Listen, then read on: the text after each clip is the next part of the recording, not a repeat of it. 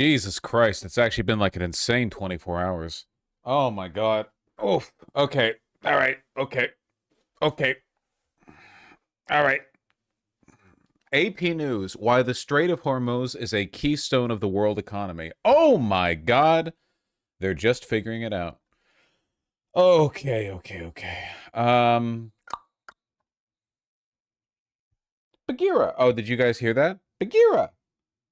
She is the raspiest little meow. She doesn't go meow. She goes like, ah, ah. What are you meowing about? I gave you food.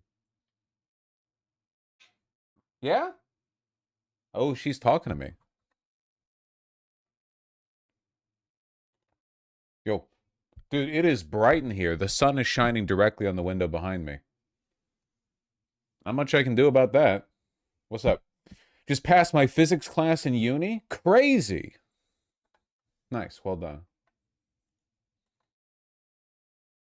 The cuck chair in the background? Oh, hell no. Not the live stream cuck chair. I read yesterday, can you believe it? We don't really have a reading chair in my place, so I had to pull out the folding chair for parties, you know?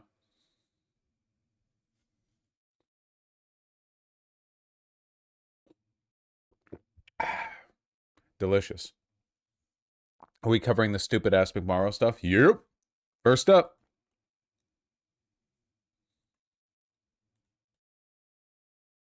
You heard the clavicular news? I have.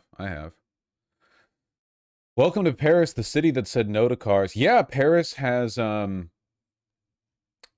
improved dramatically in just the past decade. They elected a, if I remember correctly, a socialist mayor, and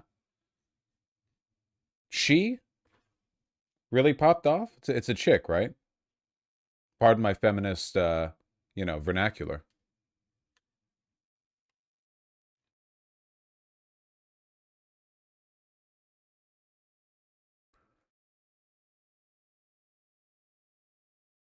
Look at that. August 2016, just a big old roundabout, and now you have a big plaza right here. Isn't that beautiful?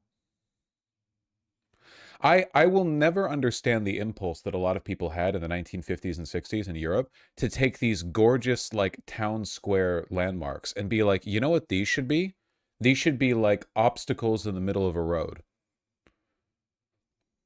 Letting people get up close to admire their beauty? Nah, you should just people should drive in circles around it. It's actually insane to me. This is very popular.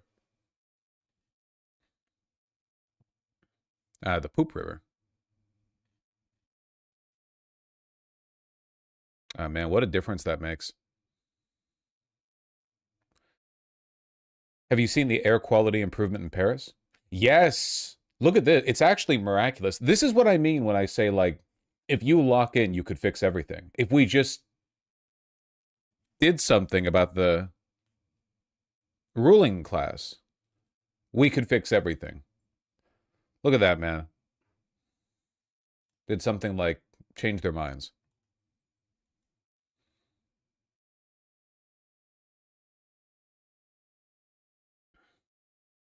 It's nice that Europe kind of reverse engineered car brain decisions.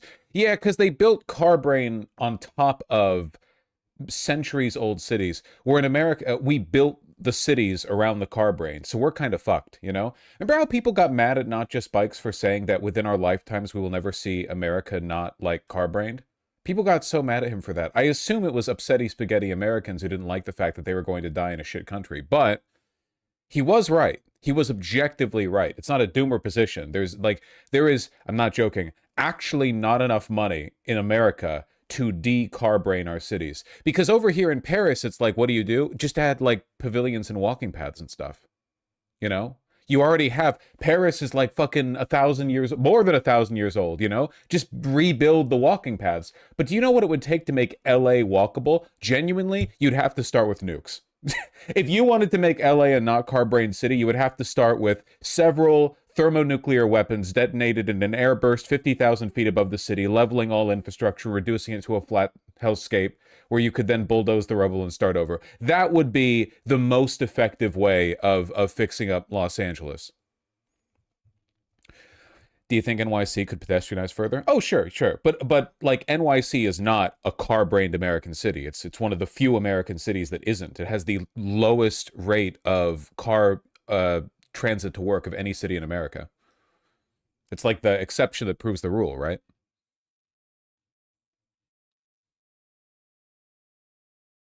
Pollution fell everywhere. Pog, pog, pog, pog, pog.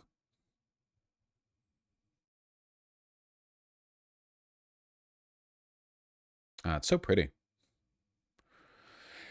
That's not a real thing exception-wise. Actually, this is like another midwit trap because the exception that proves a rule is a really good phrase because it helps you compare and contrast against the one exception. That's the point of it, right? Like, New York City is the one American city where a majority of people don't drive to work. It's the only one. So the fact that it's the only one kind of proves the rule, get it? Because that means every other one has everyone driving to work, you know? That's the point. It's like, if that is an exception, that proves the rule, you know? It would kind of be like if you said, you know, oh, that town's dumb as fuck. Everyone there is dumb. And then another person was like, no, they're not. This one person has a bachelor's degree. That one person in a town of 20,000, you know what I mean? It's like, oh, wait, if you're pointing to them as a counterexample, that kind of proves that they're distinct from the norm, you know?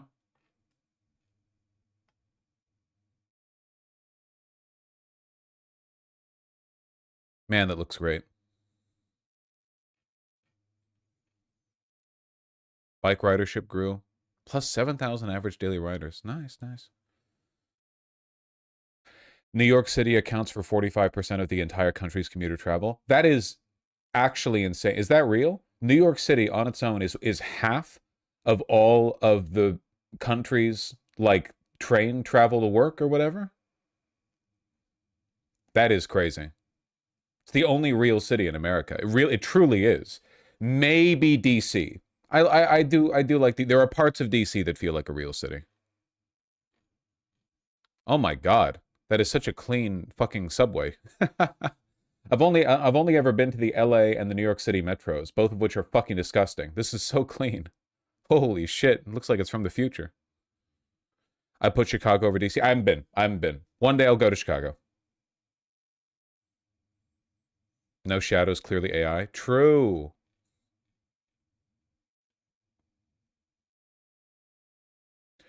What about Seattle? Seattle actually right now is making the biggest leaps in terms of non-car transit in the whole country. Seattle has been working really, really, really hard to build up its link, its light rail, which, in fairness, it has a long way to go, but it has been doing really good. In fact, if I'm not mistaken, a new extension is being opened and there's a party for it tomorrow. Tomorrow, I might go. You know, my city. They're connecting the Bellevue line. They've been running a link line right across the 99, heading over to Bellevue. Isn't the PV event tomorrow though? Yeah, yeah. I'd have a busy day, but the event would be in the morning. The transit event, not the PV event.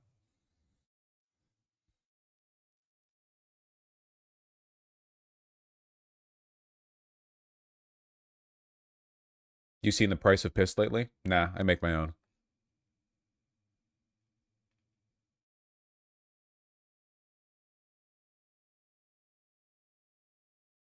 Paris housing prices increased much faster in suburbs. Yeah, that makes sense.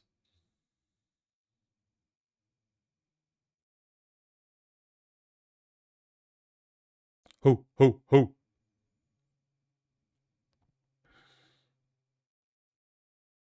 What's everyone over here doing? We watching the runners? What are we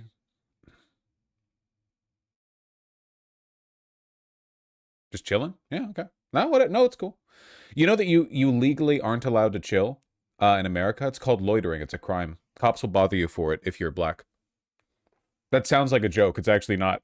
That's actually a real thing.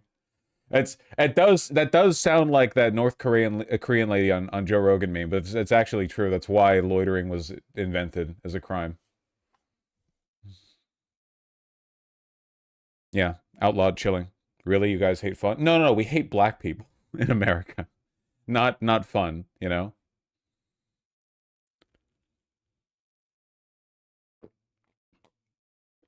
Black and young people. It's also a young people thing. In fairness, this is one of those topics nobody wants to touch because it makes you sound like an insolent middle schooler. But young people really do be like oppressed or something type shit.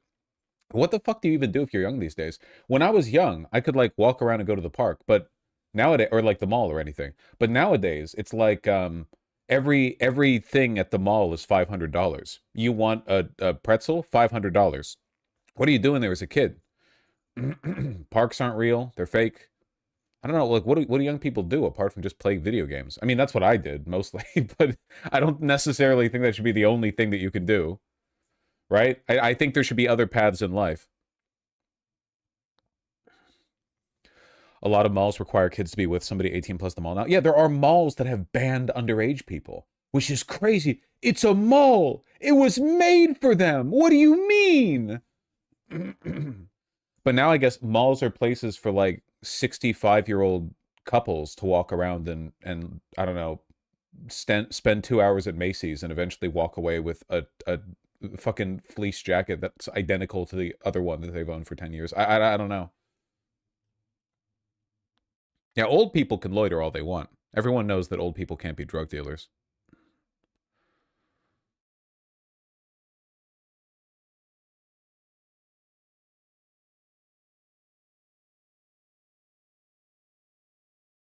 As someone who works retail, the kids in my city just come into our store and mess around until they get kicked out. Okay, I'm not trying to be annoying because I think that you should be able to kick out kids if they're annoying as well.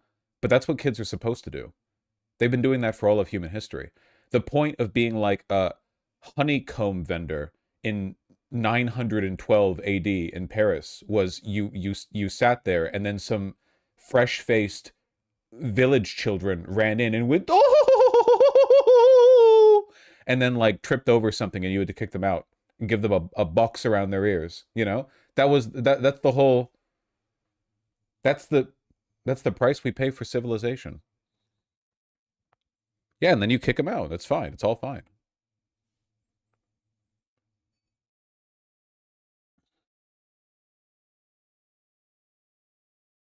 Rosy cheeked little pipsqueaks drooling all over the glass on the like the storefront window looking at the candies inside. Yeah, yeah, yeah. Now you take them in as an apprentice. Unironically, we really do need to bring back the master and apprentice style of employment training, especially now that the birth rates are lowering, so there's fewer children like per adult. There were some fields where that was clearly the best way of doing things. Folding everything into the academic system was not good, I don't think. I feel like a lot of trade skills should probably be apprentice based, you know? Oh, not to mention, like, that's so much cooler, you know? You know that museum piece restoration artist, Baumgartner Restorations on YouTube, who went viral a while back, and he does like restorations of damaged old paintings and stuff. And he opens and he's like, I was an apprentice under my father for 30 years. And it's like, holy shit, the aura. I can see this guy's fucking Nen field. His Nen levels are incredible. You were an apprentice? Like a wizard or something? That's crazy. I would respect him so much less if he was like, yeah, I went to like art school for a couple years and then I got like my master's in art restoration. It's like, okay, great. So you did what I did, but like your classes were different. Great. But you apprenticed? Did he have to kill the master? Well, the master was his dad, so I assume so. Because his company's called Baumgartner Restoration. That's his last name. So like he probably killed his dad, right? Because otherwise that'd be confusing.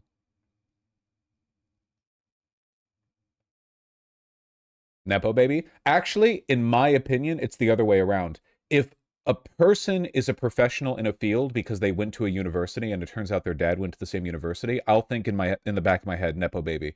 But if a person apprenticed under their parent, my assumption is that their life was hell. Because if they apprentice, that means every day of their job, their dad was like, nope, nope, what did I tell you? And it's like, oh my God, that's way harder, in my opinion. I mean, depends on the dad, but in my opinion, that's got to be a much, that's got to be a much more difficult, yeah, hold the damn flashlight. You do have to kill your master to take his place, though. Yeah, for sure.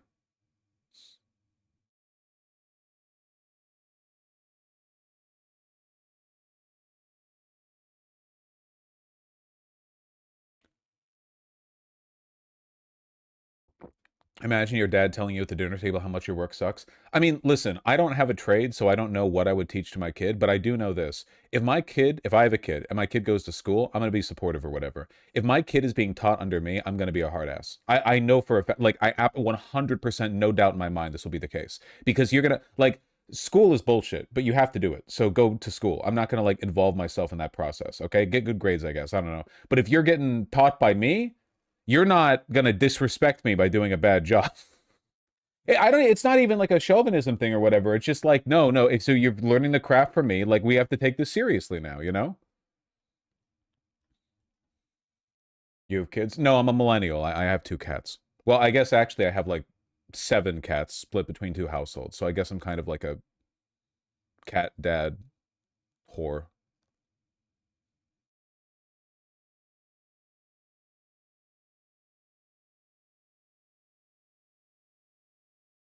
Deadbeat father. Yeah, yeah. I pay the medical bills. I pay the vet bills for all of them, which is actually adds up to quite a bit, by the way, in case you're wondering where your donations go sometimes. So it can actually add up to quite a bit. Oh, man.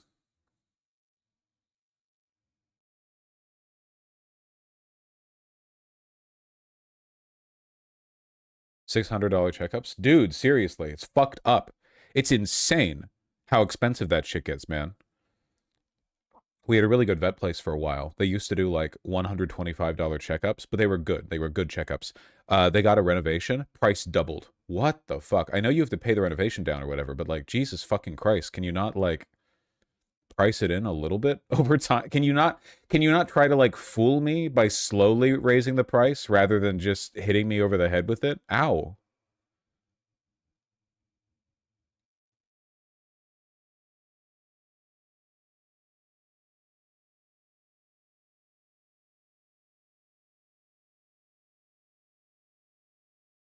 All right, hold on one second before we get to the actual politics, which I've been delaying on, okay? Somebody in chat said I want to see Pigeon, so I'm looking through old photos that are on my computer, because all that shit's on my phone, right? But hold on. How far back do I have to go before I see Pigeon photos? Like talking with Furman. Let me see. Oh my god, they're so cute. What the fuck? Where's Pigeon? I have like a million Pigeon photos on my phone, because she looks ridiculous. I'm trying to find any sent over Discord. Dude, what the fuck? Is Pigeon like communicated entirely through text? There's no phone record of her existence? This fleshy little demon creature? I'm trying to.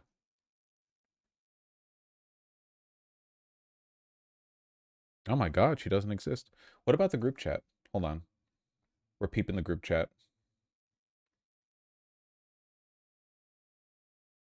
Okay, I found one.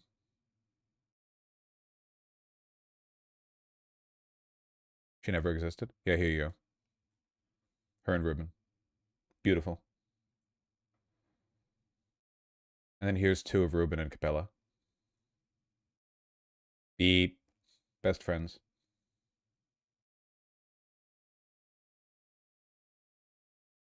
So cute. All right, that's our reminder from the other household.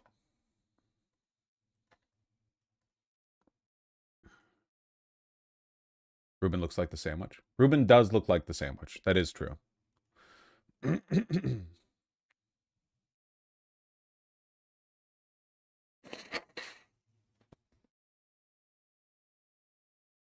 Bro, I forgot about them, not gonna lie. It's okay, I don't expect you to keep up with, like, every detail of the cat life of a streamer. But have I forgotten about them? Nope. Run over them, give them big pats in the head. Vosh, I'm 17, maybe it's because I'm trans, but yeah, there's literally nothing to do, and I feel like I'm wasting my entire adolescence kind of a little bit. Okay, for one, you're 17, so nobody expects you to be productive. Like, you're literally age coded to be a useless piece of shit at 17, no matter what. So don't worry about it too much. Um, but also, if you're worried about, you know what, in my opinion, if you're worried about wasting your time, you should develop good habits rather than good skills. Okay? Waking up early, going to sleep at the right time, eating properly, and getting physically fit are skills that will make you more adept at excuse me, are at like coping with life and learning how to do new things in the future. If you right now, if you like build in patterns of being a lazy piece of shit, it's going to be harder for you to make changes in the future. So yeah, get your little morning jog in, do a bit of stretching, you know, try to feel peppy. It's okay. You're 17. You don't need to learn the world, you know, but you do need to develop good habits.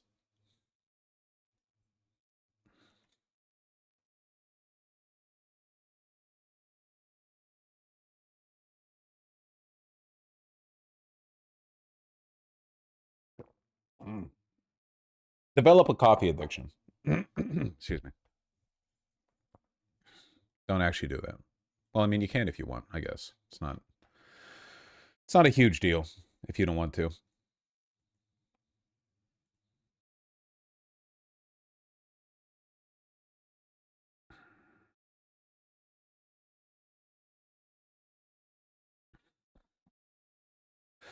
I guess Israel attacked a nuclear reactor in Iran. Big deal. I've done that. Everyone's done that. Okay. Ugh. Dude, speaking of doing your stretches, one fucking... Oy. Oy. Ah, my neck is killing me, man. I gotta do my stretches. 17, I was doing an absurd amount of pot. Yeah, you shouldn't be smoking weed like at all, but especially not at 17, okay? If you worry about being used, you don't want to do that. Also, like no hate or whatever, but if you're 17, why would you smoke? You have no chronic pain to numb. Food and life are already delicious. Everything's already delicious to you, right? Like the food, everything, all life is new. Like, why are you numbing all that, right? Like, oh, because it's cool. Everything's cool when you're 17 because it's fun. Everything's cool and fun when you're 17. Like, it's one thing if you're like 35 and it's like, oh, my back's starting to hurt. I have nothing to do for the next hour. I'm just going to relax before sleep. But if you're 17, I feel like you could be doing anything. You could be doing parkour. Yeah, do meth. Do meth if you're 17. Don't do meth. Just I don't get it. There isn't anything to do in the suburbs, but you're still you, okay? You can still do stuff.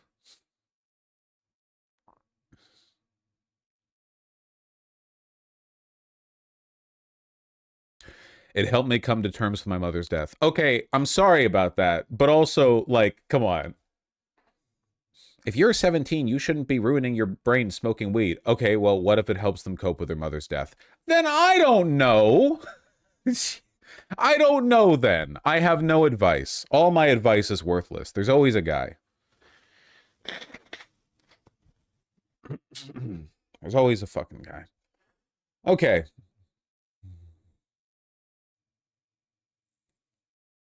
Here is Netanyahu calling Jesus weak. Um, before we get into it, can I be real?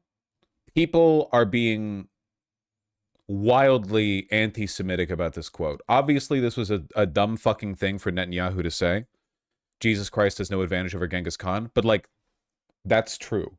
What Netanyahu was saying here, he's wrong, but what he's saying here is that there's nothing innate about good that will allow it to triumph over evil if good is weak. Good has to be strong so it can triumph over evil. And yes, Genghis Khan would beat Jesus Christ in a fight. Are you kidding me? Jesus Christ was fucking crucified by Roman soldiers, okay? I'm pretty sure Genghis Khan could take on some Roman well, it depends on how many guys Genghis Khan had with him, because, you know, I don't know if he personally was up to all that. But Genghis Khan did rule over a larger territory than the Romans at their peak, so, you know. What the fuck would Romans do against horse archers? Nothing. Anyway, um, the point that Netanyahu is making, ah, yes, might makes right. No, Netanyahu's not saying might makes right. What Netanyahu is saying that the right has to be mighty so they can win, which is what I say. But people have taken this as him like besmirching Christ, which is just not what he was saying, you know. Netanyahu's one of the most evil people alive. We don't need to make stuff up against him, you know.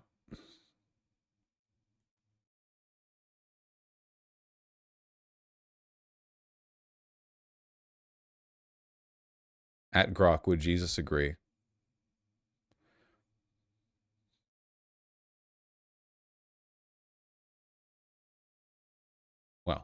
What does Grok know? Thanks, Grok.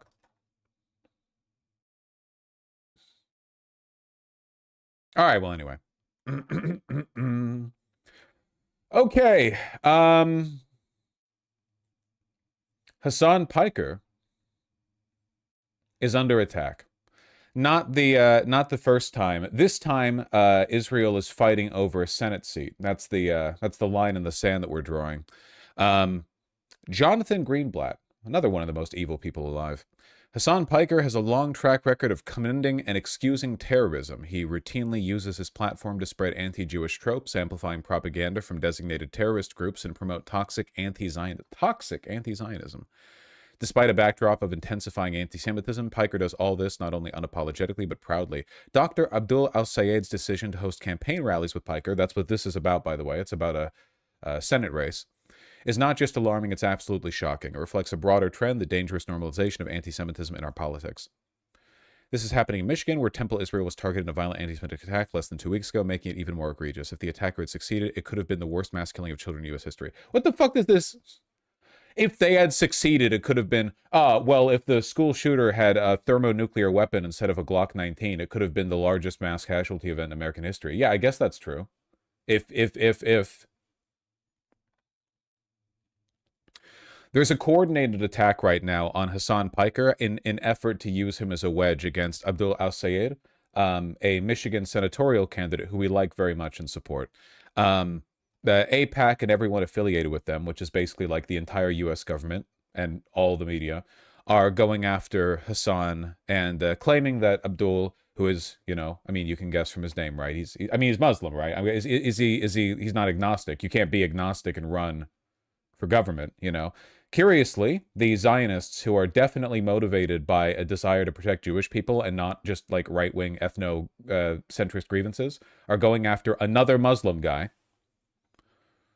ADL Michigan is deeply troubled by reports that Dr. Abdul al-Sayed and other public officials plan to appear alongside Hasan Piker at upcoming rallies at the University of Michigan and Michigan State University. In the aftermath of the recent attack on the Jewish community in West Bloomfield,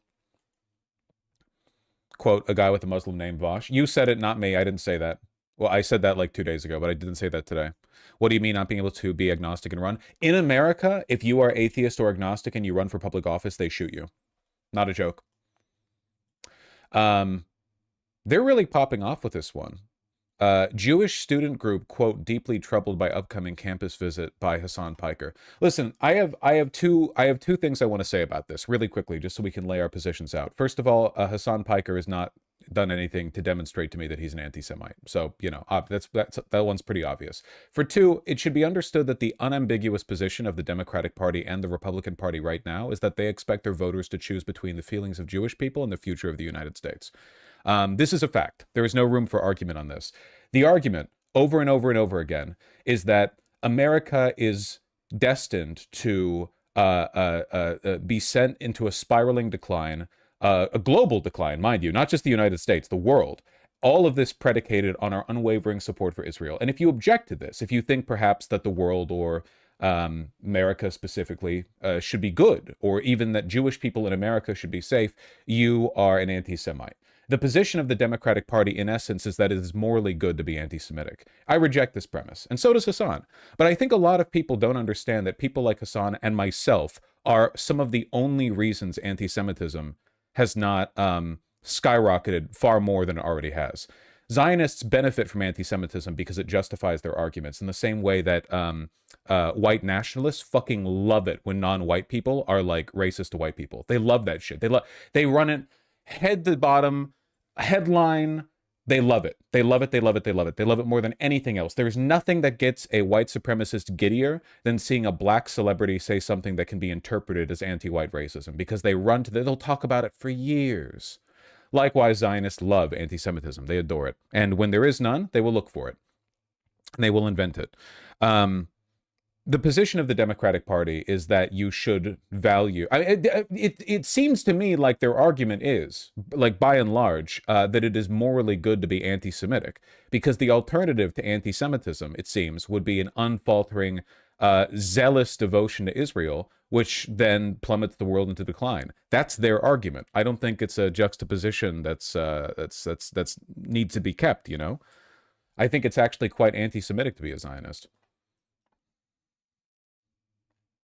Nice drawings, though.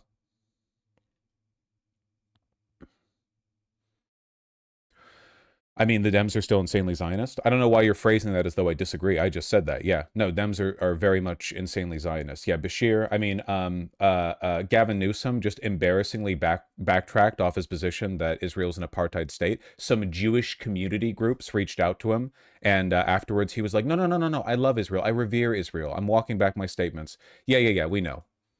We know who's calling the shots. Thank you. In a statement to the state news on behalf of MSU Hillel, Vice President of the Jewish group Union, Skylar Elbinger, or Elbinger possibly, wrote that the presence of Hasan Piker, whom the group called a known anti-Semite, yeah, I've never seen him say anything anti-Semitic. I would need somebody to bring evidence of this to me, you know? At the rally would create a hostile environment for Jewish students on campus by threatening their security and belonging.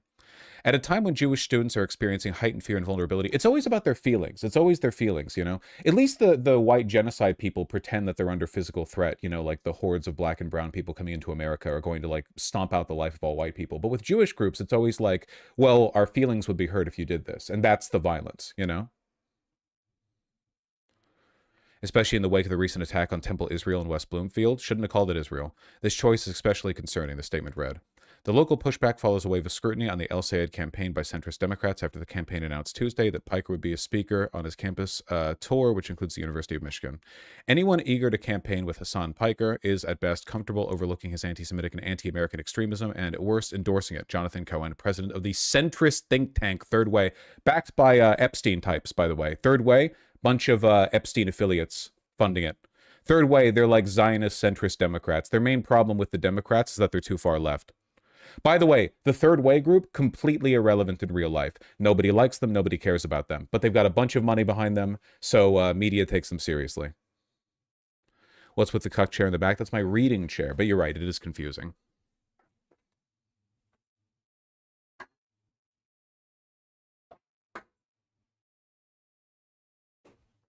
I'm just, it's not that it's not a funny bit, it's just that I want, it's funny twice, it's not funny 20 times. So it is a cuck chair? Yeah, it's a cuck. I mean, reading is kind of cucked, right? Because you're literally like watching a writer write the story. Like, what are you getting off and watching that?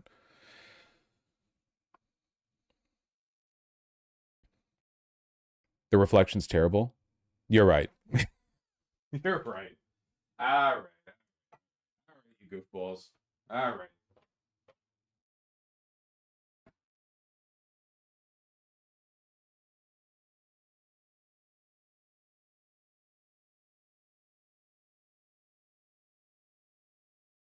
Ah, where do I put it?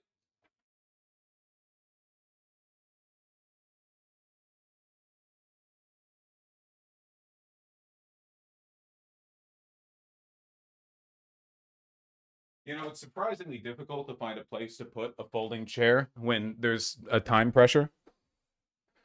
All right.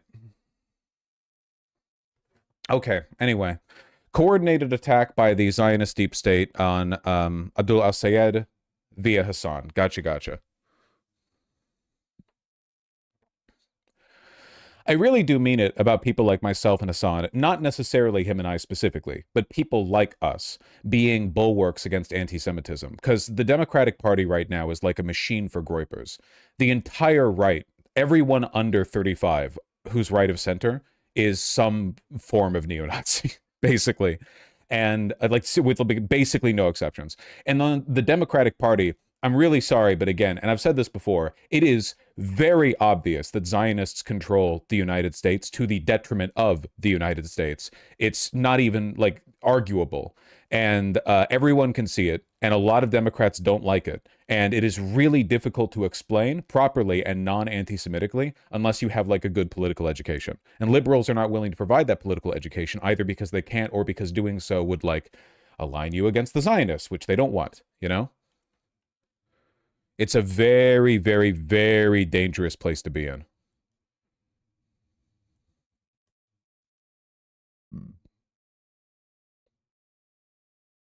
The person running against Abdul Al-Sayed, Mallory McMorrow, recently had a leaked, there was some, what was the leaked audio? With AIPAC?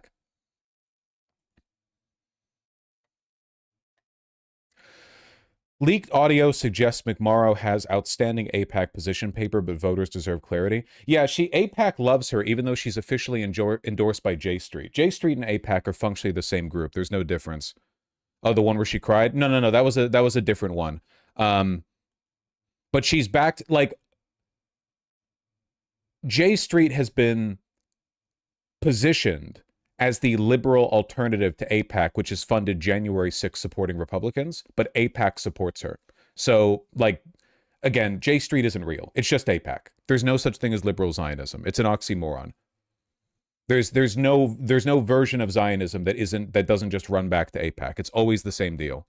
Well, I really, really, really, really, really hope that we get a retraction of the endorsement that Warren had for her. Warren, right? Yeah, McMorrow called Hasan similar to Nick Fuentes. Which is an insane, like, genuinely an insane thing to say. And by the way, also, like, deeply anti-Semitic. The idea that communists and Nazis are the same is a Nazi talking point.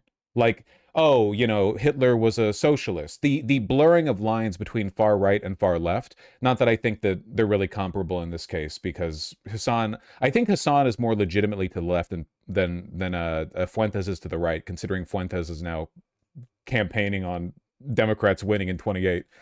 But this is an insane thing to say.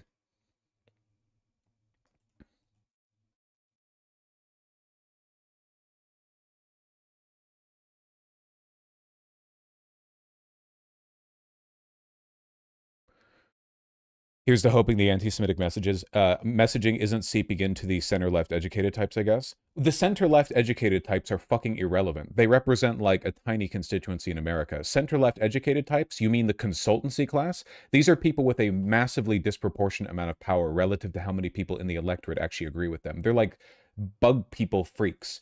They're like 0.1% of the population, and nobody likes them. They're insufferable. Whether or not they dive into anti-Semitism is irrelevant. What we need is a version of left populism in this country that's not built around anti-Semitism, but rather anti-Zionism. And unfortunately, the Democrats are insistent that there is no difference between the two. And if you were to take the Democrats at their word, like truly to listen to them and take everything they said for granted and to understand it, you know, and the implied meanings behind it, you would essentially go, oh, so I should be watching Nick Fuentes. Like, the Democrats are telling me in no ambiguous terms that their future for the country is one ruled by Zionists. Like, they are no different to the Republicans. They both offer the exact same future, which is infinite deference to this group of people who hate us and by us, I mean America, by the way, because I do believe that, who they're all Ben Shapiro types, essentially. Like, everything must be ceded at the altar to Israel. So I guess you might as well like Nick Fuentes, you know? Hasan is dangerous to them because he runs the middle of the line gamut. He represents anti-Zionism without anti-Semitism. Zionists don't benefit from that. Zionists benefit from anti-Semitism. They don't want principled anti-Zionism.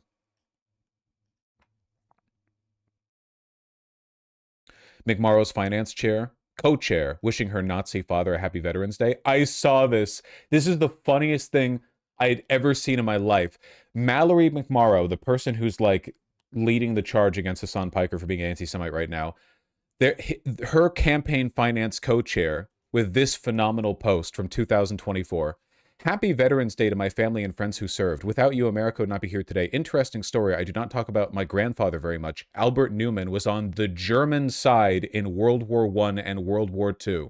He escaped to Brazil with my father after Germany lost to World War II, and then they made their way to Detroit where they spoke no English and worked their way up to provide a stable life for their family. My grandfather was one of my best friends. He was one of the first people in my life that accepted me as gay when I was nervous and scared. I'll never forget him embracing me and loving me for who I am. His story is a true testament that people can change and love indeed can win. Unbelievable. Why would you tweet that? I genuinely, I don't understand what axis, of, no pun intended, of political positions you need to occupy in order to tweet this. It is unbelievable. A happy Veterans Day to my Wehrmacht grandfather, who escaped due punishment for his war crimes and immigrated to America, where he became the first person to accept me coming out as gay. Unbelievable. It reads like a fucking Cumtown bit. Oh my god. Facebook post. Sorry, everything's a tweet to me. Yeah.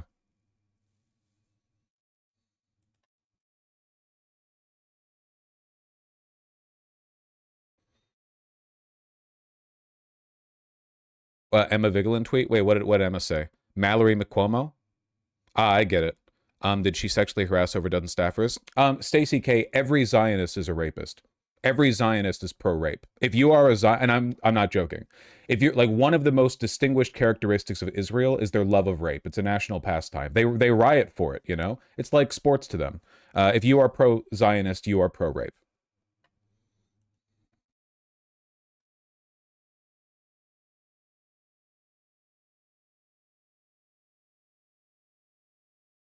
Iran doing the Lord's work. That is true. Yeah.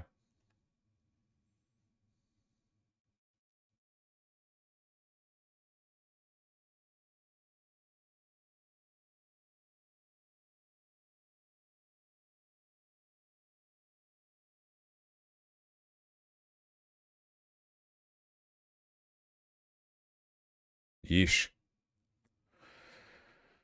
Most Jewish voters oppose Mamdani, but remain divided on an alternative. Yeesh. I'm sorry, man, but you guys are getting left behind. You need to join the fucking coalition. Listen, okay, if leaving aside all of the woke preferential politics bullshit, at the end of the day, right now, Jews are just a demographic who is shifting, like, very rapidly to the right, okay? You need to cut that the fuck out, because if you leave the coalition, if you're like, I'm willing to sacrifice liberal democracy and progressivism if it means keeping my ethno-state, you'll never guess which group benefits from liberal democracy and progressivism. You'll never guess which group historically has been hurt the most by a lack of liberal democracy and progressive. I'm just saying, man. All right? You need to get the fuck with the party, okay? Cut it out with the goddamn Zionist ethno-state bullshit. Do they really think there's space in the right for them? Yeah, if you think the right's going to accept you, go take a look at the YouTube comments under any Ben Shapiro video where he talks positively about Israel. Go look to your future. Oh, have a great time. No, go right ahead. Yeah. Go, have fun. Go take a look at what he's up to, you know? He's doing fucking minstrelsy for the benefit of an increasingly, like, shrinking conservative audience who are more interested in calling him slurs than engaging with his admittedly very bad talking points, okay? You need to get on board with Mamdani, okay? The Mamdani hype train. He's not said or done a single goddamn anti-Semitic thing. Get over yourself. Meanwhile, the Zionist coalition says anti-Muslim, Islamophobic shit like every goddamn day. Every day. They're doing it right now with Abdul Sayed. Oh, a Muslim guy's running? He must be an anti-Semite. Really? Says who? Sounds to me like you think he might have a reason to be.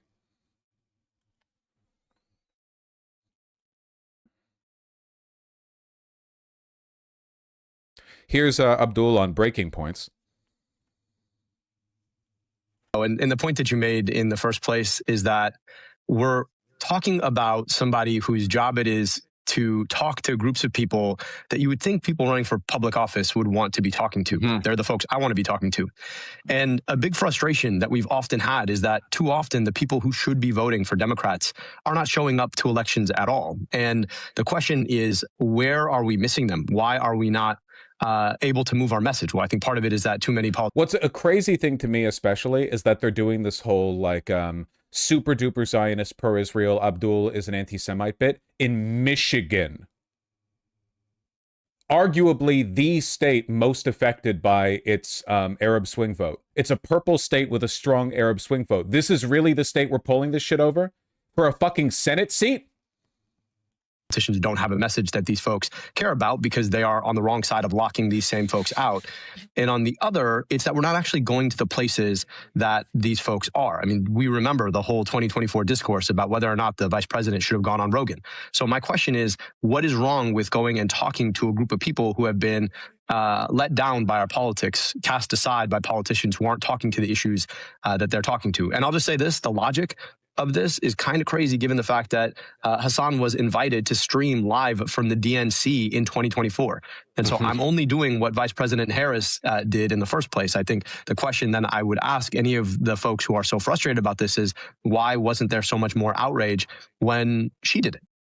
Talking to any Zionist Democrat, no matter how liberal they may pretend to be, is more embarrassing and damning for your campaign than speaking to Hasan Piker. Hasan Piker's positions on Israel are, and again, this is objective, more in line with the Democratic constituency than any liberal Zionist.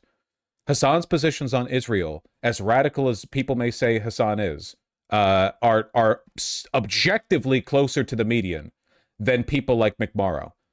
The AIPAC would not endorse the average Democrat voter for their positions on Israel. Yeah, until they kicked him out, I think the third or fourth day, but that's a different story. There were some quotes here from Mallory McMorrow, who's running against you, about Hasan. To quote this from the Jewish Insider, she says, "It is somebody who says extremely offensive things in order to generate clicks, views, and followers, which is not entirely different from somebody like Nick Fuentes. That is not somebody you should be campaigning with at a moment when there's clearly a lot of pain and trauma across our state. How do you bring everybody together when there are difficult conversations where there aren't easy answers?" I'll leave that question to you, Abdul. I'm trying to have conversations with everybody. And I agree that there's a lot of pain and trauma across our state. There has been so much pain and trauma across our state. That's why I've always tried to name that pain and trauma from the jump. You go back a couple of years, we have watched as Israel has decimated Gaza in a genocide.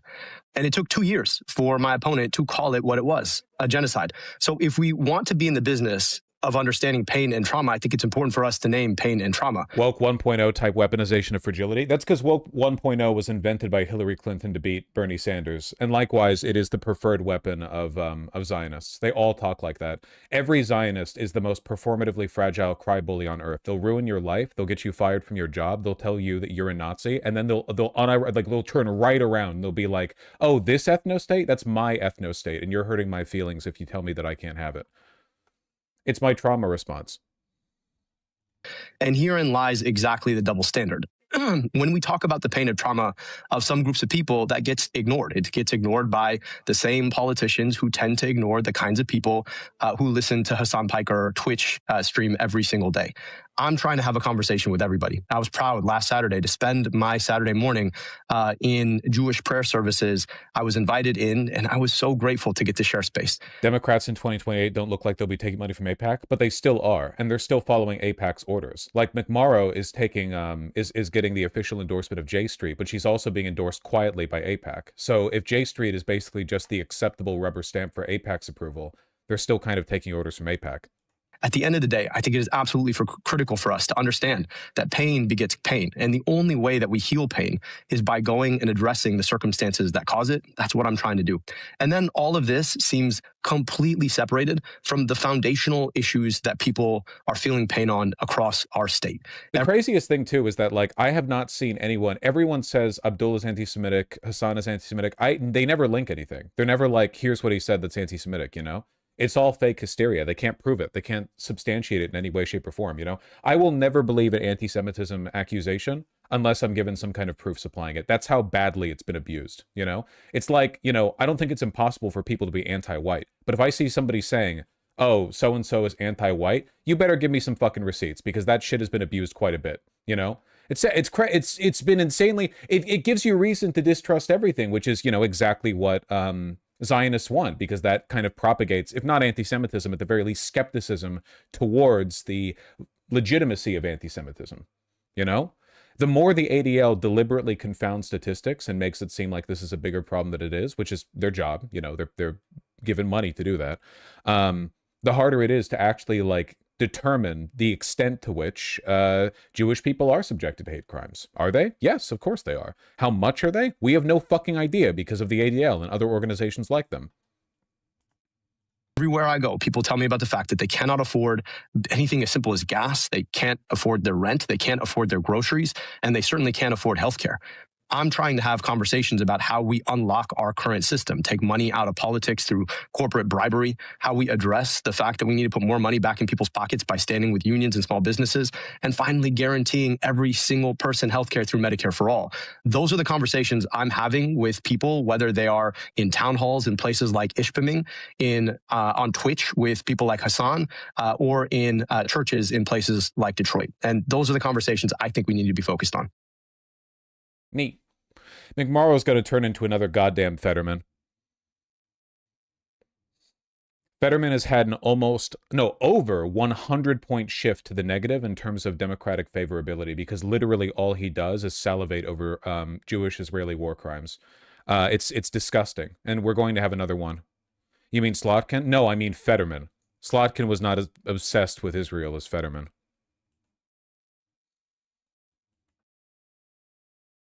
Was it the stroke? Maybe.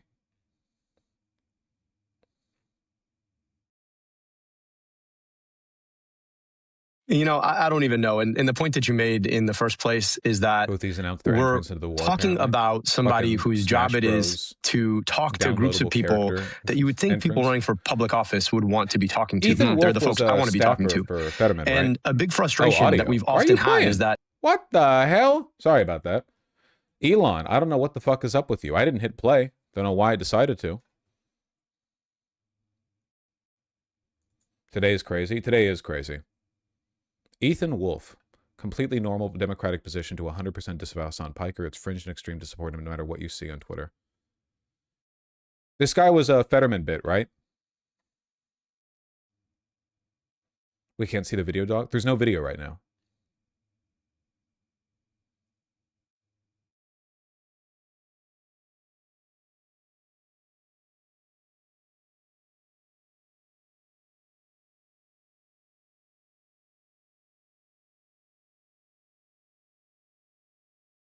This is why you shouldn't call Ukraine a Zionist state. This is what it leads to. I caused this? That's crazy. Egyptian transgender Yusuf Morsi set fire to a Ukrainian drone factory in the Czech Republic because of the factory's connections to the Zionist colonial state of Israel. I mean, depending on their connections, okay. I don't know about the connections, so I can't really make any claims about it. But what do you want me to? Are you transphobic? Are you saying that you don't support her actions?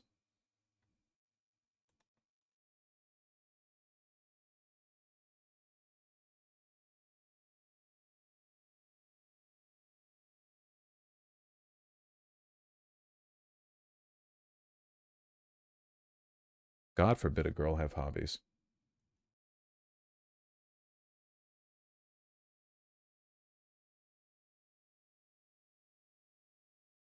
Been arguing with men with your subreddit. They're really annoying. Stop arguing on the subreddit, okay? 1 second. Ukrainian drone factory, Czech Republic, Israel. What connections they have?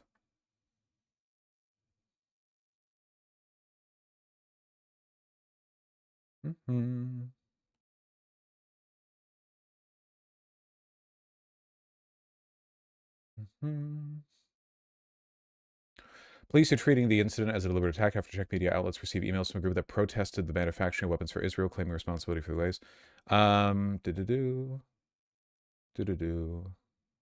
Yeah, I don't know if they produced anything for Israel, so I don't really. It seems like if the connection between the two is spurious, I don't really see what the point is then of attacking the Ukrainian factory. All right. Let me hand this over to the editors.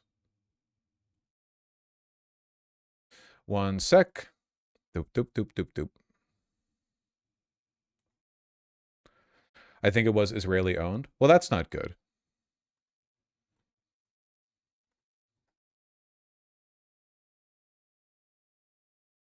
Tell the chat to like and subscribe. They should know that already.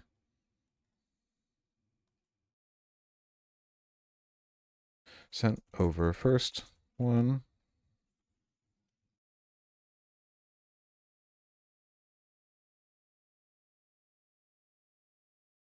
Something, Zionist Democrats launch attack on Hassan Piker in fight over Michigan Senate Could you construct a functional title out of that? I love you. There we go. Okay. Crude hit 100. I hit 100 subs a long time ago. Shit's nothing to me.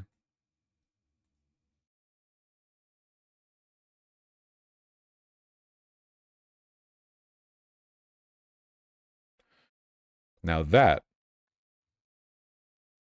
is an economy. The entire fucking stock market is down like 10% since the Iran war. It's been going real bad. Real bad. Even Trump's market manipulation shenanigans don't seem to be having much of an effect on oil prices. Yeah, they're up 6% today, which is actually like a lot. Yeesh. Look at that. Oh, we've been wavering. We've been wavering, but inevitably, ooh, inevitably, it goes up. Brent's up to like 113, yeah. NASDAQ has moved into correction territory. Ooh! Oh, it hurts. It hurts. At least we can legally prosecute pedophiles now.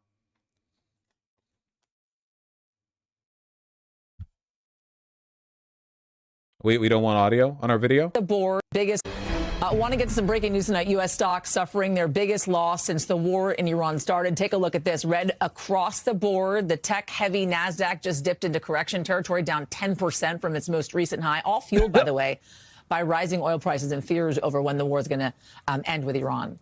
The president now saying he's going to give Iran 10 more days to reopen the Strait of Hormuz or strike on their energy plants. That deadline was previously set to expire tomorrow, but the president still insists Iran is begging him to make a deal to end the war, even as Iranian leaders appear to dismiss it. The reason they want to make a deal is they have been just beat to shit. We've got team coverage on this. We got Matt Bradley, who's standing by for us in Tel Aviv. Want to start, though, with Monica Alba, who's posted up at the White House. Walk us through what we know about the president now extending this deadline beyond tomorrow. Have there been more developments in these talks between Iran and the United States via Pakistan? Yeah, we don't need to do this. There will be no talks. There will be no negotiations. Iran controls the state, or the Strait of Hormuz. The American future is over. It's dead. If we're lucky, it'll be Chinese. If we're not lucky, it'll be, I don't know, Iranian. I feel like they're more mad at us, which they deserve to. I'm sorry, but did you see Trump calling the Fox host hot when he was asked about the war? Yeah, it was pretty funny. This is why you can't talk to Trump past like 3 p.m. That we have not been able to see or hear from any of the Iranian people. And I imagine that is because their internet is shut down. And I think there is some general worry about them. Obviously, their government treats them terribly and killed tens of thousands of them in January.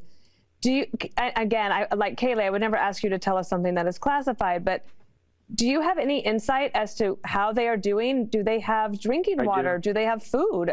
Right, I do. It's upsetting. I do. But first, you remember when we had lunch years ago in the base of Trump Tower when it was a brand new building? It was a long time ago, yes. A long time ago, and you haven't changed. Oh. You have not changed. Now, I'm not allowed to say this. It's the end of my political career, but you may be even better looking, okay? So I don't know what you're doing, but I will not say I'm stroking my shit. I got lotion on my dick right now. I think the most telling thing to me about this, apart from the fact that he's ancient and his brain is soup, actually, is that the lady... Lunch years ago in the base of Trump Tower when it was a brand new building. It was a long time ago, yes. The lady interrupts her and jumps in pretty quickly every time she gets a word in because she knows the president is sundowning and he has to have his conversations carefully controlled. Since the White House doesn't really limit who Trump talks to, you know, it's not like how it was with Biden. My guess is that everyone who works on the right who talks to Trump is given specific instructions on how to best handle him. It sounds like, does she not sound immediately like she's talking to a grandpa at a family reunion? rather than the president. Like the first half of this clip where she's just talking to him and he's not responding, she sounds like she's talking to a president. But then as soon as he responds, she's like, oh, haha, yep, that was a while ago. Yep, grandpa, uh-huh. Like she's aware of the fact that you have to do some handling, you know? Water. Do they have food? Right, I do. It's upsetting. I do. But first, you remember when we had lunch years ago in the base of Trump Tower when it was a brand new building? It's a long time ago, yes. Long time. Nervous laughter, dismissive tone from her. Yep, uh-huh, that was quite a while ago. Time ago, and you haven't changed. Oh. You have not changed. Yeah, mm-hmm, yep. Wow. I'm not allowed to say Awkward look at camera, doesn't know how to respond, nervous smile. this. It's the end of my political career, but you may Nervous laugh. be even better looking, okay? So I don't know what you're doing. Everyone laughs, you know, ha ha ha ha ha ha. But I will not hair say and makeup that. has a lot I will to do not with say that. that because that will end my political career. You know, you're not allowed to say a woman's. Yeah. You all get me though, right? Like everyone is aware of the fact that he's mentally gone and they're just looting the country in the meantime. Speaking of him being mentally gone, and you know, I mean, things are going real badly right now in the world, economically, big crises. You know, the bond market in Japan is skyrocketing. The yield on their 10% bonds has spiked to greater levels than it has hit since the 1990s, I believe. It is going way up. I mean, it's not good for us. No, it's not, because they hold quite a bit of our debt. But yeah, Microsoft is down 25% year to date, which we're all very happy to see. But the point I'm trying to get at here, according to an inside source in the White House, Donald Trump has grown bored of the war in Iran. Something we all suspected, I think, but it's really nice to see it confirmed. Senior aides describe a widening internal divide over a conflict the president has grown bored with, and a communication strategy some call embarrassing. You know, this is what happens when you keep pitching Trump these easy wins, like with Maduro, you know? Baby wants a new toy? Yep. Nearly 1 month after the U.S. began strikes in Iran, Trump is sending thousands of troops to the Middle East to potentially fight in a war he said he has already won. The contradiction has frustrated some senior White House aides and outside allies, 3 of whom spoke to MS Now about the president's public messaging. They describe it as confusing, internally inconsistent, and increasingly detached from battlefield reality. Trump calling the war already won is mostly hyperbole, said a senior White House official, granted anonymity to speak candidly about the administration's thinking. It's part of Trump just wanting to declare victory and move on. The impulse, the official said, has become more pronounced in recent days. Trump is getting a little bored with Iran, the official said. Not that he regrets it or something. He's just bored and wants to move on. This is kind of like the end state of Western civilization, I think. Everything in the world being owned by a bunch of octogenarians who rule like mad kings. Like it's like what I said about managed democracy, right? Like the point of democracy has been to provide an artifice of legitimacy to what is essentially authoritarian rule, and has been for a long time. And now we're reaching like the end state of that position too, which is if you let the authoritarians rule for too long, they all get old and crazy.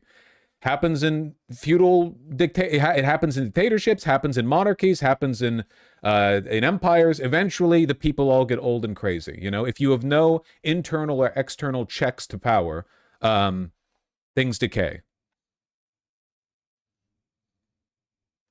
A second White House official who was granted anonymity for the same reason said that Trump has begun to move on from the conflict and has started shifting conversations and personal focus towards the economy, domestic issues, and the upcoming midterm elections. Remember how mad Trump got about the Epstein files when people kept bringing it up to him? Like, he actually got really upset because he just wanted to have, like, one new subject of the month, you know? And this one, like, lasted too long. This one's going to last a while. In the past few weeks, the official White House social media accounts have leaned on internet memes to flippantly promote the conflict, using clips from movies like Iron Man and Top Gun, characters from cartoons like SpongeBob SquarePants, and rap music overlaid on footage of unclassified videos of bombs striking Iranian targets. Oh! In request to a response for comment, White House Communications Director Stephen Chung, this is the disgusting-looking guy, right? Sorry, not to be, like, bigoted or whatever, but I think if you're... Yep. Yeah, I think that if you're a fascist, I'm allowed to make fun of you for looking like this. The fat guy, he's not just fat. This is ridiculous. Come on. Fucking giga chud. No wonder he posts like that.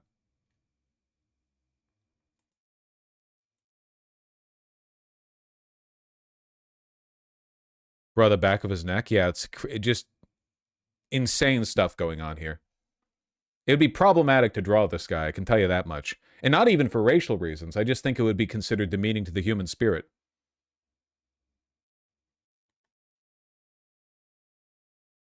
Who the fuck is this guy? A neo-Nazi and the White House communications director. Anyway, this guy said, in response to a request for comment, the memes will continue and there isn't a damn thing this person can do about it because they have no influence. The person clearly isn't in the room and is a low-level staffer. So here we have, like, the greatest defender of the Trump administration. I'm not as interested about the rest of the stuff that they're saying because I know that Trump is mishandling the war.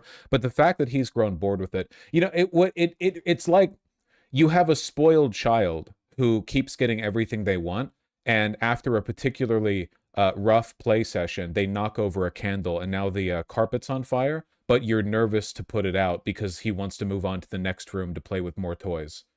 You know? There's no solving this, man. There's nothing the White House can do. I hope Iran squeezes us for everything we're worth. We are in imperial decline, and it is necessary for the future of humanity that we suffer as much as possible. I wanted us to suffer after the tariffs, but you know what the rest of the world did? They capitulated, because the rest of the world is owned by the same fucking people as the United States. We are the great Satan. We do need to be put in our place, and I think Iran is just the country to do it, okay? Squeeze us. Give us the squeeze, okay? Make us suffer. Zionism and American hegemony have to die. And if this is how it has to happen, then fine. Apparently, J.D. Vance is mad at Netanyahu for how he pitched the war to Trump. Yeah, I don't give a shit. This is, I had to suffer this all during Biden's term, all the time Biden's term. Oh, Biden tense call with Netanyahu. What happened? Nothing happened. There's nothing J.D. Vance can do. He has no power. J.D. Vance is probably personally upset that his chances at winning in 28 have been destroyed by this war with Iran, but what are you going to do, you know? There's nothing he can do. Guarantee you that he's going to cite stuff like this as evidence that he disagreed with the war the entire time, you know? In 28, J.D. Vance is going to run, and he's going to run on the good czar, bad boyar strategy. Trump was an amazing president, but he was misled by his allies like Netanyahu and Lindsey Graham, who turned out were not allies at all. He's going to run on that. He's going to say he was skeptical of the war the entire time. Yeah. Guarantee you.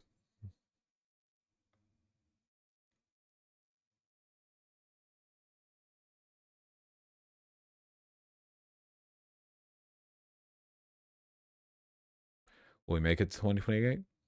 Maybe.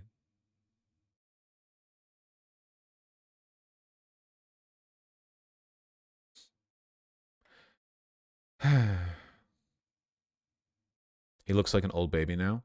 He looks disgusting. I'm telling you, evil rots the face. I don't care how many people argue, phrenology's not real, phrenology's not real, it's anti-scientific, you're promoting far-right eugenicist propaganda. I don't care. Your character traits are written on your face as clearly as day, and I can read them. I can read in the lines of your face your propensity towards criminality, your pedophilic intentions. It's all written there plainly. I can see it. It's laid out. I know everything about you. Speaking of phrenology... I'm not gonna lie, okay? This guy might defeat phrenology simply because there's too much to read on his face. You know what I mean? Like phrenology believer encountering Stephen Chung, and like it would be like having an essay flashed in front of your eyes for just a split second. You know, there's too much to read. It's an overwhelming amount of information presented at you. Measurehead would not believe this guy exists. Measurehead would be, he would either kill this man on sight or worship him as a god. Measurehead would not know how to respond.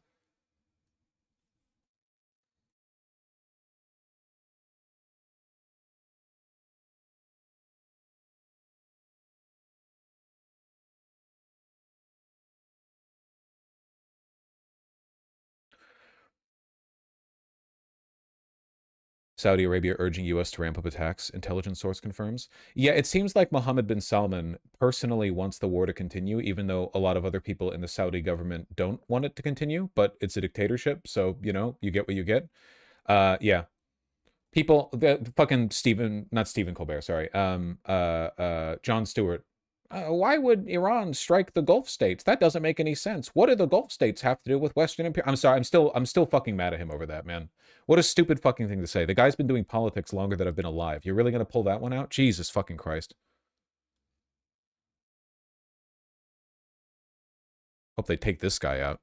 He's gonna be a problem for decades. He's too young. Jon Stewart did a bad interview with Jake Sullivan recently too. What did he say? What was bad about it? What was the gist? Take these chains off and say it again. Yeah.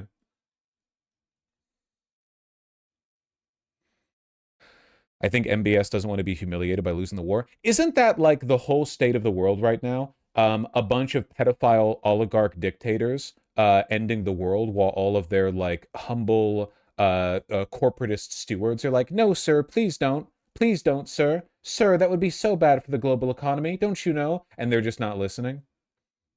I feel like that's happening all over the place. Some version of that.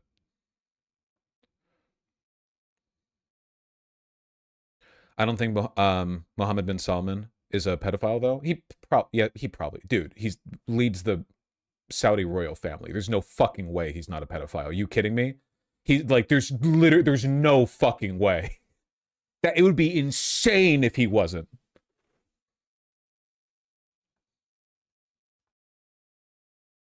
Actually, like a greater, like, pedophilic character archetype association than you would get from almost any other group of people possible. The Saudi royal family? Oh my God. He's asexual, actually? Well, you know. Hey, don't invalidate asexual pedophiles, okay? They exist and they're tired of your stigma. Sorry, I'm envisioning what blue sky discourse looks like in Hebrew. This is the Israeli blue sky discourse of the day. Sorry, all right, moving on.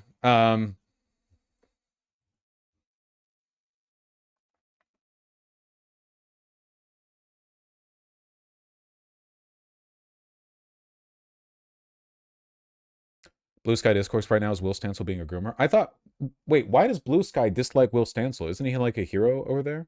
Isn't he a Zionist? I don't know. I don't pay attention to all that shit, okay? He held the line at Stancilgrad. That's what I care about. It's true Saudi Arabia is the real evil, it seems. They're also the biggest blocker of climate action. Well, yeah, over here in America, oil companies were the biggest force towards opposing global understanding of climate change. It makes sense that Saudi Aramco would do the same thing, considering they're the biggest oil company on the planet. Yeah, no, for sure.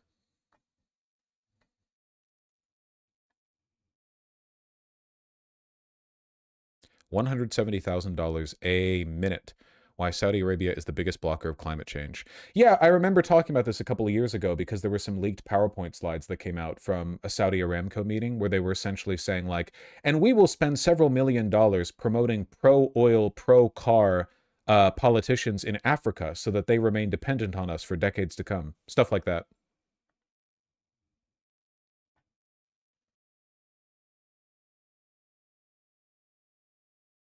Iran has a lot of work to do. That's all I'm saying. Iran, target their facilities. I don't care if you send oil prices to $1,000. I don't care. It's literally that or the end of the world, in my opinion. I mean it. I mean it. People think I'm being hyperbolic, but I really do mean it.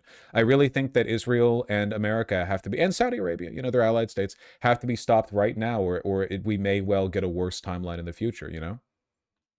100% I do. If you have to hit the desalination plants, is it a war crime? Yes. Has the Supreme Court said crime doesn't matter? Yes. You have to decide. Hit me. Hit me. Nah, probably go after oil facilities first. Probably exhaust all your options with the refineries and oil, you know, oil wells before going after the desalination plants. Unless it seems like it'd be a really good bit. unless you think you can really nail the timing, like Trump announcing the war is over, and then like 5 minutes later you blow up the Saudi desalination plants. If you can nail the timing, sorry, it would kill millions. That's not good. You shouldn't kill millions of people, I think, in my opinion. Unless you're Israel, in which case it's anti-Semitic to say they can't.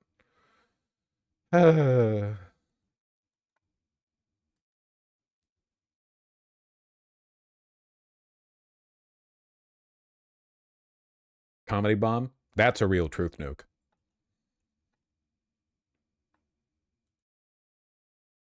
Let me send that one over to the editors too.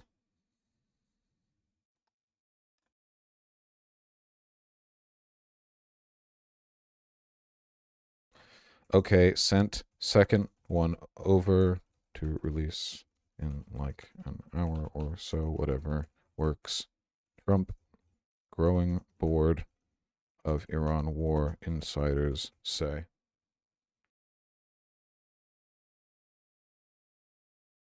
And the thumb is like red lines and the world on fire, Lamau.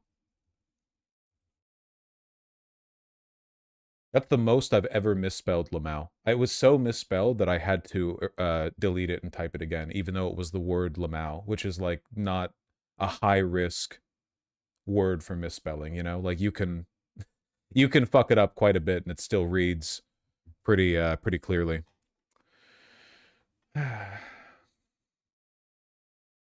Hogs are getting hospitalized left, right, and center. Oh yeah, I saw this one. Pretty funny. Good to know they're miserable. Visibly upset and struggling, acting ice head hospitalized twice over stress, officials say.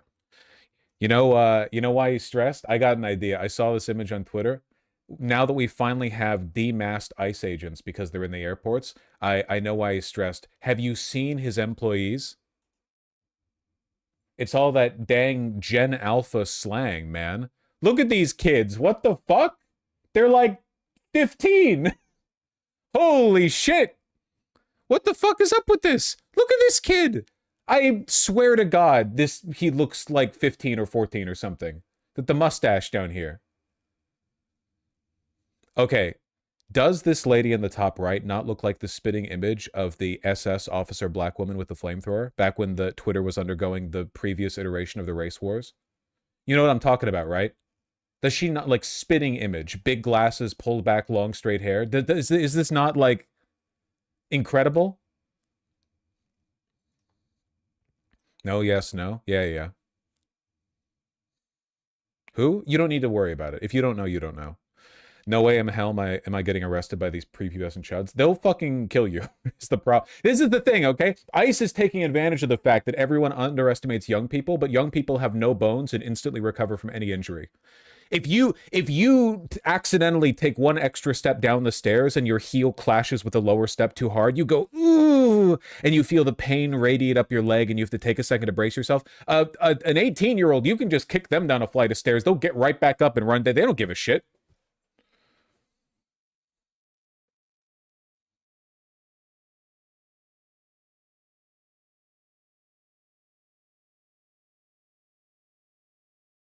I don't want to be kicked down a flight of stairs. Don't be a pussy.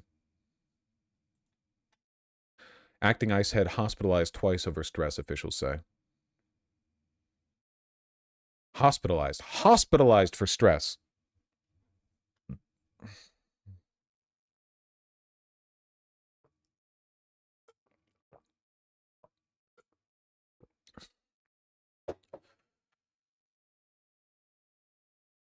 The 18-year-olds are like zombies. You have to double tap or go for the head or something. Vosh is envious of the youth's agility. I will never recover from the first season of American Ninja Warrior, where they started letting the teenagers compete with the adults, and all of these like lifelong 32-year-old athletes got mogged by these spindly, long-armed, monkey-like 15-year-olds who just effortlessly glowed over to the end of the course because their tiny post-pubescent bodies instantly adapted to any physical challenge. It was infuriating. We need physical contests that young people are sure to lose, okay? I don't know. It's got to be like sumo. I feel like I could beat a young person in sumo for sure. Because sumo is about spirit, and the young may have a regenerative body, but their spirit hasn't been hardened in the fires of life and adversity, you know? Drunk driving? Drunk driving contest? Well,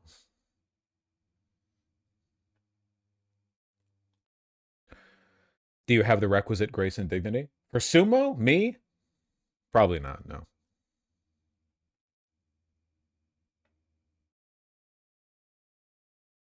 In a separate incident in Los Angeles over the summer, Leons became so distressed when ICE agents couldn't locate a migrant on their target list after a ride-along with top admin officials that one of his bodyguards took a portable defibrillator from a nearby government office to Leons in case he needed medical intervention. What the fuck? Oh my god! During these episodes, the current and former officials said they saw Leons break out into a full sweat with his face turning deep red. They attributed the source of the pressure to ramp up deportation to the White House and top advisor Stephen Miller, who yelled at Leons during morning phone calls with administration officials, according to 4 people who were on the calls. Oh my god! They're miserable over there, man! Other officials disputed that Miller yelled at Leons, with one saying the deputy chief of staff was merely passionate.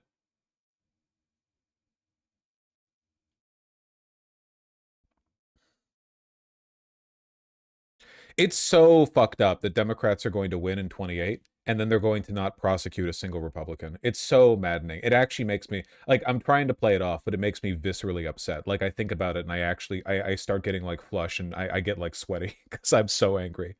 I get really fucking mad when I think about it.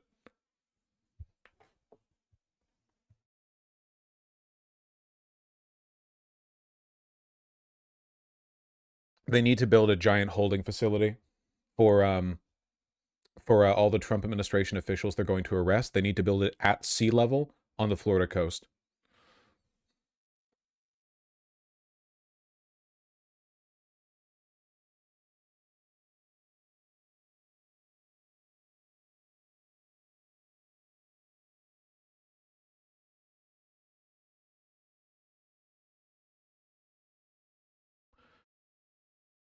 Leons, who first joined ICE as an immigration enforcement agent in 2007. Wow! Another insane Hitlerite ICE agent who actually wasn't hired post-Trump, but was actually like that the entire time.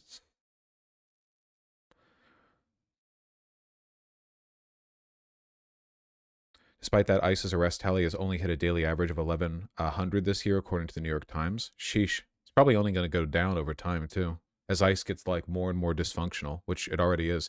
Oh, God, did you guys hear? Total government fuck-up with the fucking, TSA funding. For those of you who don't know, all of our airports are falling apart because TSA hasn't been getting funding for 6 weeks because Democrats separated TSA funding, which is a part of DHS funding, from the rest of the government spending bill, which Republicans agreed to because it was the only way to get the bill through as quickly as they needed to get through. The Senate unanimously passed through an emergency bill allowing for TSA payments without paying ICE, but then it went to the House, and the House rejected it. House Republicans rejected it. And the Senate's now on recess. So in response to that, Trump is signing an executive order to pay TSA workers, but he can't do that, but he's probably going to do it anyway. Like, legally, you can't do that, but maybe he'll do it anyway. I don't know.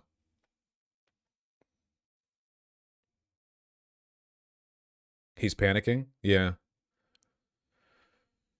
Trump signed an order to pay Transportation Secretary Security Administration employees as soon as Monday after a deal that sought to do the same stalled in Congress. An hour later, Mike Johnson rejected a Senate-passed bill to fund TSA and most Homeland Security. My guess here is that Mike Johnson vetoed this in the House because he wanted Trump to get the credit for signing the executive order paying them. House Republicans were angry the Senate's measure didn't fund ICE and Border Patrol, which Democrats refused to fund without changes to immigration enforcement practices. Senators have already left town since passing their bill in the early morning, so it would take time for them to return if the House ends up passing a different measure. Excuse me. The White House says the money to pay TSA employees will come from the big tax cut bill Trump signed into law last year. That's not how that works.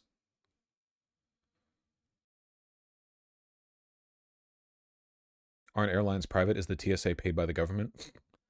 Airlines are run privately. Airports are federal land, and they're maintained and kept secure by the federal government. And TSA agents are they're a branch of the Department of Homeland Security, and their job is to make you take off your shoes and fondle your penis if you're a trans woman.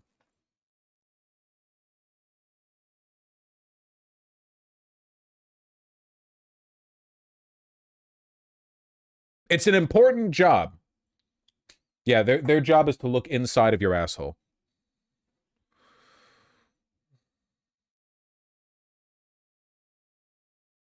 Anytime they say the government is getting funds from somewhere, it's a lie, right? Yes, the government, the tax cuts that Trump signed into law, which for one, tax cuts don't make the government money, but the tax cuts or any other tax policy that's signed into law doesn't give the government a bank account they can pay people from. The government doesn't have a bank account full of money that they disperse into their aid programs or their funding or whatever. You know, that would be a sovereign wealth fund, which we have in some cases, like emergency funds, but not what Trump is describing right here. Money that is given to TSA agents is paid out from the Treasury. Money is created from the Treasury, and it's destroyed when it's taxed.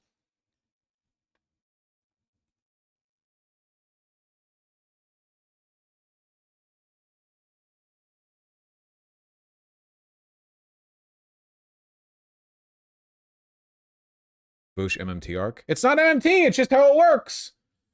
If the government raises $4 trillion in tax revenue in a year, it doesn't all go into a big $4 trillion like bank account or whatever. The money's destroyed and it's recirculated as it's dispersed by the Treasury.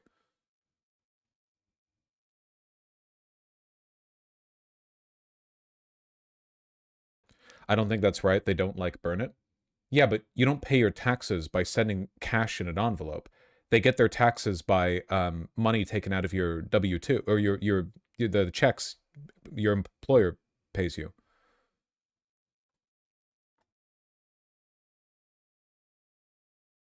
Yes, it is W-2. Yeah, but it's not from your W-2, but yes, through your W-2.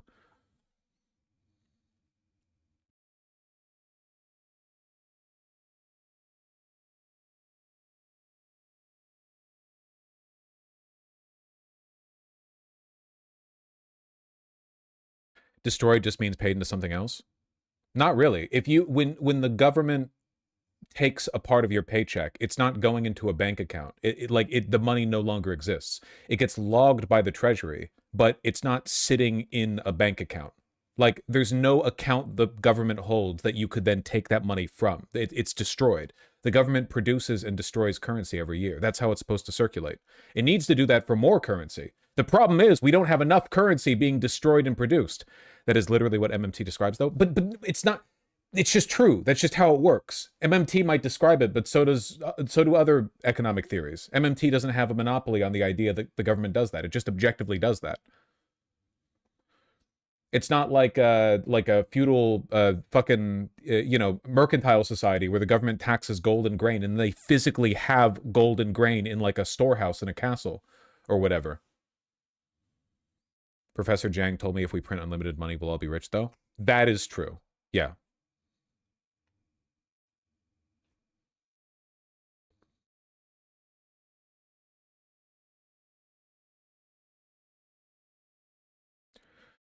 That's voodoo economics. This? Well, I don't know where Trump is going to get the money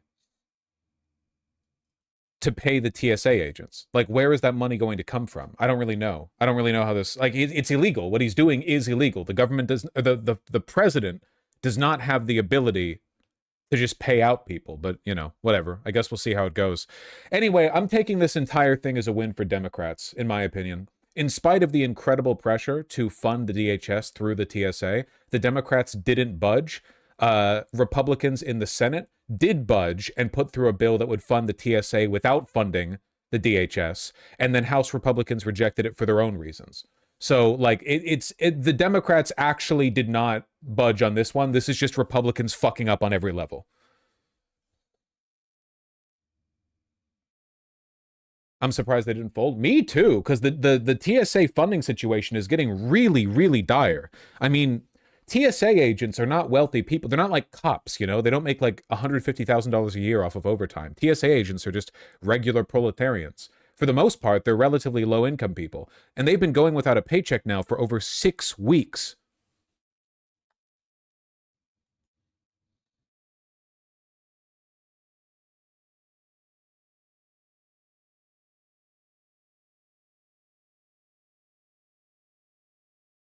There are TSA agents quitting and not showing up to work now? Well, yeah, of course. I mean, they need to make money. They need to make money. Yeah, of course.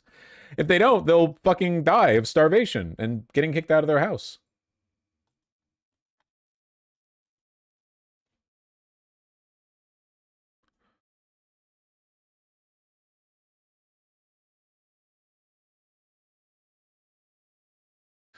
Did you know TSA agents aren't allowed to accept gifts over $20? That's all federal workers. Anyone who works for the federal government, there are laws restricting gift giving as a way of cutting down on bribery. Sadly, it doesn't apply to the president.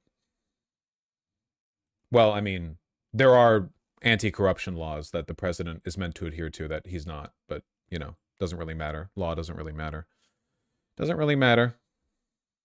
The airport here was asking for $20 gift cards to airport TSA agents. That's kind of funny. You know, like, oh, I'm sorry the government's not paying you, but here's a $20 gift card to Chili's that you can cash in to postpone your starvation by a little bit. You know. TSA agents are annoying, but they're far from the enemy. Like, you know, I think the irritation you should feel at TSA agents is when they personally open up your asshole and fondle your junk. It's not like a systemic, like, they're not really doing anything. Like, they're just guys for the most part. Well, actually, there are a lot of women, too, you know.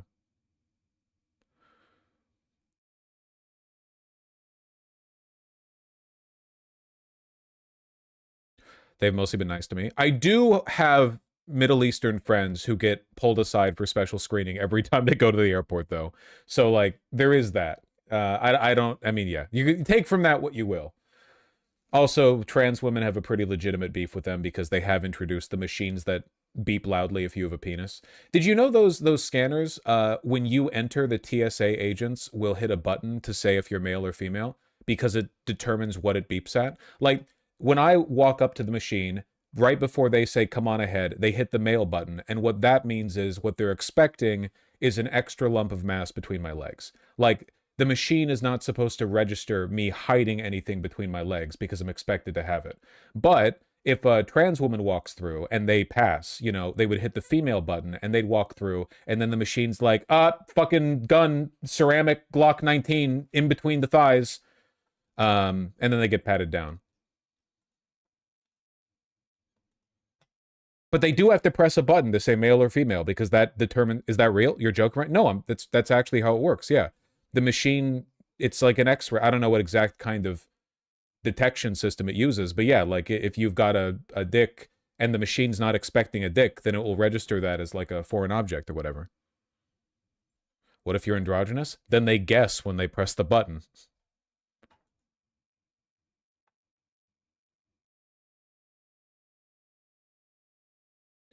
Does that mean passing trans guys could smuggle stuff in super easily? Honestly, yeah, kind of. That would be like a blind sight to the machine. Though I don't really know like how effectively you could do that. But like, I mean, theoretically, cock-shaped bomb. I've often been told mine's the bomb, so, you know, maybe it'd be easier to pull off than you think. -2. Fuck you.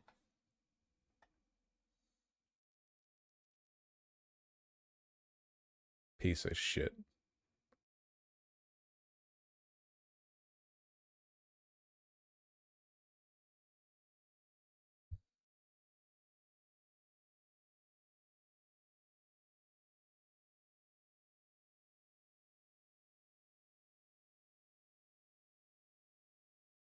Have you seen the anal sex is abusive discourse? How about we finish this one first?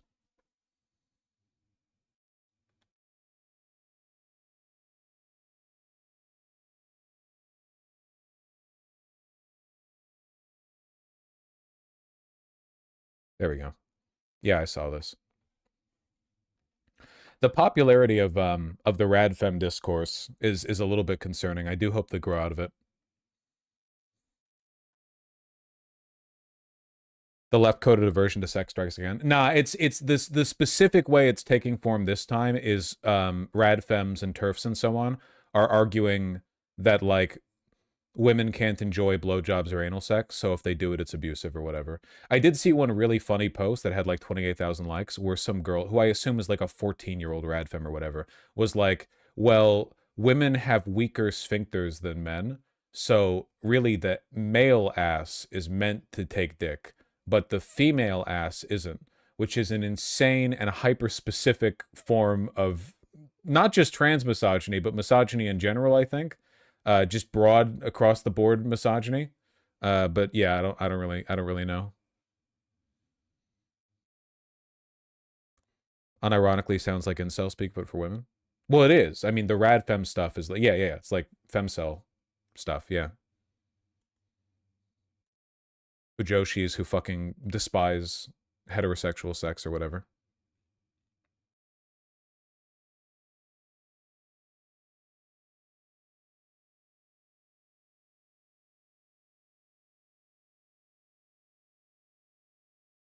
Sometimes socialist girls just act like rad femmes. I don't really think you can be progressive in a rad femme. I mean, you're literally transphobic. What are you doing?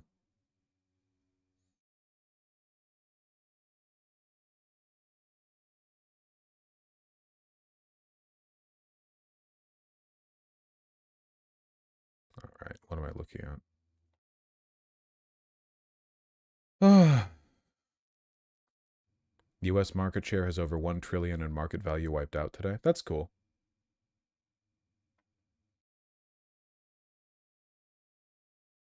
I didn't miss that Liquid Terminator. It's just there's a lot going on right now. Crude is at 101. Brent's at 113. Jesus Christ. Only going to get worse. Only going to get worse. Gonna hit 200. Yeah, boy. All right. The military spokesperson of the Houthis in Yemen stated, the war is the war of the entire Ummah. All right, what are we doing here? We jumping in? Are we blocking another strait?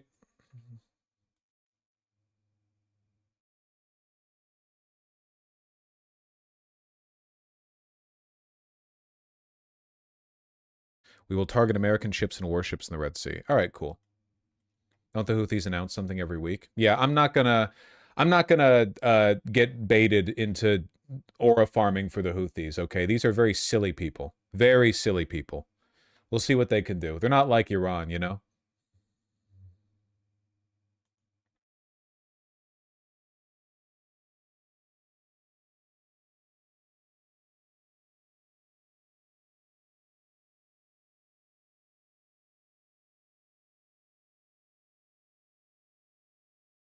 Their name's kind of funny. The Houthis? Yeah, it sounds a little bit funny. I agree with that. Demsai 2028, the next generation emerges. Man, I would have to like fight to will myself to vote for any of these people. Not any of these people. Who would I vote for? Kamala Harris, no. Gavin Newsom, no. Josh Shapiro, no. Wes Moore, I don't think so, unless I'm mixing him up with somebody else. I would need to look up. Yeah. Bashir, no. Whitmer, no. Pritzker, yeah, I'd vote for him. Tim Walz, not really applicable. He's literally leaving politics. I don't know why he's listed here. He's too weak, no. Spanberger, no. Cory Booker, no. Mark Kelly, no. Ruben Gallego, don't know enough about him. I feel like I recognize him, though. So, do I know more about him than I think? Maybe not. John Ossoff, yeah. Alyssa Slotkin, no. Klobuchar, no. AOC, not likely, but yeah, I guess I'd vote for her. Seth Moulton, no. Pete Buttigieg, no. Gina Raimondo, don't know enough. Rahm Emanuel, absolutely the fuck not. Jesus Christ. Gallego Zionist? Okay, so like basically no to everyone, yeah.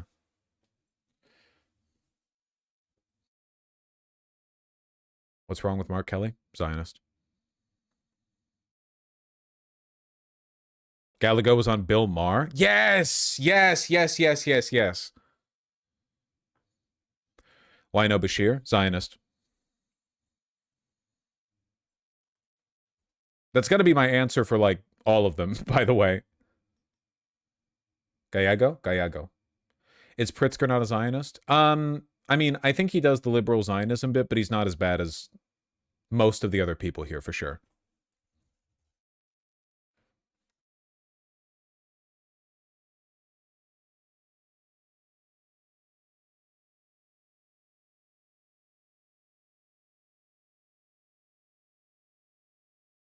Gallego's known for some transphobia.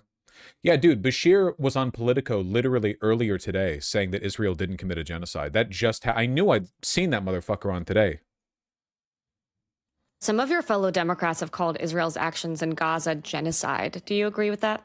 Yeah, that's becoming one of those new litmus tests that we said we would never do as a party again. It's trying.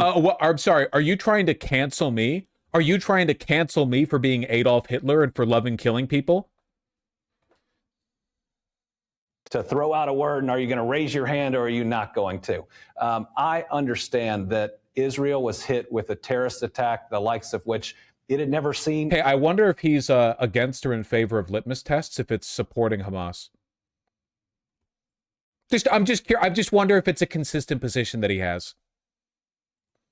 If somebody said they were pro-Hamas during a debate, would he also be like, well, all right, well, we're not doing litmus tests, so let's just move past that? You think he would?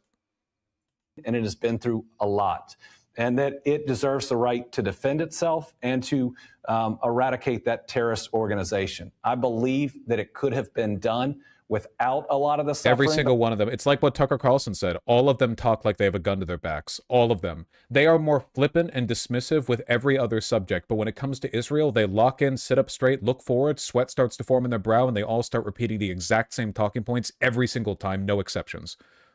But I put a lot of that blame also on Donald Trump. If he'd have said, we are coming in and we are bringing food and aid and you're going to make sure that we're safe, it would have happened.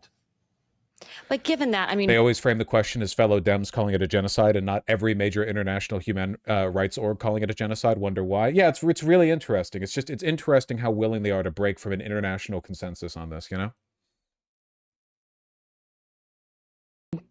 Back to the AIPAC question. Should Democrats be taking money from AIPAC? Pritzker used to be on AIPAC's board, and Ossoff has taken almost $2 million from J Street. Oh, I mean, if you want me to, like, take that position, then sure. You know what? I wouldn't vote for them either. What do you want from me, okay? I didn't want to just say no to everyone. I think that's up to each and every Democrat. Oh, really? Oh, okay. Keep in mind, AIPAC has given money to J6 supporting election result deniers on the Republican Party. Like, if you can't even criticize fucking AIPAC, Jesus Christ. And they can own who they take money from or who they don't. In the end, I think people need to be clear about their stance on these issues. And for me, it's one where I believe that we need a future with an ally in Israel, but we need decision makers there. Pritzker's become anti-AIPAC in his defense, which shows he's movable. Yeah, but he might just be a J Street guy now, and J Street's just AIPAC. There's no such thing as liberal Zionism. That are not acting the way that Netanyahu is, and that we need a president that will push when we are seeing humanitarian crises to actually do something about it. Yeah, like Biden. They're doing something about it, in that case being supporting more of it. We need a president brave enough to support genocide in a liberal, agreeable way rather than a disagreeable fascist way. He's the only governor who endorsed the bill to block all aid to Israel. Pritzker also called it a genocide. Yeah, Pritzker is definitely better than basically everyone in this list. He might be more anti-Zionist than AOC in terms of his rhetoric. You know, if he's shifting over to the left, and God bless him, he does have enough money. Yeah, but if it's an AIPAC versus a J Street candidate, I'd rather vote for the J Street lesser evil no. I think they're exactly the same. In fact, if we had to have a Zionist president, I would rather an openly demonic AIPAC-aligned one than a covertly demonic J Street-aligned one, because I want people to know where the evil is. I am shifting now to a position of like the real harm is people losing faith in democracy. So it is better for the future of the republic that people be able to understand where the evil comes from. So I would rather have Randy Fine style Zionism in the presidency than I would Biden style Zionism, because I think they're going to end up supporting the same things. Like, I genuinely don't think Randy Fine would have done much different had he been president, with regards to Israel, of course, during Biden's term. What else are you going to do? Israel got to get away with everything.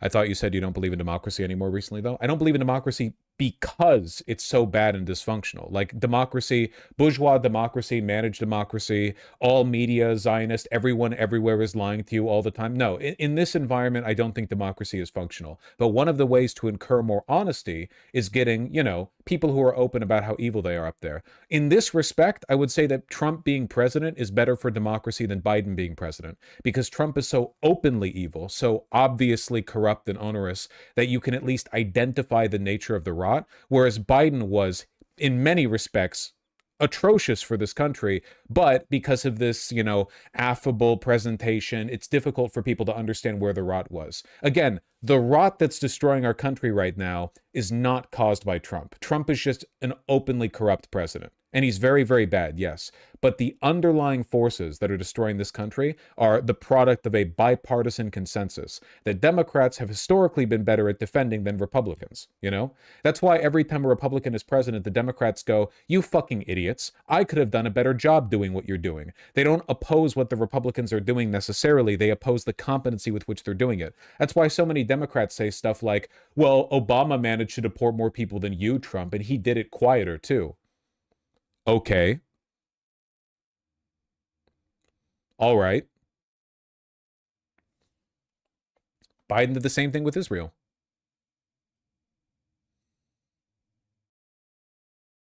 Can AIPAC really ruin these politicians' lives? Nah, AIPAC can't really ruin their lives. It's just that in order to be a politician, you have to be a shameless, money-grubbing, corrupt piece of shit, basically.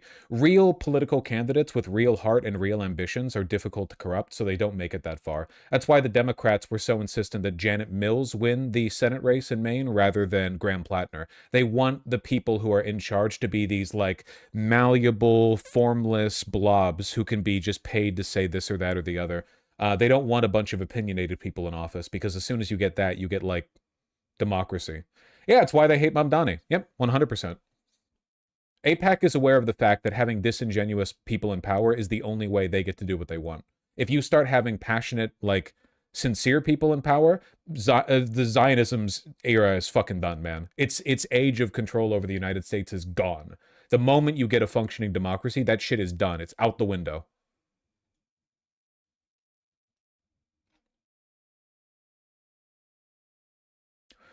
What's the bare minimum a Dem candidate has to say in Israel to be viable? I don't know, man. It's pretty malleable. And the circumstances change and might change in the future, too. I don't know. I'm not a wizard.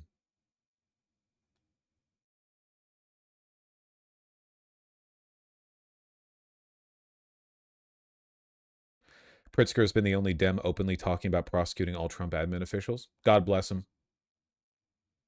I don't know why he called it Project 2029, though.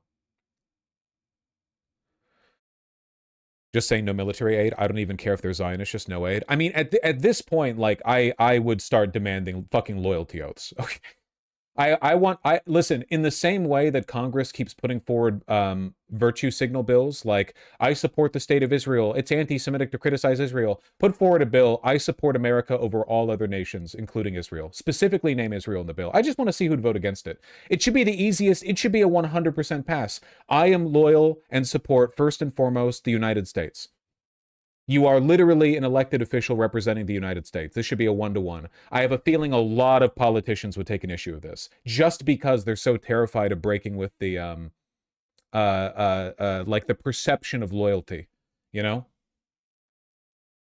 You literally swear an oath of office? Yeah, you do. And I don't know. I just like to see how many of them take issue with it. I guarantee you that at least a couple of politicians would call it anti-Semitic to say that they are loyal first and foremost to the United States. It's getting pretty damn bad here.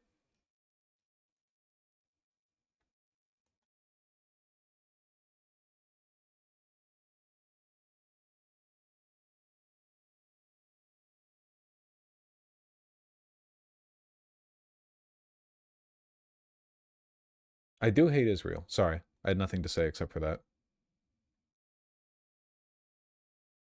That was on my mind. Don't they already have to take an oath that says that? Yeah, but I just, like, if you're an elected official representing the United States, I feel like the statement, I am loyal to and support America first and foremost over all other countries, should be a very easy one. By the way, if you can force members of Congress to sign on to a virtue signal bill that is, or not bill, but like a memorandum that essentially just says like, I support Israel. Why can't you do that for America? Or why can't you do it for opposing Israel? You can do it for opposing Iran. Why can't you do it for opposing Israel? I support America over Israel. America is a better country than Israel. I am loyal to America over Israel. Guarantee you some people are going to lose their fucking minds, mostly Christian Zionists. Lose their fucking minds.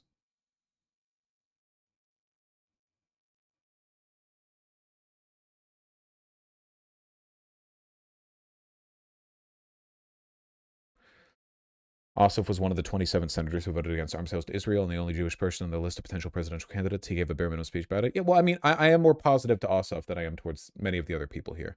AOC, Ossoff, and Pritzker are the three that I'm the least negative towards. Pritzker is Jewish? Jesus Christ, everyone's Jewish. Oh my fucking God. Mamdani's Jewish, I hear, from that one rabbi. AOC is Jewish. I don't know.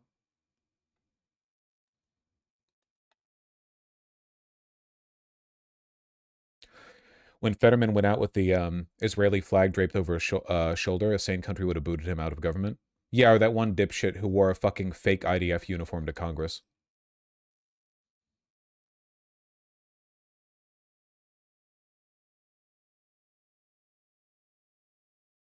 Brian Mast, yeah.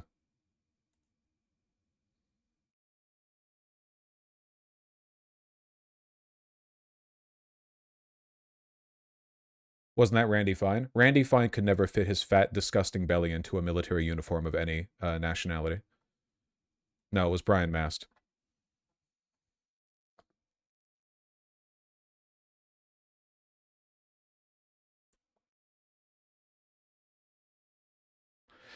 How does Rahm Emanuel part of the next generation? He's freaking old. It is kind of funny they put him at the end too. You know, he looks like a fucking demon ghoul next to everyone else here. Mark Kelly is so funny to look at. Keebler Elfas, motherfucker. What are Bashir's negatives? We literally just saw him be servile to the state of Israel. We just looked at this.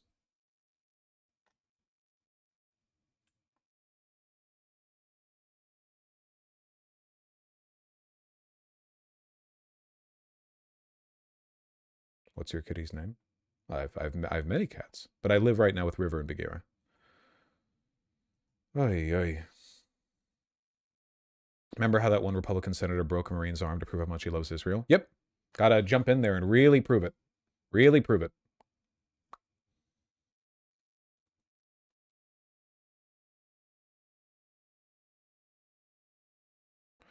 Generally good on trans rights in Kentucky, mind you, but still a Zionist. I'm almost reaching the point of being a single issue voter when it comes to Zionism. I think it's symptomatic of basically every underlying element of corruption and systematic decline in the United States. Like it is the litmus test. Like Bashir is correct on that one, you know? You can have a bunch of idiosyncrasies and like bad positions in other directions, but your position on Zionism, like there is an almost perfect overlap between the Dems' affinity for Zionism and their complete inability to do anything about the Republicans or fix this country. It's like a signpost for weakness and complicity to the capital class. Symptomatic, not symptomatic. Yeah. Symptomatic. Yeah.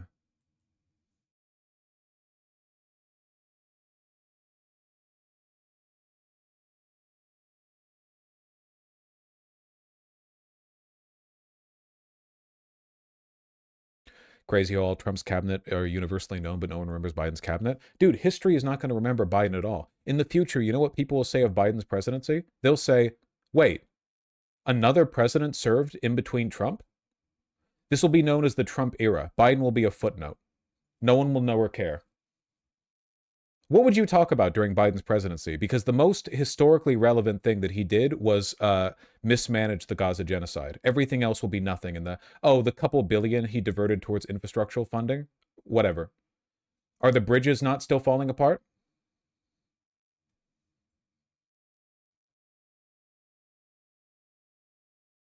He'll be remembered as a brief and meaningless interruption in the Trump era. Wait. Oh.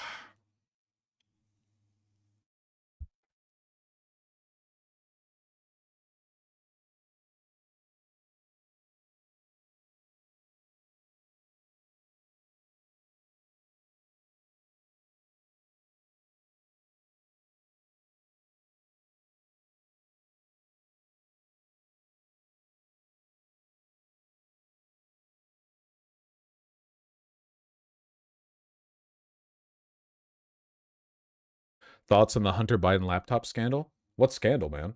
The only thing they were able to pull from that laptop was him being hot and railing hot chicks with his fat cock. Like, literally, that was the only thing that came of it. All of the speculation about him, oh, they said he was a pedophile, that was never substantiated. They didn't prove that. They just said it, you know?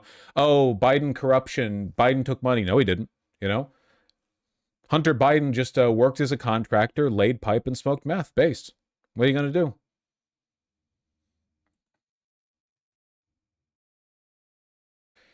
He's also apparently really nice to the sex workers he hires. We stan a feminist king or something.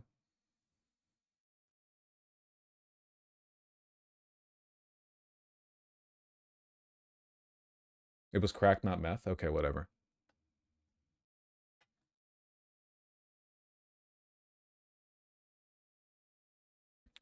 Last night, an alleged member of the Jewish Defense League, designated by the FBI as a known violent extremist organization, attempted to blow up the home of Nerdine Kiswani in a chilling act of political violence and an apparent assassination plot. The defendant allegedly planned to flee to Israel following the attack. They love doing that. They do love doing that. They fuck kids, do crimes, then they run over there. It makes me wonder if that the guy with the bioweapons lab in Los Angeles is going to flee to Israel too. You guys know about that? Israeli citizen in America, in Los Angeles, also Las Vegas? Is it both? Is it one or the other? Bioweapons lab had a bunch of like diseases in mice. Was it Vegas? Didn't they let him out without bond? That's funny. There were 2 labs? Got him, 2 labs. Wait, what was that that one pedophile guy who escaped to Israel recently? It was a big deal. He had like he was like pardoned by Trump or whatever, and then he immediately skipped town. That doesn't narrow it down. You're right, sorry. National pastime. Yeah, the cybersecurity guy. Yeah.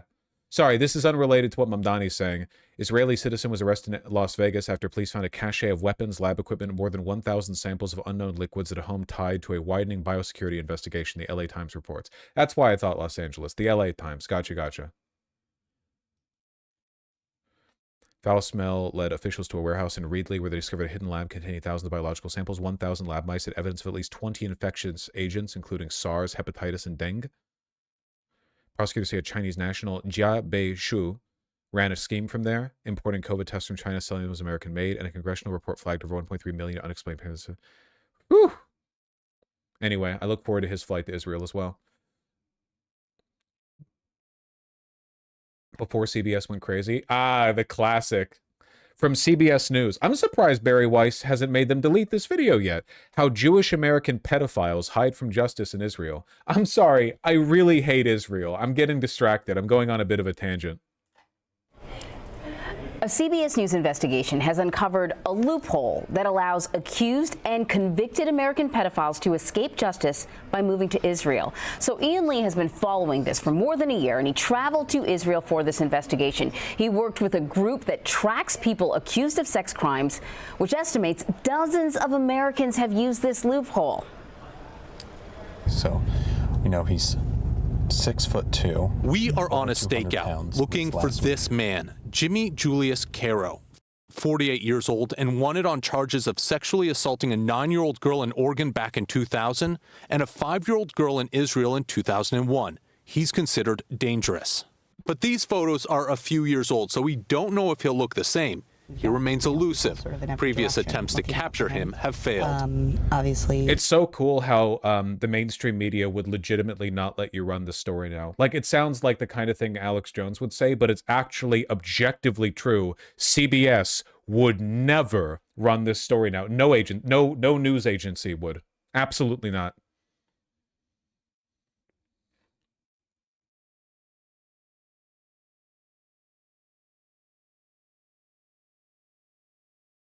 Well, anyway, sorry. So, terrorist attack. This comes amid an alarming rise in threats and violence across the country targeting Palestinian human rights advocates. I'm thankful for the NYPD and FBI thwarting the plot, which could have endangered Nirdine's life, and those of other New Yorkers. Let me be clear, we will not tolerate violent extremism in our city. No one should face violence for their political beliefs, their advocacy. I'm relieved Nerdine is safe. Our city must meet hate with solidarity. Huh. Law enforcement officials are said to have disrupted a plot to assassinate Nerdine Kiswani, leader of one of the New York's most active pro-Palestinian protest groups. Finally, terrorism is legal. I think it's funny, the other day we were watching a video about how they were going to do a false flag to plant Islamic terrorism in New York City, and the first terrorist plot to happen since Mamdani takes over is a Jewish Zionist one targeting a Palestinian official.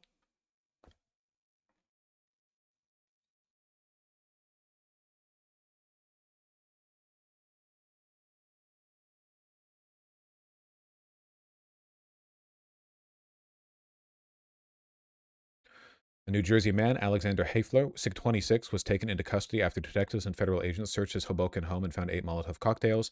A police official said Friday Mr. Hafler was a member of the branch of the Jewish Defense League, a pro-Israel group designated by the FBI as a terrorist organization. He was charged Friday morning in a 2-count criminal complaint with making and possessing the devices and appearing in federal court in Newark on Friday afternoon. The complaint did not specify a motive for the planned attack, which was laid out in detail. If convicted, Mr. Hafler could face up to 20 years in prison.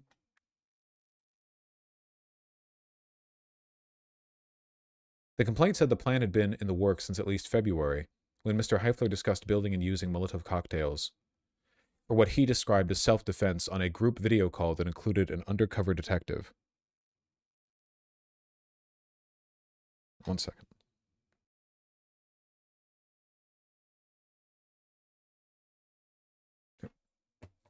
Self-defense Molotovs? Yeah. The classic self-defense tool. Everyone, you don't keep a pocket Molotov when you're walking around town?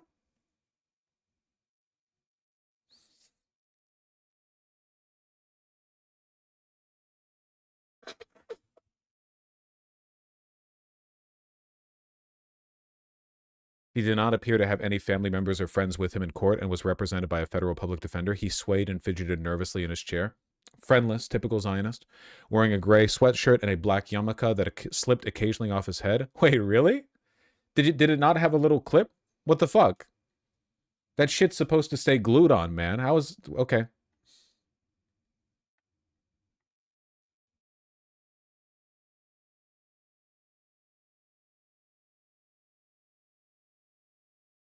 Oh my god. In court, the judge noted that his income was likely too high for him to continue to take advantage of a court-appointed lawyer. Fuck me, dude. The jokes. Oh my god. Don't... Oh, brother. Come on. All right. The Cumtown bits. Come on.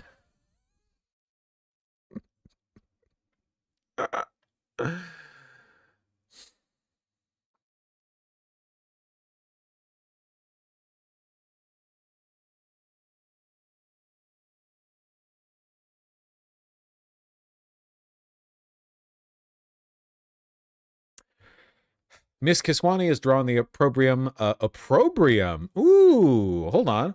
I think I can pick up that word in context, but, you know, harsh criticism or censure. Ooh, we're pulling it out today. No, it's a good one. It's a good one. Of pro-Israel groups for saying she supports the liberation of the Palestinian people by any means necessary, including armed resistance, protesters at events organized by her group sometimes wave the flags of Hamas and Hezbollah. Based. The group's tactics and its use of certain slogans have led to accusations that it and its members are anti-Semitic. Ms. Kiswani has long denied those accusations and argued that her activism opposes Israel, its policies, and its structure as a Jewish state. A common chant within our lifetime protests is, Judaism, yes, Zionism, no, the state of Israel's got to go. Cool. But pro-Israel and many Jewish groups have rejected that argument, calling it a smokescreen and saying Zionism is intrinsic to the religious or ethnic identity of many American Jews. Damn, that sucks for you guys then. I'm sorry ethno-nationalism is baked into your DNA or whatever. That's going to be a real fucking problem for you in our liberal democracy. I mean, if you say so, if you're saying that, like, innately your belief system is hateful and violent, I mean, that sounds anti-Semitic to me. I've known Jews who aren't Zionist. I mean, I guess they were doing it wrong.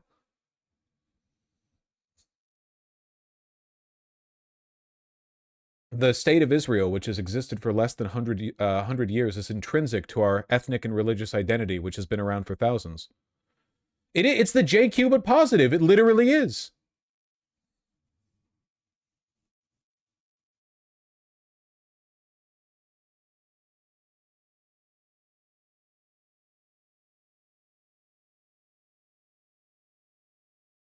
Ms. Kiswani's activism has made her a reviled target for pro-Israel groups.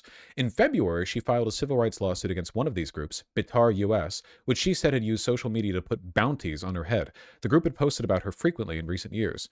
She also said the group had harassed her in person with beepers, an apparent reference to an Israeli military attack in Lebanon that used explosives. Again, I fucking hate Zionists, dude. Like, even a relatively radical pro-Palestinian advocate who's like, yeah, Hamas, Hezbollah, whatever, like, the best Zionists have to do there is like, hey, remember the terrorist attack where we killed children?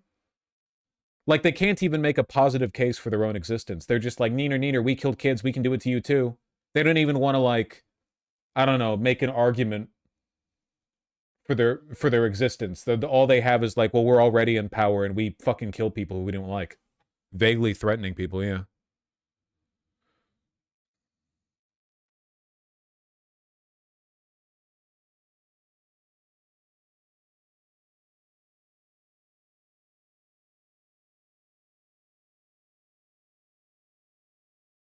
Nice. That's a pretty good article. Both sidesy, as always, but, you know. I don't know anything about the Jewish Defense League, except for the fact that I've heard about it before.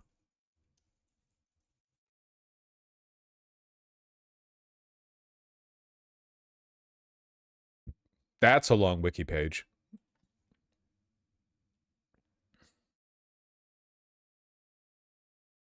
Holy shit. The group took to bombing Arab and Soviet properties in the United States, while assassinating a variety of alleged enemies of the Jewish people, ranging from Arab American political activists to neo-Nazis. A number of JDL members have been linked to violent, sometimes deadly attacks in the United States and other countries, including the murder of Arab American ADC Regional Director Alex Ode in 1985, Cave of Patriarchs Massacre in 1994. Holy shit. Mass shooting of Palestinians who were praying at the Ibrahimi Mosque in Hebron.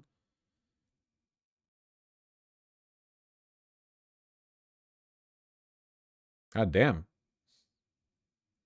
Do you condemn the Jewish Defense League? I think I do. Yeah, I think I might actually do. That was Baruch Goldstein, Ben Gavir's hero. Oh yeah. This attack where they slaughtered Palestinians was carried out by this guy, who is very popular with Ben Gavir. Yeah.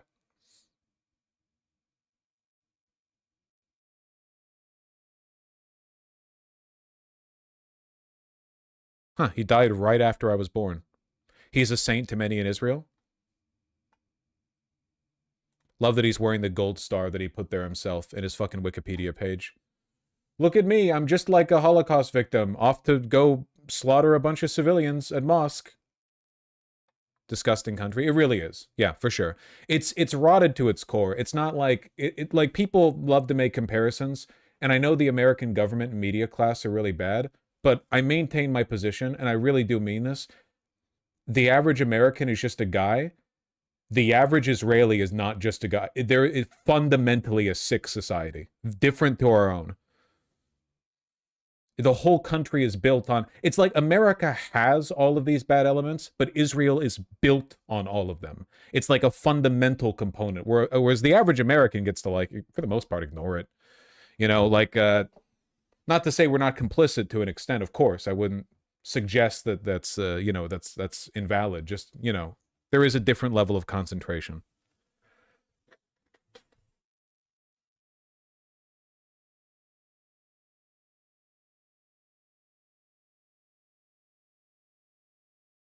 On February 25th, Goldstein, dressed in an Israeli military uniform, entered a mosque in the Cave of Patriarchs and opened fire on the 800 Palestinian Muslim worshippers praying there during the month of Ramadan, killing 29 and wounding 125 until he was beaten to death by survivors. Goldstein's gravesite became a pilgrimage site for Jewish extremists. The following words are inscribed on the tomb. He gave his life for the people of Israel, its Torah, and its land. Again, the terrorist who just slaughtered innocent... Like, not...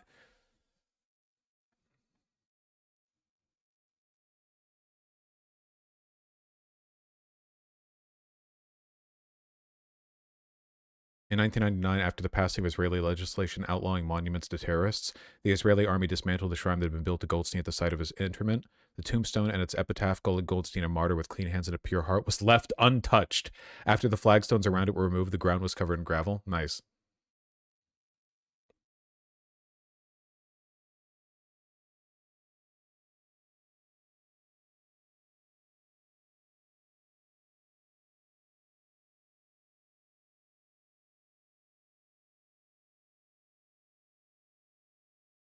At Goldstein's funeral, Rabbi Yaakov Pirin claimed that even 1 million Arabs are not, quote, worth a Jewish fingernail.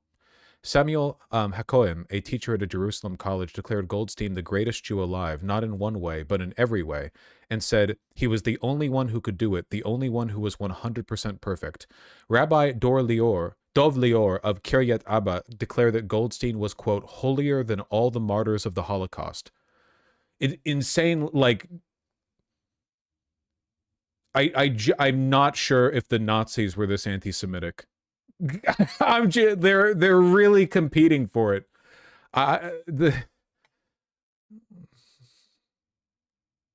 these people have nukes. Yep. Anyway, prior to entering the Knesset, Otzma Yehudit party leader and current Israeli Minister for National Security Itamar Ben-Gvir, the second most powerful person in Israel, displayed a portrait of Goldstein in his living room. It was removed when Ben-Gvir entered politics. I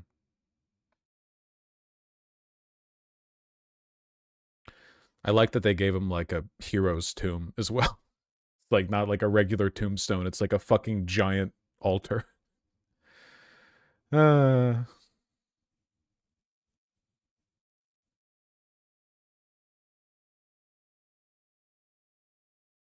Again, I'm really sorry, man. But if the Democratic Party's position is that you have to worship this, or you're an anti-Semite, and I'm trying desperately to offer people a third way here. You know, I really don't think that you have to be deferential to this.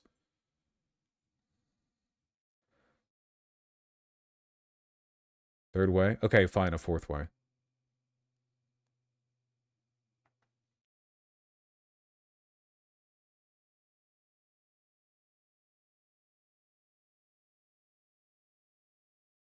Ben-Gvir is the one who's armed settlers with more and more weapons. It is worth noting that as much as we regard Ben-Gvir as an extremist, his positions do represent the intentions of the Israeli government and also a significant portion of their population.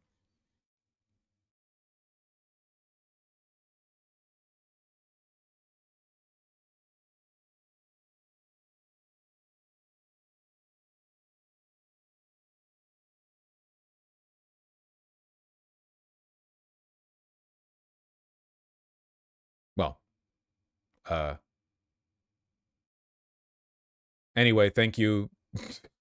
Thank you, NYPD, for stopping this assassination from a person who was from the same group as the Goldstein guy that we just looked at.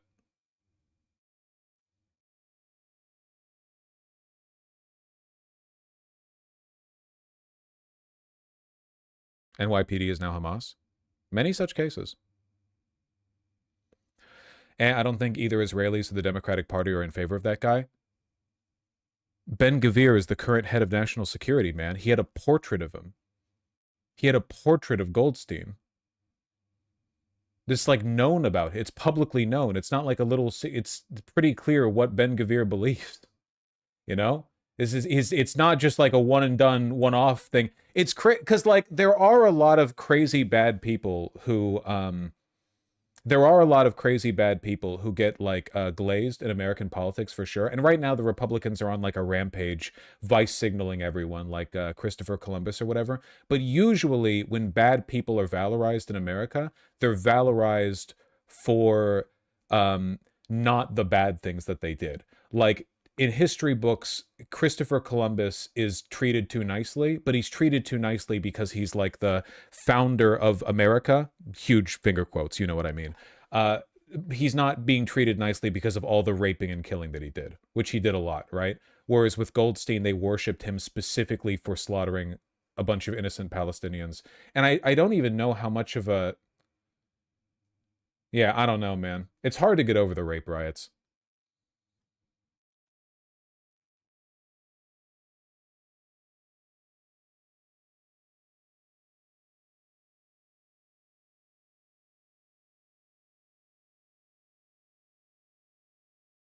Qatar Worldwide made an insane post about the Superman movie. I think I remember seeing this.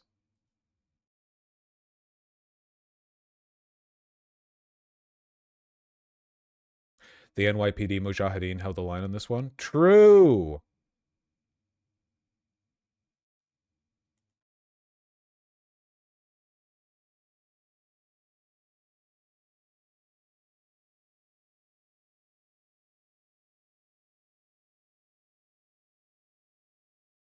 Okay.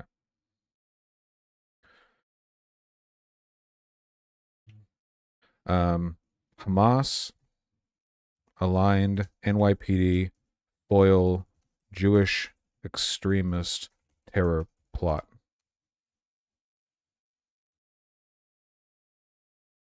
Thank you, Mamdani.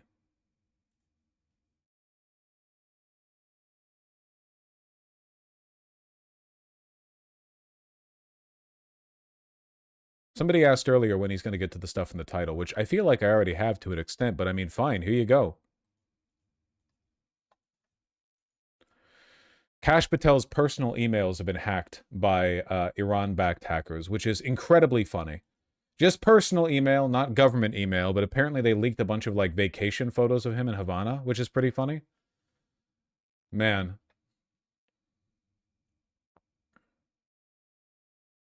Date from 2011 to 2022.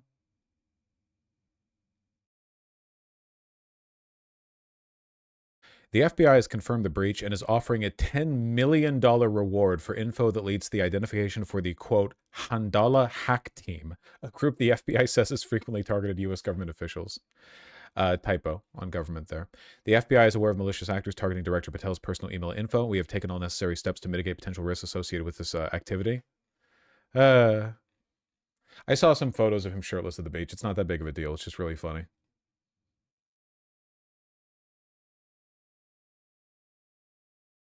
How much do we want to bet his password was DOJ 123? 123 Valhalla? Cash something. Have you seen his custom? What were they? Were they Air Jordans? What was his custom shoe? Kash Patel custom shoe. Nike.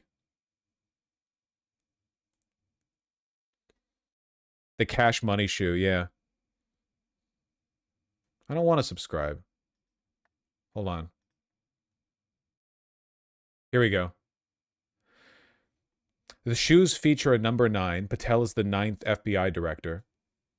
A Punisher skull. And his personal logo, $H. The back of the shoes show the FBI motto, Fidelity, Bravery, Integrity. Patel was photographed wearing them at an FBI Academy event that featured UFC fighters. And there he is, over there, see?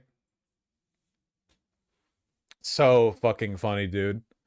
Thank God the Trump admin is stuffed full of people too incompetent to actually do anything. Thank God every single time the FBI has the potential to do something, they don't because their director is an idiot. Like after the fucking Charlie Kirk shooting when he wouldn't leave the plane until somebody got him a woman-sized vest. Alright, let's go through these damn links.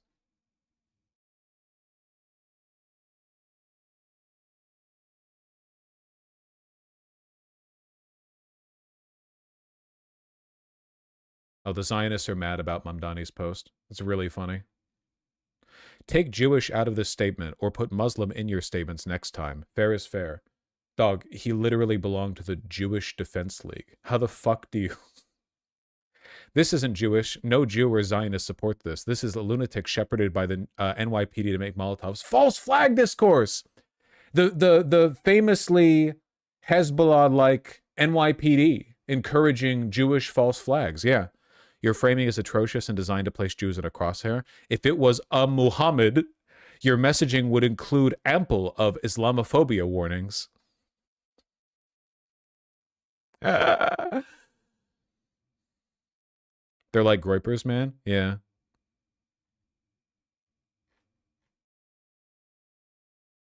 A Muhammad. That's facts.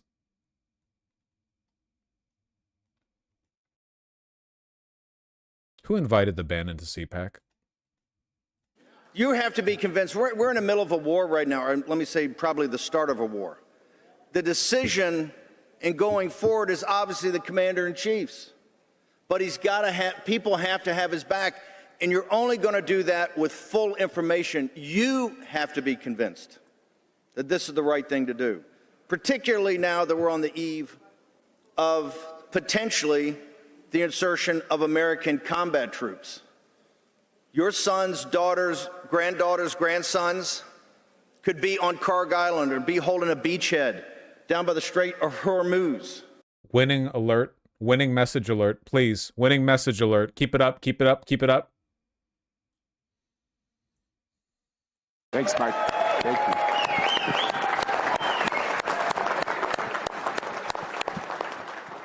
How many of you would like to see impeachment hearings? No. That was the wrong answer.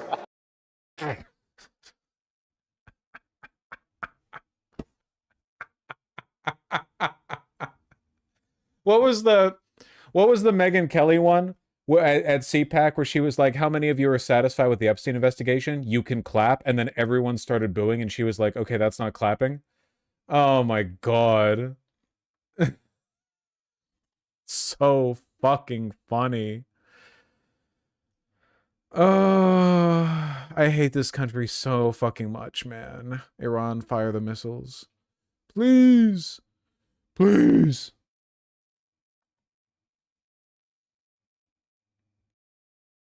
Let me try it again. How many of you would like to see impeachment hearings? No. Can someone bring some coffee out for the... Yeah, no, just keep trying. Eventually you'll get the response you're looking for. We've got to keep this House majority. How many of you agree with that? You're not keeping the House majority, man. It genuinely does not matter how much the Democrats fuck up. You're not keeping the House majority. The Democrats could run on a platform of anal rape for everyone, and they would still probably win like Dem plus 10 in the House. You're so fucked. That being said, it's not going to do much for impeachment. Jesus Christ.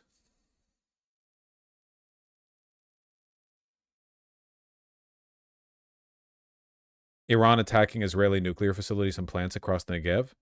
Why not link it? Iran live UA map. Okay, well, I'm going to attack the inside of my toilet bowl with a thick stream of piss. I'll be right back. Just a sec. Absorb this information.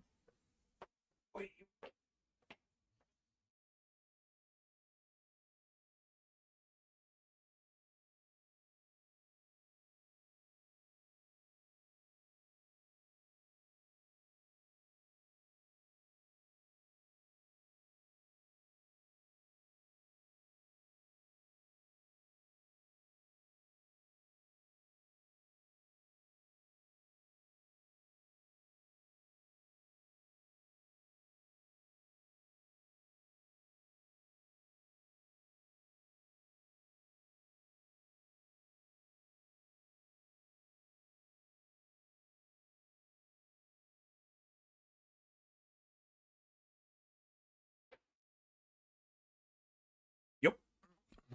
Another stream has hit the bowl, Mr. President.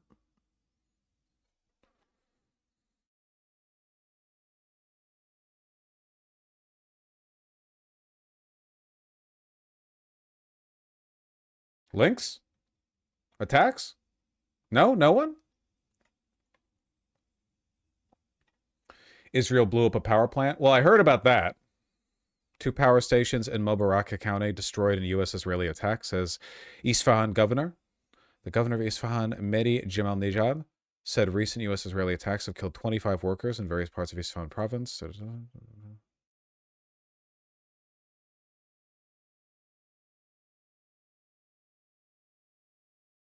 Iran's Galibaf says fake news no longer altering energy markets. That might be true. We are getting a little bit past that point. Keep going. Nobody's buying it anymore. The real prices will show up anyway. Powerful, maybe, but smart, not even close. Burn that fake news card way too early. Galibaf wrote on X. It's fucked up that if you want to follow the real state of this conflict, you should just go look at Iranian officials on Twitter, and you never want to look at U.S. officials. It's fucked up. Even Democratic U.S. officials are worthless on this because all they're doing is talking about how Trump's not making a good enough case for this war. So Genuine question, and I'm being real here because I just don't watch them that often, you know? Have Hakeem Jeffries and Schumer explicitly condemned not only the war, but the logic behind it yet? Because the most I've ever seen from them is like, well, the war is bad, but Iran is the greatest threat to America and the universe, and we have to stop them, you know?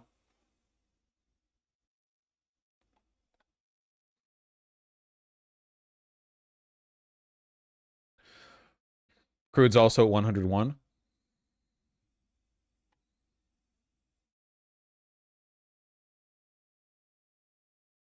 Iran destroyed refueling aircraft at Prince Sultan Air Base in Saudi Arabia. Neat.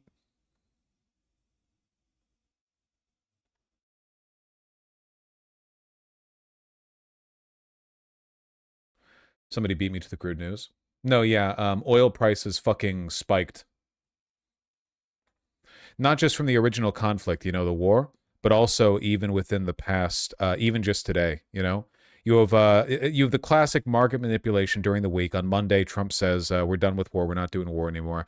I imagine the price is going to go down when markets open again, when the futures markets open again.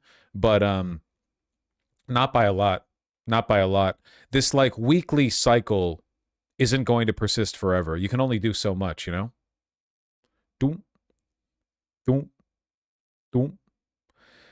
People aren't believing Trump anymore, though. Well, it's not so much that people aren't believing Trump. It's that the volatility has always been to the benefit of inside traders, but inside traders can only benefit insofar as they're able to manipulate the course of the markets. And as people, A, don't buy Trump's bullshit anymore, and B, anticipate a larger rise in the oil cost per barrel over time, they're not going to be able to overwhelm the genuine, like, overtime increase. You know what I mean? Bro, they're at 114 for Brent crude on Google. What the fuck? Yep. 114.45 over here on Brent.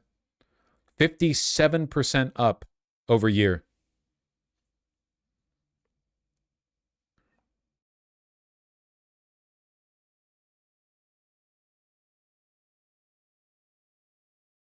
How soon will the actual supply and demand catch up with the market? Totally depends on what country you're in, even what region in what country. It's not, all we know is that it's going to get worse. And Trump's bored with the Iran war now, you know? He's tired. He's eepy.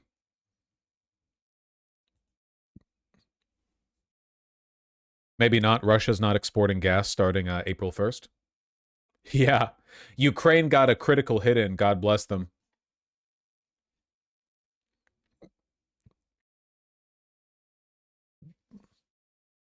At least 40% of Russia's oil export capacity is at a halt following Ukrainian drone attacks.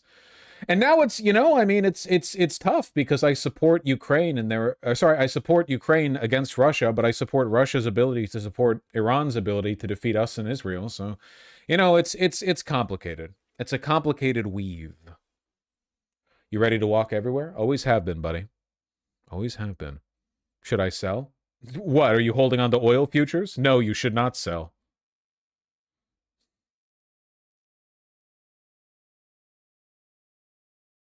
I'd hold on to that for a while. The shutdown's the most severe oil disruption in modern history of Russia, the world's second largest oil exporter, and has hit Moscow just as oil prices exceed 100 a barrel due to the Iran war. Sheesh.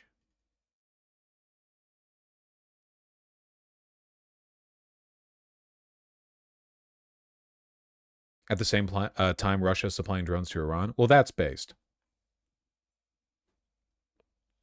Well, that's good, Masago.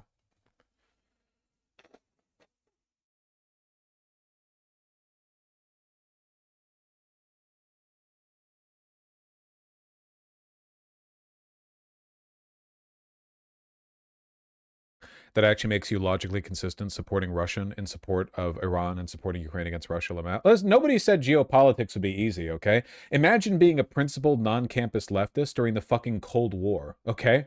Like, you support Afghanistan and the Mujahideen fighting against the Soviet Union because that was an unjust invasion, but you don't support America's support of the Mujahideen because you know that it's going to be used to front American interest. But then it turns out that Mujahideen and bin Laden end up flipping against America, and the Taliban ends up pushing back against America. And then you like it's a whole. Nobody told you politics would be easy. I never told you. I said it was hard, actually. Orban's going to be out of Hungary soon? Yeah, he's going to be replaced with someone very similar, in my opinion. I shouldn't say that. That's oversimplifying.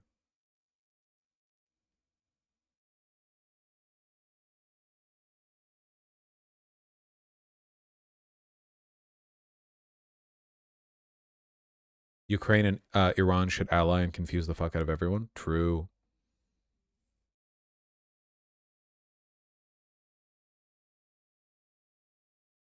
%40 disruption, man.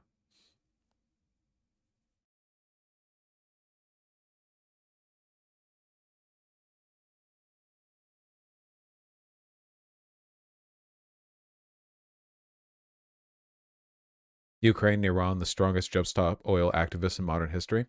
Just Stop Oil has never been vindicated. More than this, has never been more vindicated. Everyone was mad at Just Stop Oil when they were throwing orange paint onto windows. Oh, you're destroying the painting, you're destroying the artwork. You know, they throw it in museums. It turns out, you know, their logic of property damage was justified and functional. You just have to apply it on a broader scale. Just Stop Oil, all you have to do is close the Strait of Hormuz and bomb the Russian oil manufacturing and production. Then you've got it. Who says they didn't start this? We don't know. What's Greta Thunberg been up to, huh?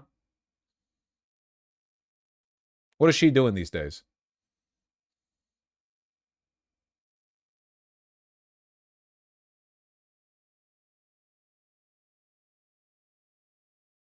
She's in Cuba? JP Morgan says by April 1st, oil stock before the closure will dry up. They say if the strait remains closed by June 3rd, million barrel per day will not be used in South Asia. Demand destruction will destroy the country. Okay, hold on. Stop all capsing.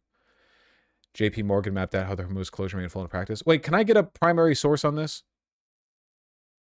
This person's primary qualification seems to be that she's a mother.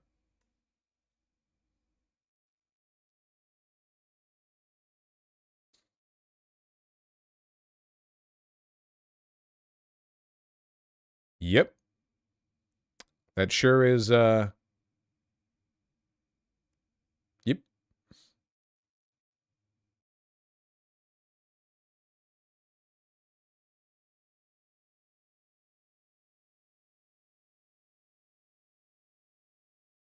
Yeah, I don't really know what to make of this. Tiger Woods? What happened with Tiger Woods? Breaking, Tiger Woods has been arrested for driving under the influence. Okay.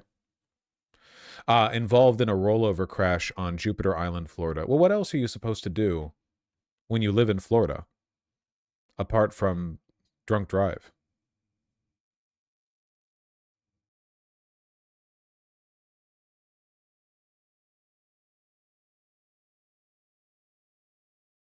This is like the third time. He's having fun. Don't hate.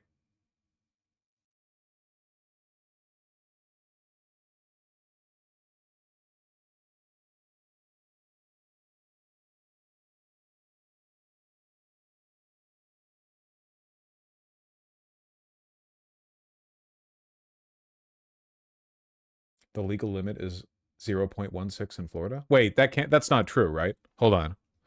Legal limit driving Florida. No, it's not. Okay. It's not. I'm just making sure. I don't know. You can tell me a lot of negative stuff about Florida, much like Israel, and I will believe it. Okay. Just happy to clarify that.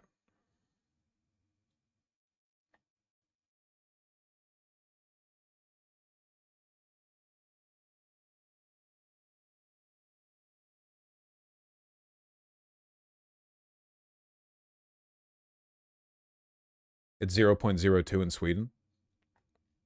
Really? That's super low. 0.02. You can hit that from like I mean, depending on your physiology, of course, you can hit that from like just a couple of sips. Yeah, smell a beer.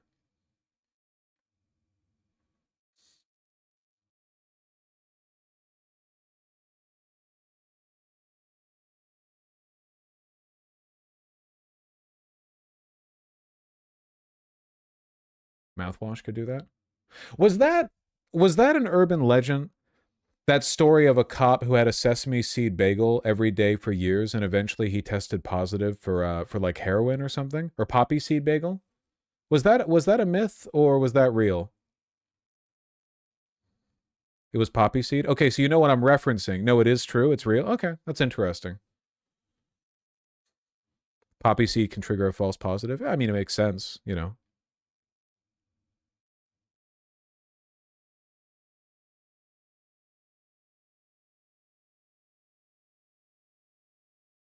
One-third of Iran's missiles have been destroyed. Incorrect. According to our president, 100% of their military capacity has been destroyed.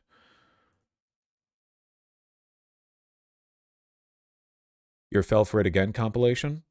Oh, man. I don't know if I can do this today. I did vote for Mr. Trump. Deporting the criminals is a great policy. These foundations are poured, ready to go, and we can't even start the construction on them. But we voted for the American dream, and unfortunately, right now, we're not seeing that. For months, federal agents have been sweeping up workers at construction sites in South Texas. ICE has raided us anywhere between 10 to 15 times throughout different subdivisions. Now, work sites across the Rio Grande Valley have ground to a halt. And that's got some Trump supporters in this midterm battleground changing their minds. These people would just show up to our job sites with no warrants, taking all our workers, even the workers with proper documentation. Many who work in the construction industry here told us they largely rely on immigrant workers, some of whom are undocumented. DHS did not respond to the Times' request for comment, but in a previous statement, it said these raids protect the nation's workforce. I've supported Mr. Trump in every election that he's been a part of. We just never thought that this would come and affect us. I hate you so much, and I genuinely think you should be deported. Dude. Seriously? Come on. The Hispanic pick-me shit has to be... These people have to be treated with contempt for the rest of their lives. We can't move past this, man. These Uncle Tom motherfuckers need to be like socially shamed forever. It's crazy that they're open to say like, oh, I just got fooled by it. Contrary to all evidence and the rhetoric of everyone next to the president, including the president, I didn't think they'd go after nonviolent illegals. You're like, what do you want? What do you want? It's funny. The White House has shifted the rhetoric on this too. Just yesterday, the White House posted this graphic bragging about net immigration falling everywhere across America. Not illegal immigration, just immigration. They're literally bragging about the fact that they've made this country less desirable to be in. These immigration statistics don't factor in illegal. They're just talking about immigration in general. Like they're bragging about this.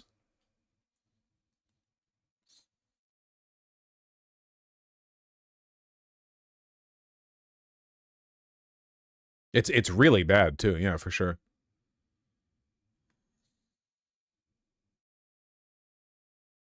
Yesterday, the Supreme Court held that ICE can hold immigrants without bail. Yeah, that sounds like something they would do. Appeals court sides with this isn't the Supreme Court. This is the appeals court. Sides with Trump administration on detaining immigrants without bond. Appeals court ruled Wednesday. Nice, cool, super cool. Yeah, I'm not risking traveling to the US anytime soon. You really shouldn't. You shouldn't be here.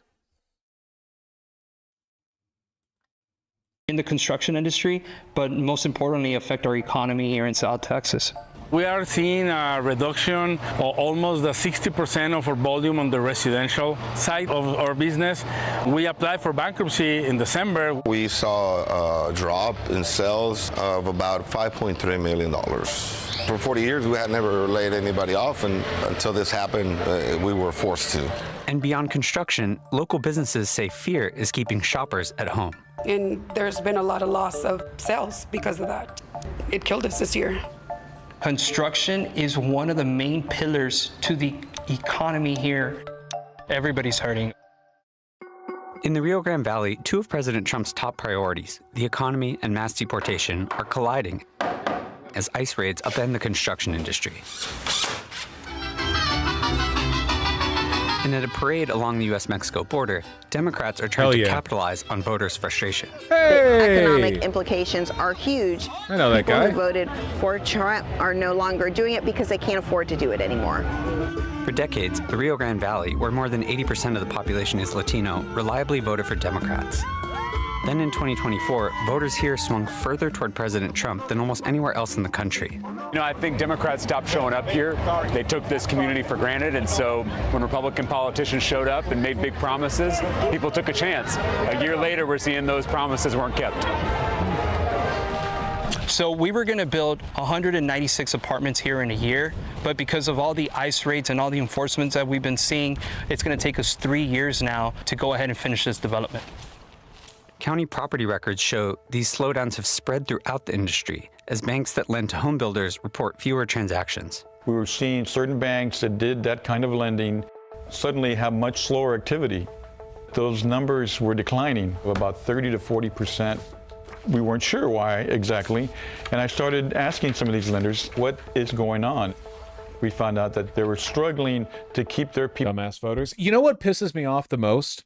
I don't think it had to be this way. I have no way of verifying this, but in my opinion, my belief is that if we went back, say, 150 years in American democracy, which was not very good democracy-wise, because you might remember 150 years ago, not everyone could vote, but if we went back 150 years, before I guess I would call the modern wave of capital acquisition, like the post-industrial boom and consolidation of the news media and so on, if we went back to like Gilded Age politics, my guess would be that people were on average stupider, like less educated, but there was a more coherent link between what they believed and what they voted for.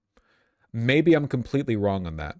But based on, admittedly, the very little information that I have, I guess. Yeah, I think if we go back to that, because I keep saying it, but I think it's a good way of demonstrating the point, the effect and the affect aligned more. I'm not saying that they made better decisions. It's more that, like, the people who wanted a thing were pitched to by politicians offering the thing. And if you didn't want the thing, you had the other guy. Whereas nowadays, it seems like it's such an incoherent mess, you know? And I think part of that is that politicians have gotten much less sincere, which I 100% believe. And I think part of it is also that we hadn't yet engineered this, like, multi-billion-dollar disinformation industry. Like, obviously people lied all the time back then, but the machinery for lying was much less sophisticated, you know?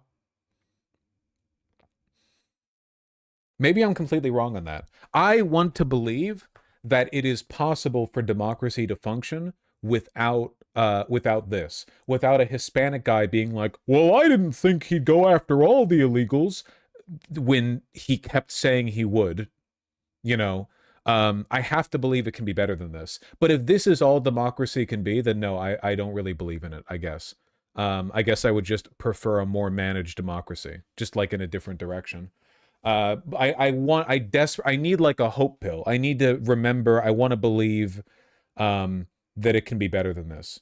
You know what I mean? But man, it is really fucked. I know the long arm of the capital class extends far and wide, but like even in countries like the Netherlands or Sweden or Finland or Norway, they still vote in retard populist racists because they got radicalized on like, ooh, Somalis are coming to your country or whatever. The Syrian refugee crisis led to a big rightward shift, even in countries that are relatively much more democratic than the United States. Again, I blame the internet. Yeah, I know, and the internet's definitely part of it. I don't know, like, how much do you have to tweak the numbers? How much better do you have to make all the priors before you get the right outcomes. You know what I mean?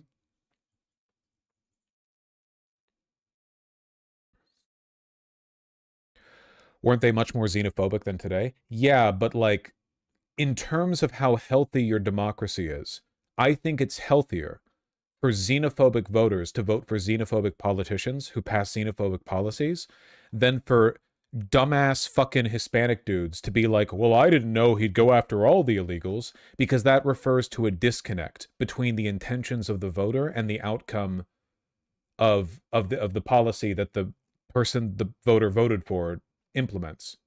You know what I mean? It means that it's more difficult to track the relationship between what you believe and what you want and what the government actually does, which kind of is like definitionally what the democracy is supposed to do. You know what I mean? Everywhere is the same. Orban has made a career of it and nobody wants to live in the country, not even Hungarians, and he's won like 5 to 6 elections. Yeah, or like Britain, dude. Like Britain has been fucking raped to death by austerity policies over the past 25 years. And then they keep voting in people who keep doing the same things. Like, from Blair to the Tories, all fucking 50 of them that have been prime minister in the past 20 years, to Starmer, they're all like the same guy. They literally are.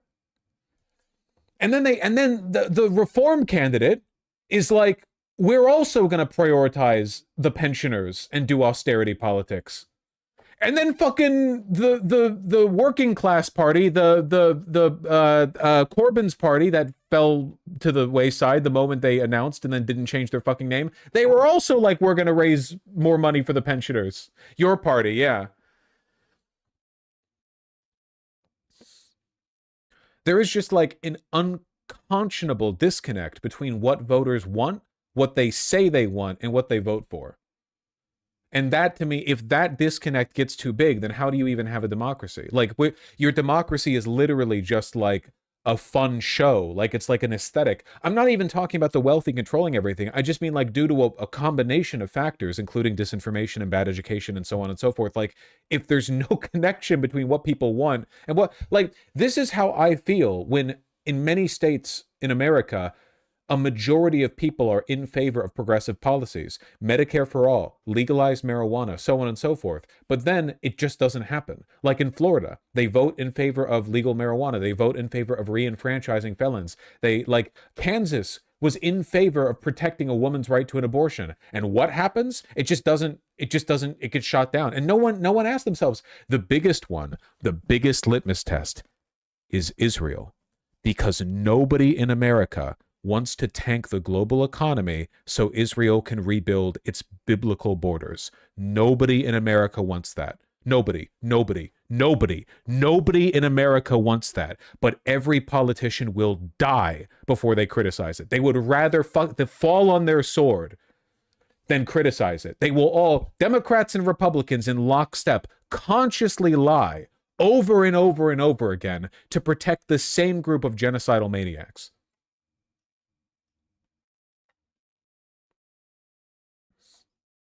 It's the same in Japan to the LDP. Yeah, it is the same in Japan, 100%. Yeah, everyone knows the country's been on the downturn for decades, but they keep voting in the same fucking people. Yeah, this is what, I want to believe in democracy, so I need to believe there is a way of structuring a modern economy and a modern society so that you don't have this ridiculous disconnect between voters' perceived self-interest, actual self-interest, and what the government actually does. I need a hero. I need a hero.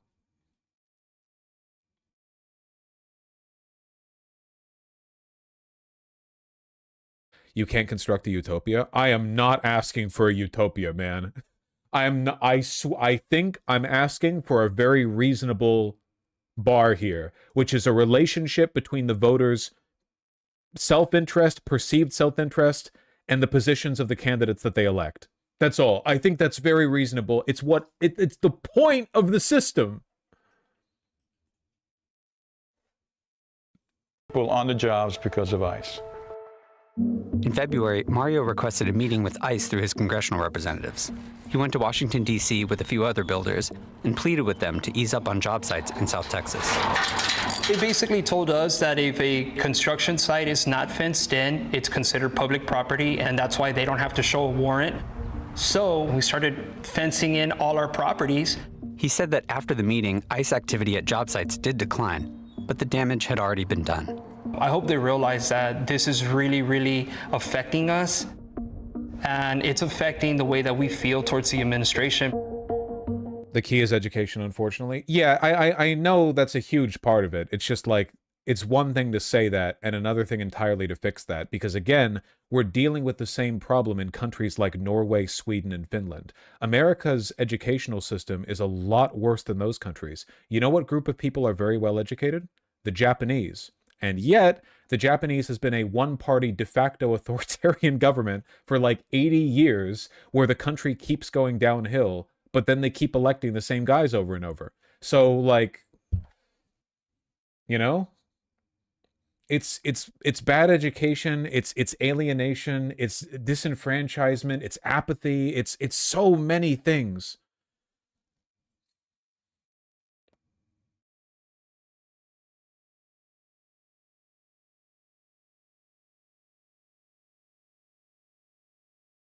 Don't you think the cancer is nationalism? I mean, that's a part of it, but that's only a tiny, tiny part of it, you know? I mean, it's such a bad, I don't know. It seems like it's happening all over.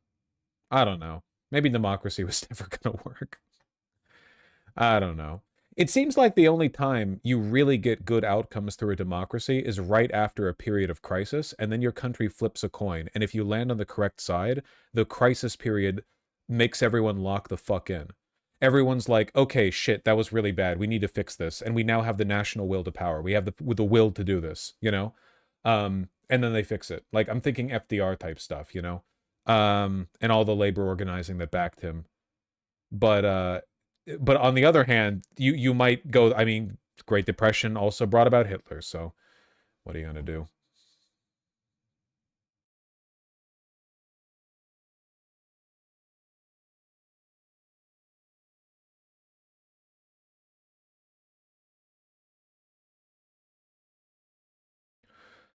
But there's also Mexico. Yeah, well, we'll see how this runs out in the long run. Right now, the country that is experiencing the greatest, like, increase to its standard of living, to its development, is China, and they're not doing it with a democracy. I know that China is not socially or politically liberal at all, but in terms of, like, the idea that society can improve, that you can build things, that you can move forward into history, China's, like, the only, not the only country doing it, but man, they're, like, pretty easily on top of the list. China is unique? Yes, they are.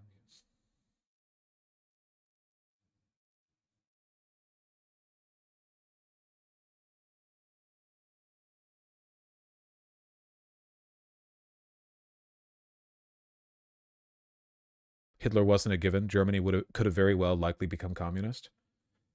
Yeah. If the communists had waited longer and built power throughout the Great Depression and not gotten fucking killed by the SPD, it is possible they might have been the dominant faction. That is what Marx predicted, after all. They thought it was more likely that Germany would become a socialist powerhouse than Russia, certainly. But yeah, that's not how it happened. It didn't go down like that.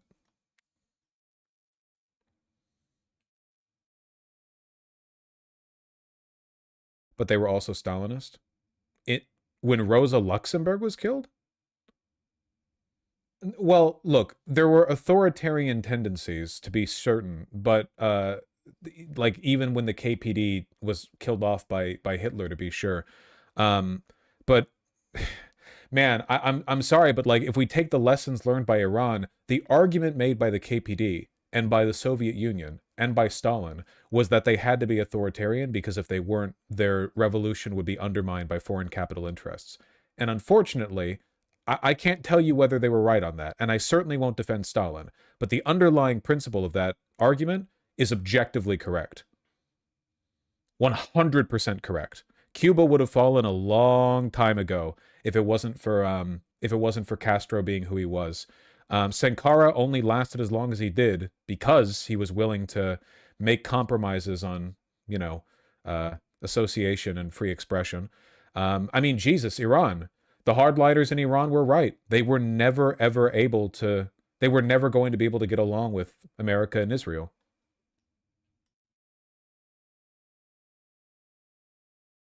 Well, they were wrong on that, Messiah, yeah. Employment rates on an all-time low. In China? Oh, no, yeah, I understand their economy is faltering right now. I just mean, like, building towards the future.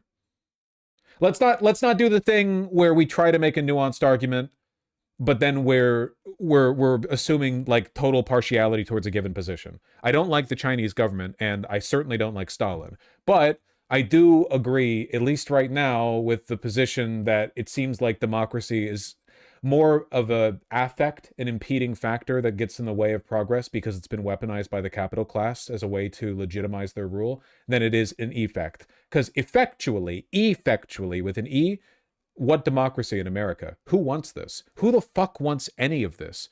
The only reason Trump supporters support what he does is because they think they're on, like, the promised land. They're either going to die soon in the rapture, or they think Trump's going to pull out of his hat, like, a big win sometime soon. Nobody likes where America is now. One moment.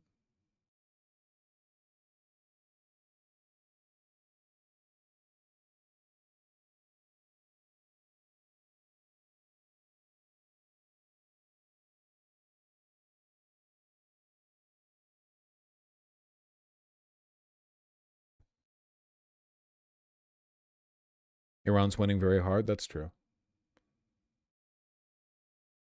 They had a slogan called "After Hitler, our turn." That's how I feel with Trump. Sorry, had to listen to the sound.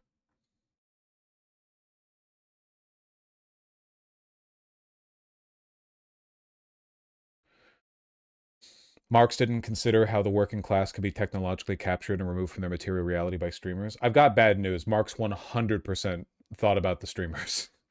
Absolutely.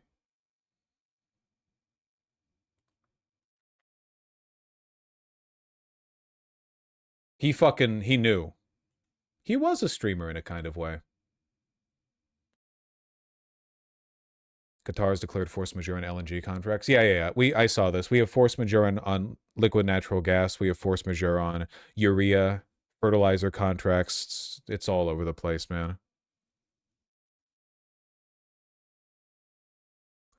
Do you think Germany would have become communist if it wasn't for the Russian Revolution causing such a catastrophe? The Russian Revolution didn't cause a catastrophe.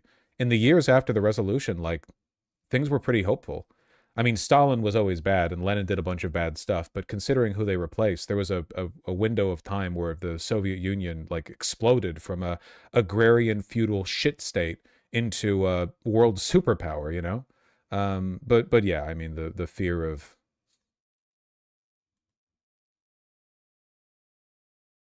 Trotsky was also insane? Yes, Trotsky was insane.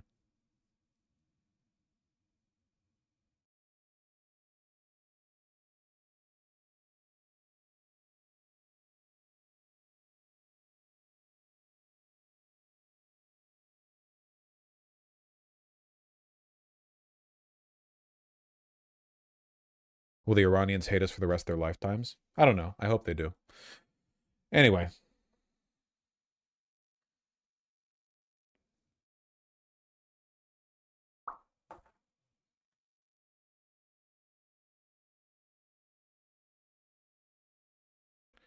What's Gen Z's angle for supporting Trump? They don't. Gen Z is super duper anti-Trump now. Yeah, I know. Rosa Luxemburg was always right. All right, hold on. Fell for it again. Bullshit. I can't stand these people. Okay.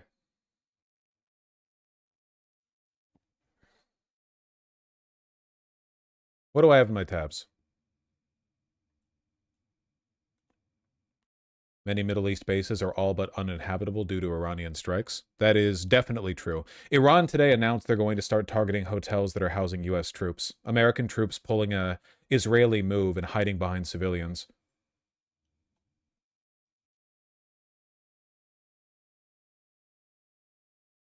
Human shields.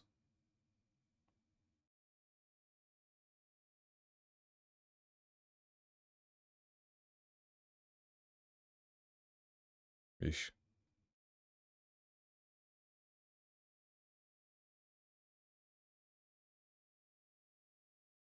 All but uninhabitable. God damn, man. Gonna be seeing this for a long time.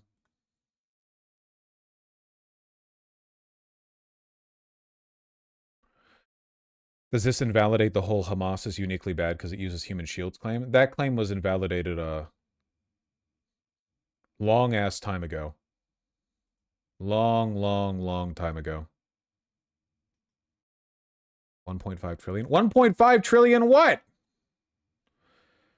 Trump's budget proposal to Congress to be delivered April 3rd. What? 1.5 trillion what? The national security top line that Trump has floated is 1.5 trillion. Pentagon only spending national security. Okay, yeah. Well, we'll see. It'll get through. We'll see if it gets through. Defense spending? Sorry? You're not sorry. You're not sorry, you piece of shit.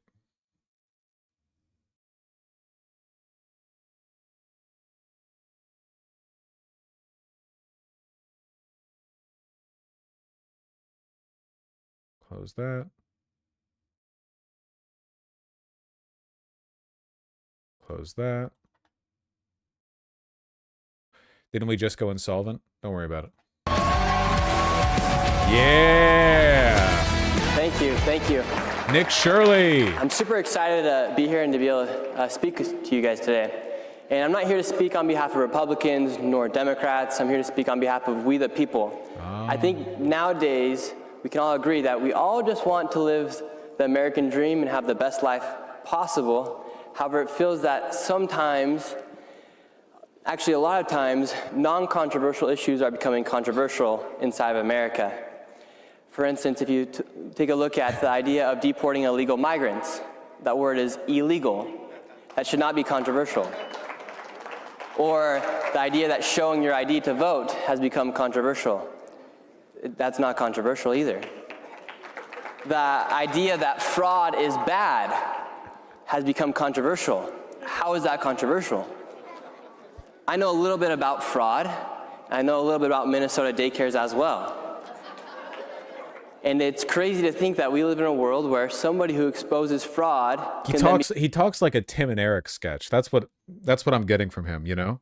Like Steve rules, you know? Be painted as the bad man from the politicians where he exposed the fraud. Shouldn't they be excited to know that the fraud is being exposed, because that's not a Republican dollar or a Democrat dollar, it's actually our dollars. I've never gotten a dollar bill that says right or red or blue or right or left. We all live inside of the same country, and we should all want the best for our country. And when you see fraud inside of our country taking place at literally rampant levels, for instance, in Minnesota, there are programs like autism where you have 10,000% increases in the budget for autism, and this money then goes into the hands of fraudsters. How does somebody not look at that and say, there's a 10,000% increase in the budget for autism? Is there a 10,000% increase in autistic children inside of our neighborhoods? And if the answer is no, how are they justifying a 10,000% increase in the budget? And in other instances like California, where you have 1,000% increase in hospices, is everyone going to die in LA? I don't think so. So the idea that here inside the United States, when we have these non-controversial issues that have become controversial, it puts us into a weird culture war where it puts people into a position to think, okay, well, wait, how are you supporting this when you're actually not benefiting we the people? We all live inside of the United States. We're not supposed to be, when elected officials elected, they're not supposed to represent 50% of the population. They're supposed to represent 100% of the population. He's making me ableist. This is why I said we should all be more ableist, you know? We're kind of, it's the shift from the original wave of conservative influencers and media pundits being extremely well-educated Harvard types, you know, like Limbaugh or O'Reilly. O'Reilly was a really, really smart guy. Their evil was calculating. They knew they were lying, etc. And now we're shifting more and more into like conservatives raised in the rhetoric of those guys. So they're just genuinely fucking retarded. You know, they're not faking being retarded. They're just actually retarded. Instance where fraud is taking place inside our country, each and every single person should want to crack down on that fraud. Because if we don't, these people can continue just to literally steal our dollars, and they steal our dollars, and then They send it overseas, and once it's overseas, we can't ever get that money back. And that's something that I've learned as I've gone about exposing this fraud. And a lot of times, these people that are taking our tax dollars are foreigners who are not even from the United States of America. Oh, that kind of stealing our foreigner. money.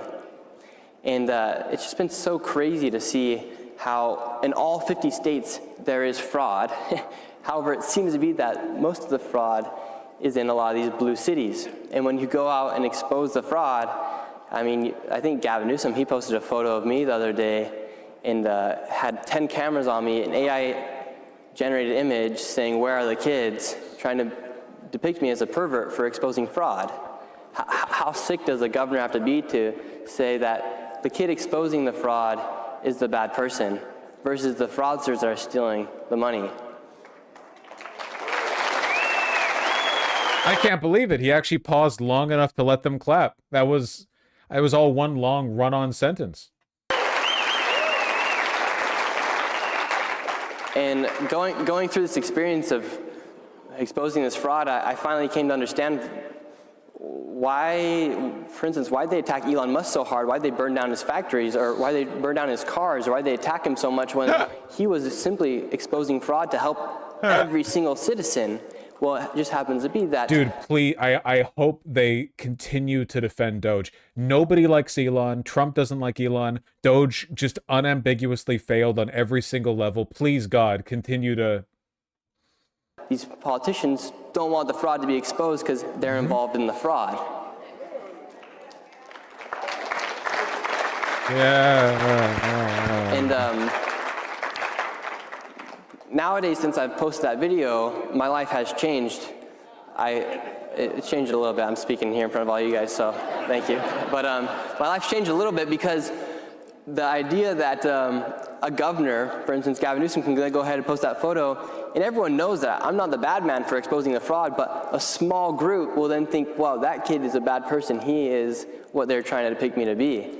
That now I have to walk around with security when I go to cities, or people will try to literally... Last time I was in California, I was just there the other day. I couldn't stay at a hotel because last time I was in California, after I posted that fraud video, somebody tried to take a photo and put it into a Reddit group chat, and a group of people were looking for me because I exposed the fraud. This is so fucking That's crazy to interesting. think that we live in a society nowadays where somebody going to do a big public service for the country has to worry for their life. And it actually makes me a bit upset because how have we gotten to that point where we've lost common sense and where non-controversial issues have become controversial? And it's actually very worrisome. And a lot of people come up to me and say, well, Nick, how can we help? Or how do we do what you did inside our own communities? Or how do you have like the courage to go about and do this? And I've really fallen in love with the quote or the speech from Theodore Roosevelt that's called The Man in the Arena. And it talks about critics and talks about how like you don't ever worry what a critic does as long as you know you're fighting for a worthy cause, and it doesn't matter if you fail as long as you're working for a worthy cause. But who's to... I have the urge to help him. Don't fall for it. Don't let your, I don't know, fucking maternal instincts lead you to coddle this Hitlerite young boy. I don't know how you get to be a YouTuber with this little charisma. I guess that speaks pretty negatively to my profession. I just can't believe it fills me with a little bit of hope that this is like probably the most prominent independent conservative content creator right now, you know? Say that you're not the one risking everything, standing there all alone, going about it. And why should you worry about the critics? And why should you worry about the naysayers? Or why should you worry about the opposition when you're fighting for a worthy cause? We all are fighting for a worthy cause inside of our communities, with our families, in our churches, at our schools, because a lot of things that we're fighting against are non-controversial issues that have become controversial. No girl should ever have to worry about a man playing on their sports team. Like, yeah. The idea that that's become controversial is insane. And it takes men and women who are ready to become that man in the arena to be able to confront the opposition, confront those critics. Because if no one does, they will win. And when we're fighting for common sense issues that aren't controversial, but nowadays have become controversial, each one of us have to step up and become that person who steps in the arena and says, I don't care what they say, or I don't care what he or she says, I'm gonna do it because it's a worthy cause. And if we don't,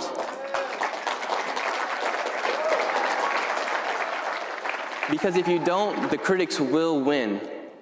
And their voices are a lot louder. That's how they try to intimidate you. Imagine if I would have been intimidated by Governor Walz calling me a delusional conspiracy theorist, a far-right white supremacist, all the other things that those politicians called me. In fact, they even incited riots inside their cities for somebody who exposed fraud. Meanwhile, the Leering Center, it wasn't much to hide. Like, that fraud was very obvious. In fact, the Leering Center then even closed down. They fled the city because they know they're committing fraud.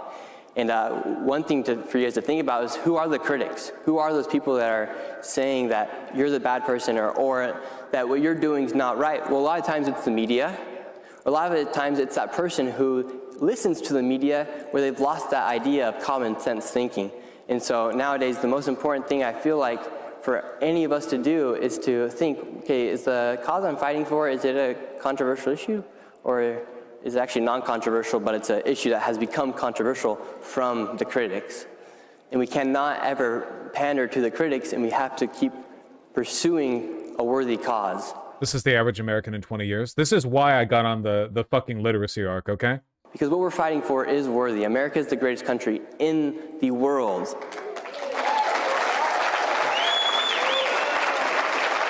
And people like to act like it's not, but meanwhile, all the other countries had thousands of years to do it. We had 250 years to do it.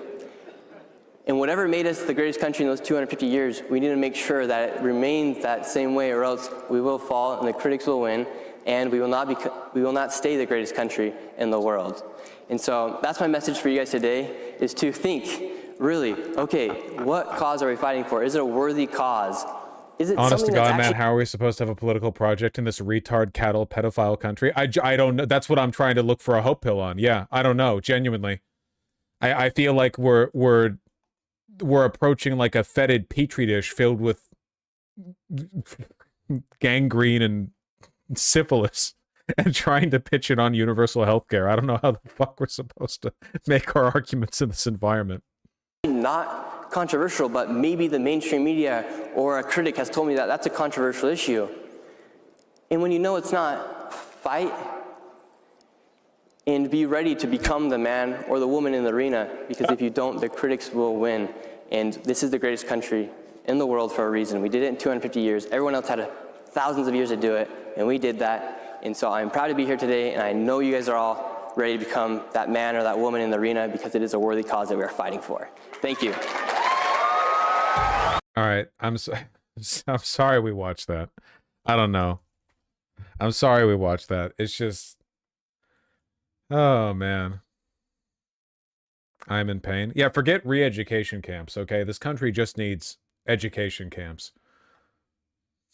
I think we used to call them schools. He writes it as supremacist as well. Holy shit, really? He does. He actually doesn't know the word.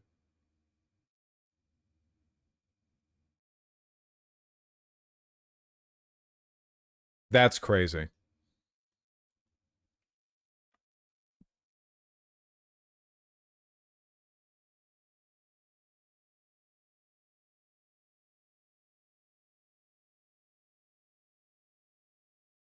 Perhaps not everyone should be able to vote. I'm part of the Nick Fuentes coalition. I think we do, in fact, need a literacy test before people are allowed to vote.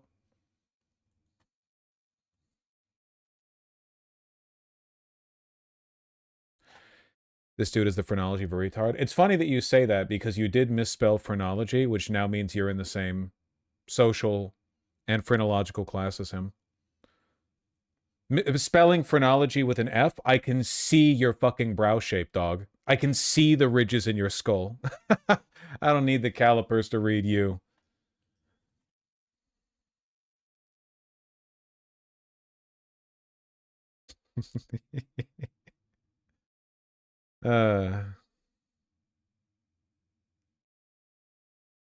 No, Vosh Fuentes was against the voting test. You're against him on this. I think that he's changed his mind. I genuinely think that right now he would advocate for the literacy tests. Yeah, For sure, 100%.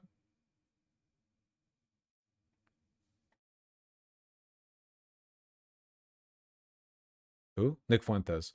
All right, hold on 1 second. Trump approval, ages 18 to 29 only. February 2025, -1. December 2025, -23. March 2026, -53. It's funny because, like, the biggest factor in young people's disapproval of Trump is almost certainly his slavish commitment to defending Israel. I really think people underestimate how... I would be willing to bet that of Gen Z citizens who are even a little bit politically aware, I would be willing to bet that Israel is like a litmus test for them as well. It's the defining issue. And a lot of them will fall on the other side of it too, you know? Like, even on the right, a lot of them are going to have this litmus test.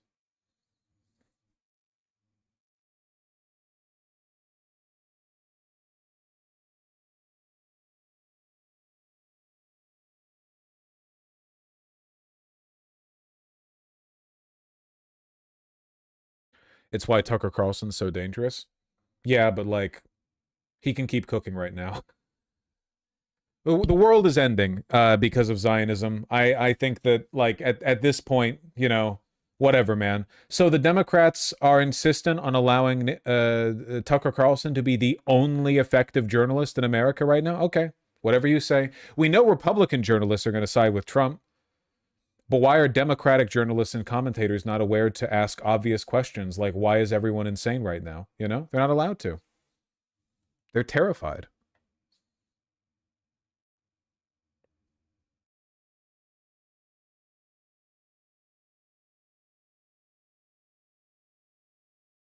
I want to get out ahead of this one. They're trying to Corbyn the Green Party. Green activists called Jews abominations and leaked WhatsApp chat. I want receipts. Campaign against anti-Semitism says views shared in group forum are straight out of Nazi Germany. All right. Campaign against anti-Semitism. Let's see how Zionist you are.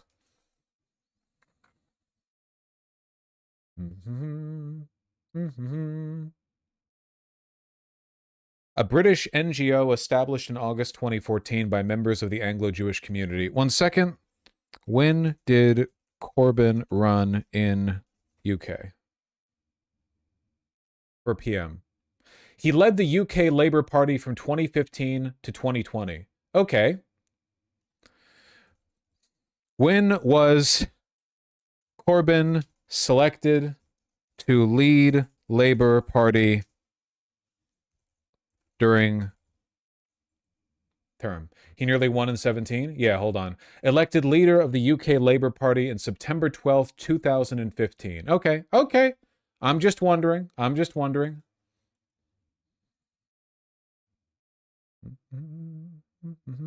Critics have described this organization as being pro-Israel lobbyists. Wow, how surprising.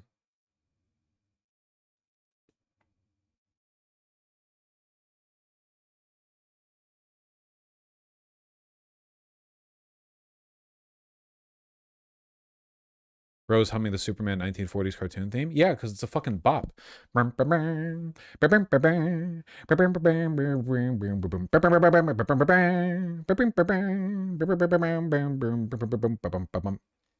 good as hell.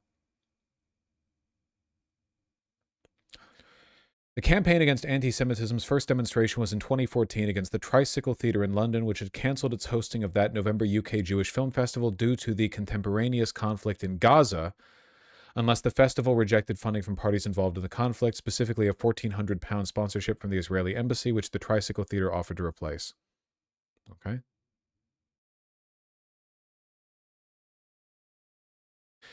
In August 2018, the CAA organized a demonstration outside Labour Party's headquarters to protest against the handling of anti-Semitism of the Labour Party and to condemn the then party leader Jeremy Corbyn. The org launched a Change.org petition titled, "Jeremy Corbyn is an anti-Semite and must go." It featured a Labour slogan modified to read, "For the many, not the Jew," which was signed by over 30,000 in the 30th of August 2018. In November 2018, the CIA asked the Equality and Human Rights Commission to investigate the Labor Party. They launched a formal investigation. Following the referral to the EHRC by the CIA, the Jewish Labor Movement and the Labor Against Anti-Semitism Ltd. also made submissions in support of the referral. The investigation ultimately found the Labor Party had committed unlawful acts of discrimination against Jews under Jeremy Corbyn. Keir Starmer, leader of the Labor Party, responded to the findings when they were published in October 2020, saying at a press conference that it was a day of shame for the Labor Party. How interesting. Weird coincidence. Yeah, weird coincidence. So anyway, the same group that rallied to have Corbyn specifically ousted from the Labor Party for reasons that we now know are spurious and made up, here they are saying that the Green Party is full of anti-Semites.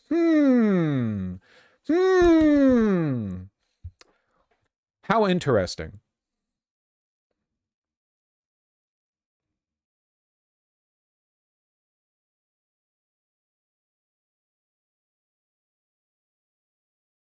Green Party activists describe Jewish people as an abomination to this planet and anti-Semitic. Okay, hold on.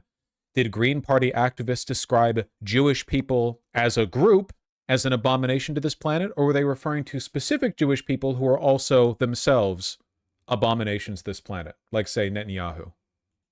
Let's find out. Is this linked to a specific... This just links to the definition of anti-Semitism from the Telegraph. Okay.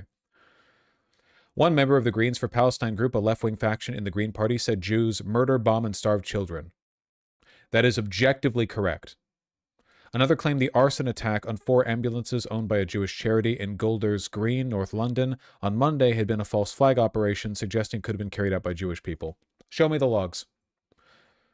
A Green Council candidate showed posts on social media making the same claim. The Campaign Against Anti-Semitism said its lawyers were investigating the activist remarks. It said views expressed in the Greens for Palestine group chat were straight out of Nazi Germany.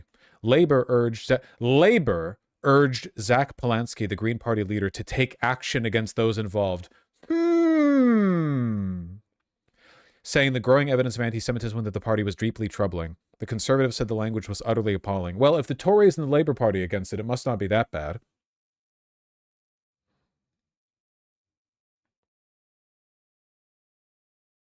Hold on one second. I have a bunch of tabs open. I just want to close them so it's a little bit less visually confused up there. Close that, close this. Nice. Notice how Jews isn't in quotation marks? Where?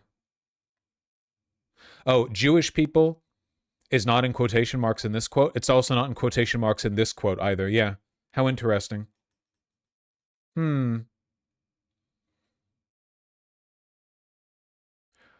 A brief document shared with Green activists last month had warned members not to post anti-Semitic comments online. In a call for self-moderation, Greens for Palestine told supporters not to take the bait and asked themselves what this would look like in the front page of a newspaper. It said, those who oppose us will be looking for the opportunity to say we are a bunch of unpleasant, vengeful anti-Semites, which is true. They will seek to bait us into making statements emotionally, smear us wherever they can. Don't take the bait. It added, our cause is a righteous one. We are the good guys. That is true.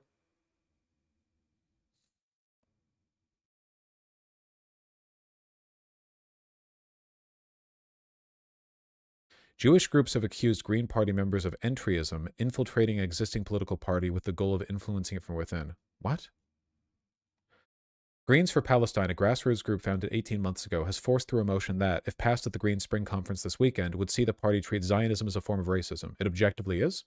Jewish members said this would give the party the ability to expel them simply for engaging in their religious community. No. If you were a Zionist, maybe, but you can engage in your religious community without being a Zionist. If your religious community is all Zionists, then, I don't know, find a new one. Tough.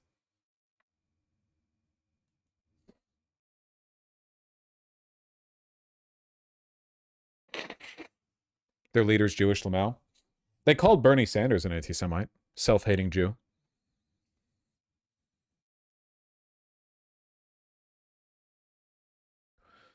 Despite the call for supporters to post thoughtfully, the messages seen by the Telegraph showed members describing Jewish people as an abomination. Again, Jewish people isn't in quotes here. And questioning whether the Golders Green arson attack on 4 Jewish charity-owned ambulances were staged to blame Iran. NHS doctor,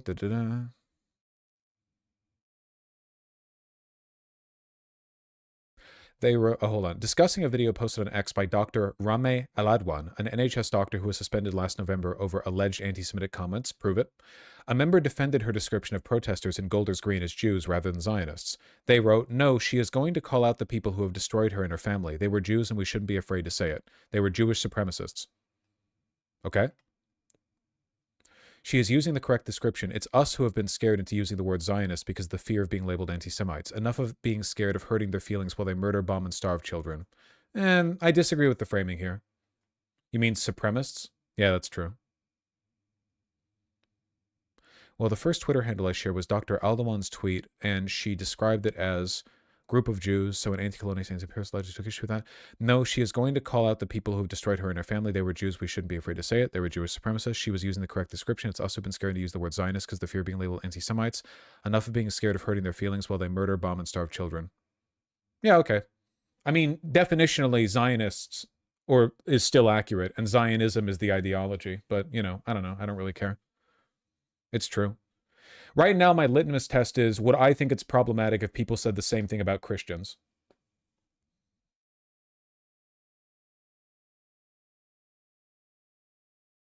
Another member agreed, writing, yes, take back the narrative and the true meaning of the terms, particularly Zionism and Semite. First member responded, they are an abomination of this planet. In a separate exchange, an activist shared the link to the ambulance attack, which an Islamist militant group linked to Iran, and wrote, I saw somebody recently that said false flags were coming. False flag operation refers to an attack intended to look as though it was carried out by an opponent, say the attack group itself. I don't know anything about the ambulance attack.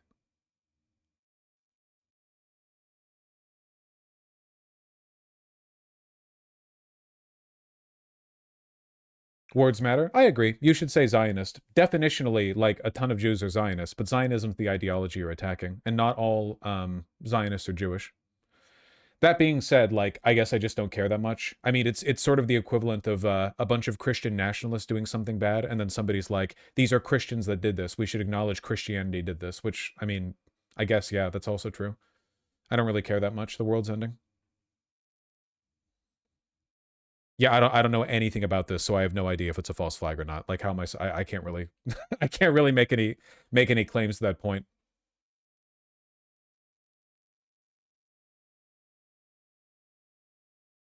I thought you did care about saying it's not Jews but Zionists. Well, yeah, Zionist definitionally, that's the term.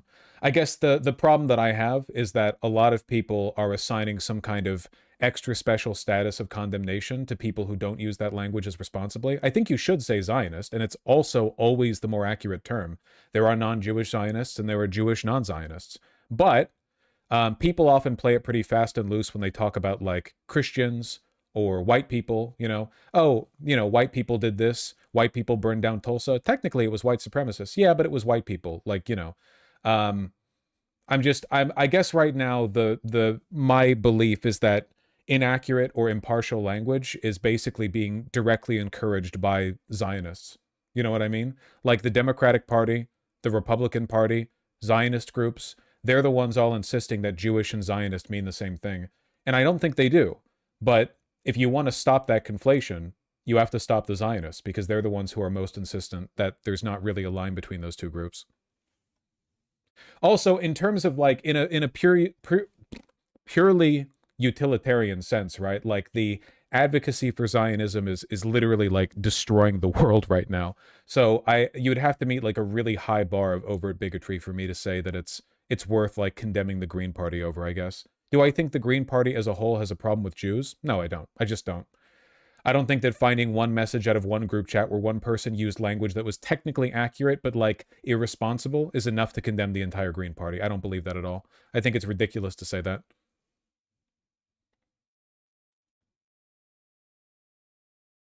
But I don't know nothing about the ambulances, so I can't really say that.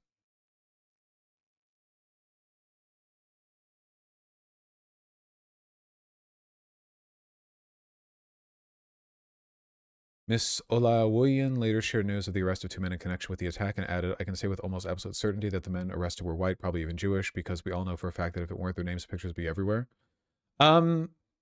Is that true? I don't think that's true. In the United Kingdom, don't they hide the information on people accused of crimes?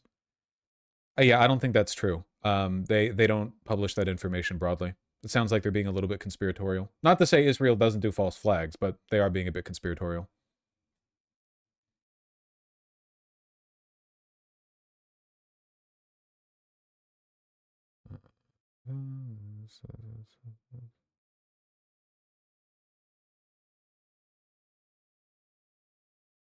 In other messages seen in the Discussing Anti-Semitism and Islamophobia group chat, activists criticize Green members arguing that against the Zionism is racism motion. Okay? All right, gotta zoom in for these ones.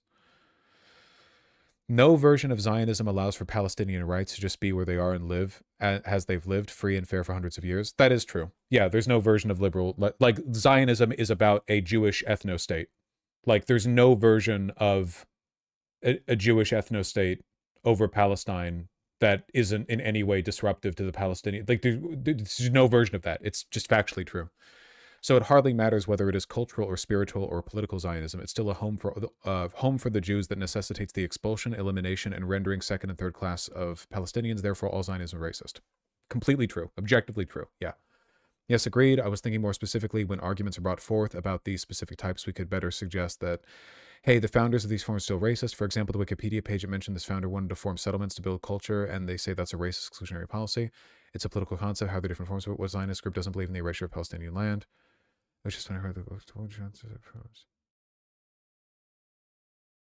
Yeah, this is all completely true. I think cultural Zionism has just been invented by liberal Zionists when Zionism just wouldn't wash anymore. That's also true. Cultural Zionism really isn't a thing, dog. The modern Zionist movement is literally like just over a century old, and the state of Israel is less old than many of the people in government right now. The idea that like Zionism is this intrinsic part of the Jewish identity is absolutely not true. The history of Jews' presence in the Holy Land 100% is, but the idea that Judaism as a religion and culture is invalid unless you hold the Holy Land, that's just not, that's ridiculous. So what? So Judaism was invalid for like 3,000 years after the expulsion? They were Moses wandered in the desert and they fucked around for 3,000 years the whole time, like Jewish culture was fake or something, because they didn't... That doesn't make any sense.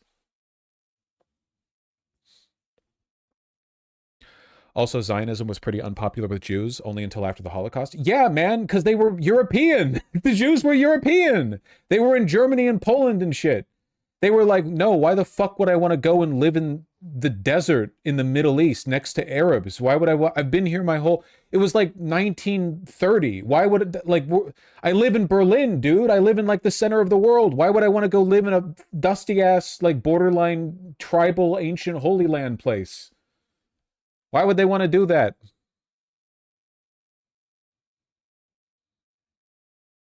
Yeah, they were trying to escape the desert. Read the Old Testament or something. Type shit.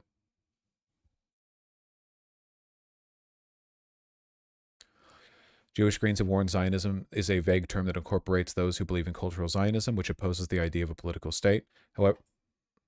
However, one member of the pro-Palestine group wrote, I think cultural Zionism has just been invented by liberal Zionists. When Zionism just wouldn't wash anymore. Yeah, true.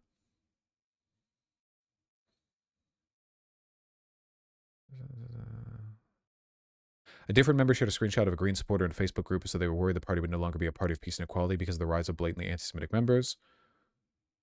Anti-Semitism is absolutely on the rise right now. I really hope that we're able to stop Israel so we can fucking end it. Like, the only reason anti-Semitism is getting to be more and more in vogue is because every single Western leader is committing suicide, national suicide, over its defense for Israel. Like, Israel is insanely unpopular, but every Western European government, except for Spain, is like falling over themselves to be servile, especially in Germany. Like, that. This is why. Like, Democrats are like, JQ but positive, JQ but positive.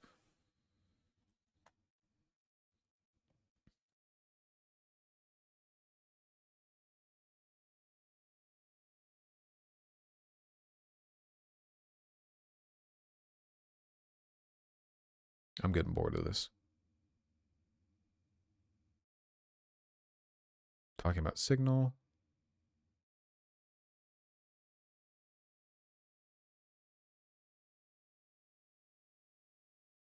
A CIA spokesman said, no wonder this faction needs to call for moderation in public among its members because their views are straight out of Nazi Germany. The real question is whether the Green Party is going to do anything about people who believe Jews are an abomination. Even in this article, you know they're lying, man. They just straight up did not say Jews are an abomination. You are lying. They were talking about Jewish supremacist Zionists who have, in my opinion, abominable views. So you can take from that what you want. They're lying even in the evidence presented. These are not honest people. These are the same fucking people who lied about Corbyn.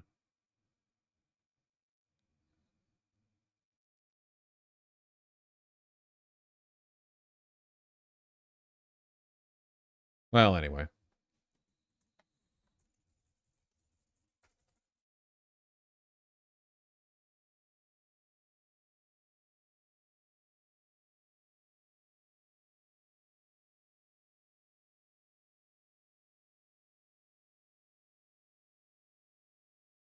This article seems like revenge for Nigel Farage's neo-Nazi cameo expose by The Guardian a few days back.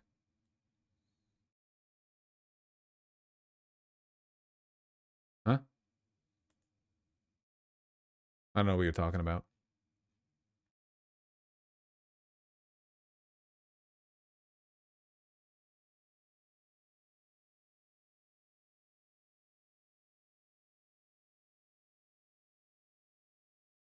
This campaign against anti-Semitism group has been, like, insanely effective.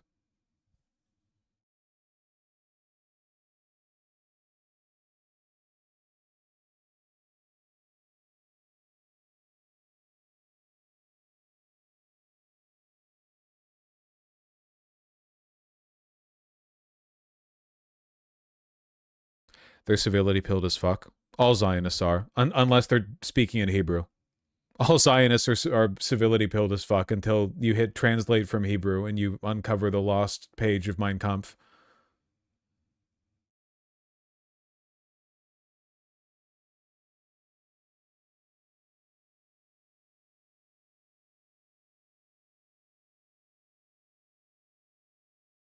Man, this is grim. Well, I really hope the Green Party doesn't fall for the bait, you know?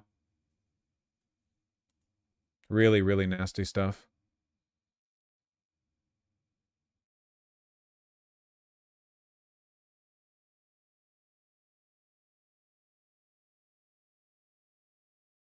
Polanski's a based boy. Yeah, it's just like, I don't know, man. We've given so much fucking power to so-called Jewish activism groups, all of them which have completely shifted towards being like militantly Hitlerite. And no one can even talk about it because like the common cultural perception is still that Jews are like a super victimized population when like obviously in some contexts they're subject to a lot of discrimination and hate crimes, but they're also, let's be real here, you know, just in a factual demographic sense, doing pretty well in the West by and large, doing quite well. And you know, their pet ethno-state military project in the Middle East is also doing pretty good in terms of the public support they get in spite of the genocide and war crimes and so on. So, you know, I'm just not as sensitive about criticism, you know? Anti-Semitism is bad. So let's take out the biggest source of it in the world. Israel.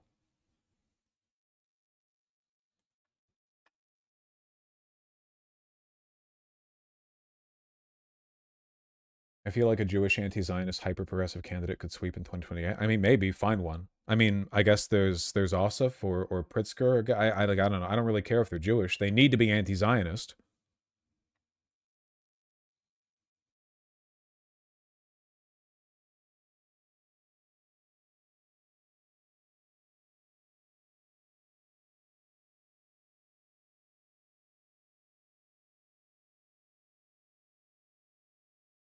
Jen Renice, who gives a fuck?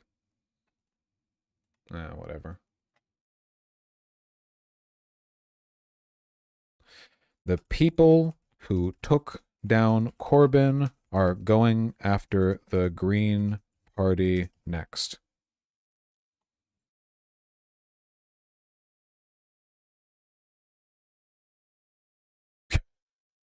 Most recent tweet from Campaign Against Anti-Semitism. Top poll. This Sunday will be a final day of a grotesque exhibition by Matthew Cullings entitled Drawings Against Genocide at the Joseph Wales Studios, an independent gallery in Margate, Kent. The exhibition includes depictions of prominent Jewish public figures, including one of the French-Israeli owner of the Sotheby's auction house with blood dripping from his mouth alongside the words, "Hey, look, I'm selling a fantastic painting while eating a baby alive." That's very literal. Starmer awaits orders with the Jewish star on. Who is this from, like a kid? True though. Is this a kid or like an adult who has masterfully imitated the drawing styles of a child? That's crazy. That's really funny.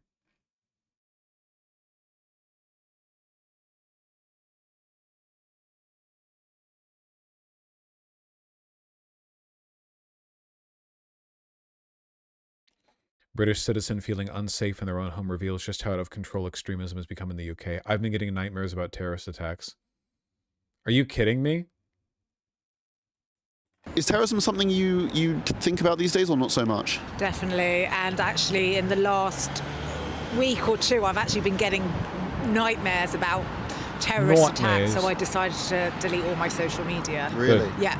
I was just like, no more Facebook, because the algorithm was just feeding me stuff about anti-Semitism and terrorism, and I was... Are we meant to believe that someone might target this woman for being Jewish? Like, who? Okay, genuinely, we need to get over the psychosis. Who the fuck would look at her and say you're Jew? Are you kidding me? There's a particular...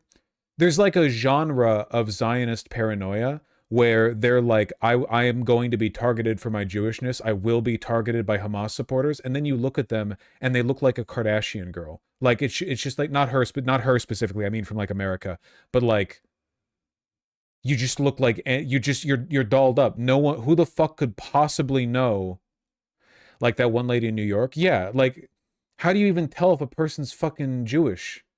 Like sometimes if they're like Orthodox or a rabbi or whatever, but like by and large, a lot of Jews look Italian or Greek or whatever. You're all, I mean, Levantine, or you're near the Mediterranean or whatever. You're just people. Like I can't constantly not. About terrorism. I think there's a lot of people in this country that don't feel safe anymore, and I think that... So vague.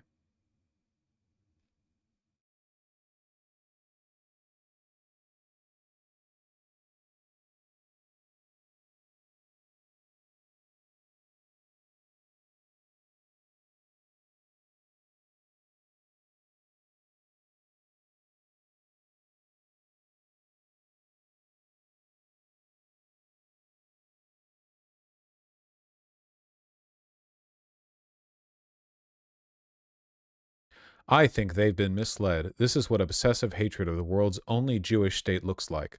The Islamic Republic has killed, kidnapped, and tortured tens of thousands of its own people, and still some choose to speak over Iranians mourning their dead, twisting reality to blame Israel, it said. What does this have to do with anti-Semitism? I'm just curious. Campaign against anti-Semitism. Wonder if anyone's disclosed where they get their money from.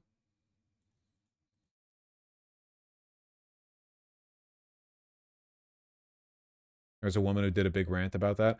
I saw this one.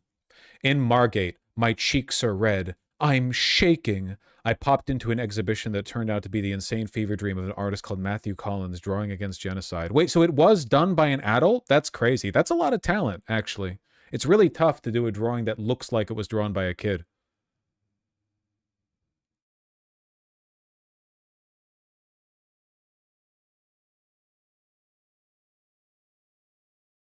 This is true, though.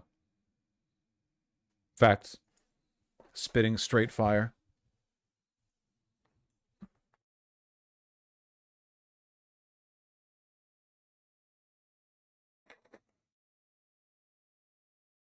Goes hard? It does. It does.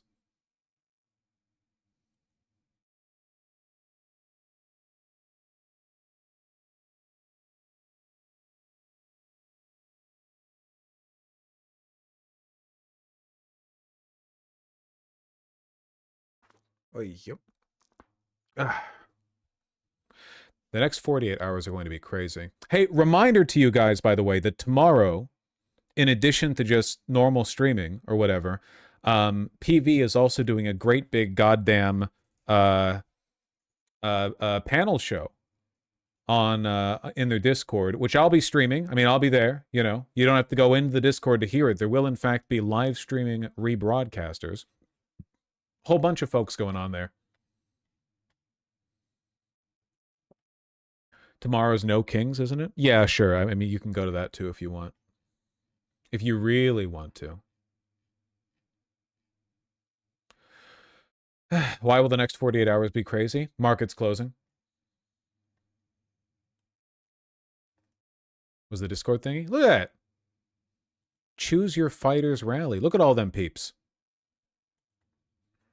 Oh, I'm not showing my screen.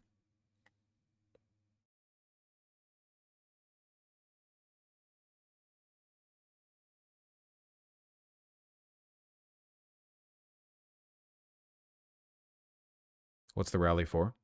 Opposing the Iran war. Is that an old pick? Yes. All right. Oh.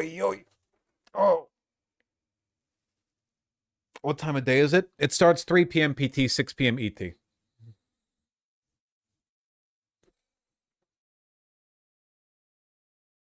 All right. I'm going to read donos. Then I got a skedaddle. You got an outfit picked out? I think I'm going to dress normally. Jizzy and Knotted Alpaca, thank you for the $5 both. Fujimoto's a genius. The ending shit on purpose. Yeah. I am Dylan Avery. Thank you for the $20. Thank you for doxing yourself and your name. Really appreciate that. I'm currently on a cross-country trip with my mom's ashes, and it's great to have you to kill a few hours each day. Here's some money for some vet bills. Thank you. I appreciate that. Also, hope you're doing well. Cross-country trip with my mom's ashes. You're on some, you know, emotionally impactful stuff. Hope you're doing well. Yeesh. Jay Horn, thanks for the tier 1 sub. Vosh, happy to hear that you got started reading more. Yeah, I read 100 pages of Between Two Fires last night. Is very good. Very good. Look, I did it. I read. Look, I have a Shot NYC bookmark. It's not actually a bookmark. It just came with my jacket. You got the hard copy, Rich Guy. It was all that was on Amazon. Sorry for giving Amazon money.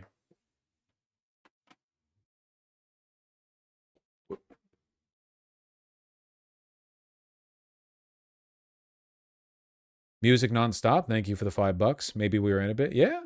No, for sure. We do need a hero. Music nonstop. Thank you again for the $15.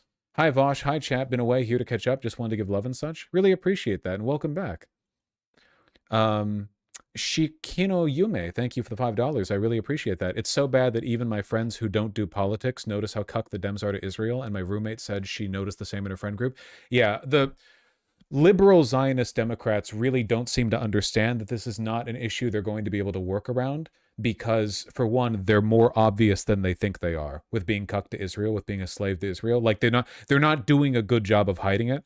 But also the Zionists have been really, really bad at, like, tactfully incorporating criticisms of Zionism into their own format. Like, they're so hardline, it's basically impossible to even mildly question them without getting a huge amount of pushback. And that discourse drives people against you, especially young people who value perceived sincerity quite a bit.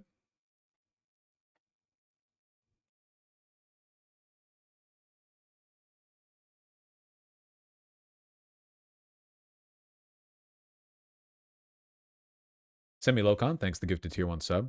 Sake, thank you for the 5 gifted tier 1 subs. Damn you, Vosh, for getting me into fashion. Uh-oh. What is this? I gotta go quick. I can't do many. Love the Iron Snail. Hey, here's something weird. This 600-year-old fabric formula just broke its own record on Google. Right now, this year, more people are searching for this fabric on Google than they ever have since Google started recording data. By a lot. Why? The answer is because we're coming out of our second polyester suit era, the nylon suit. That magical fabric is waxed cotton. And this jacket is a Billy Reed wax herringbone members jacket. They sponsored this video. We need some context as to why a 600-year-old fabric is suddenly getting so popular. And to get that context, context, we should look at the 70s and polyester leisure suits. They were very bright, loud, flashy, they didn't wrinkle, and most importantly, the fabric of the future. And to be totally fair to them, it was. Hold on, I'm just straight up content stealing, okay? I got interested. I forgot that I was streaming. I got to stream.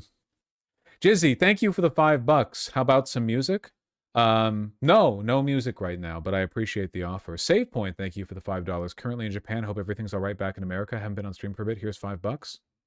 Things are not all right over here, but in fairness, they're not doing well over there either. Damn it, Vasha was also interested. Then go watch The Iron Snail because it's a great channel. Oh, beautiful. Beautiful, beautiful. But I have to move quickly, but beautiful. Hey, Cowboy Bebop. Midnight Kitty Boy, thank you for the 6 gifted tier 1 subs. I really appreciate that. That's super kind of you. One day Vosh won't hate music. I can't listen to music while I'm streaming, guys. You know that. That looks dope. Yeah, it does. How the fuck did so many of you super chat? I gotta go! Abe Lincoln, thank you for the $5. Really appreciate that. Woljik Lakowski and Jibibius Mequibius, thank you for the $20 both. I really appreciate that.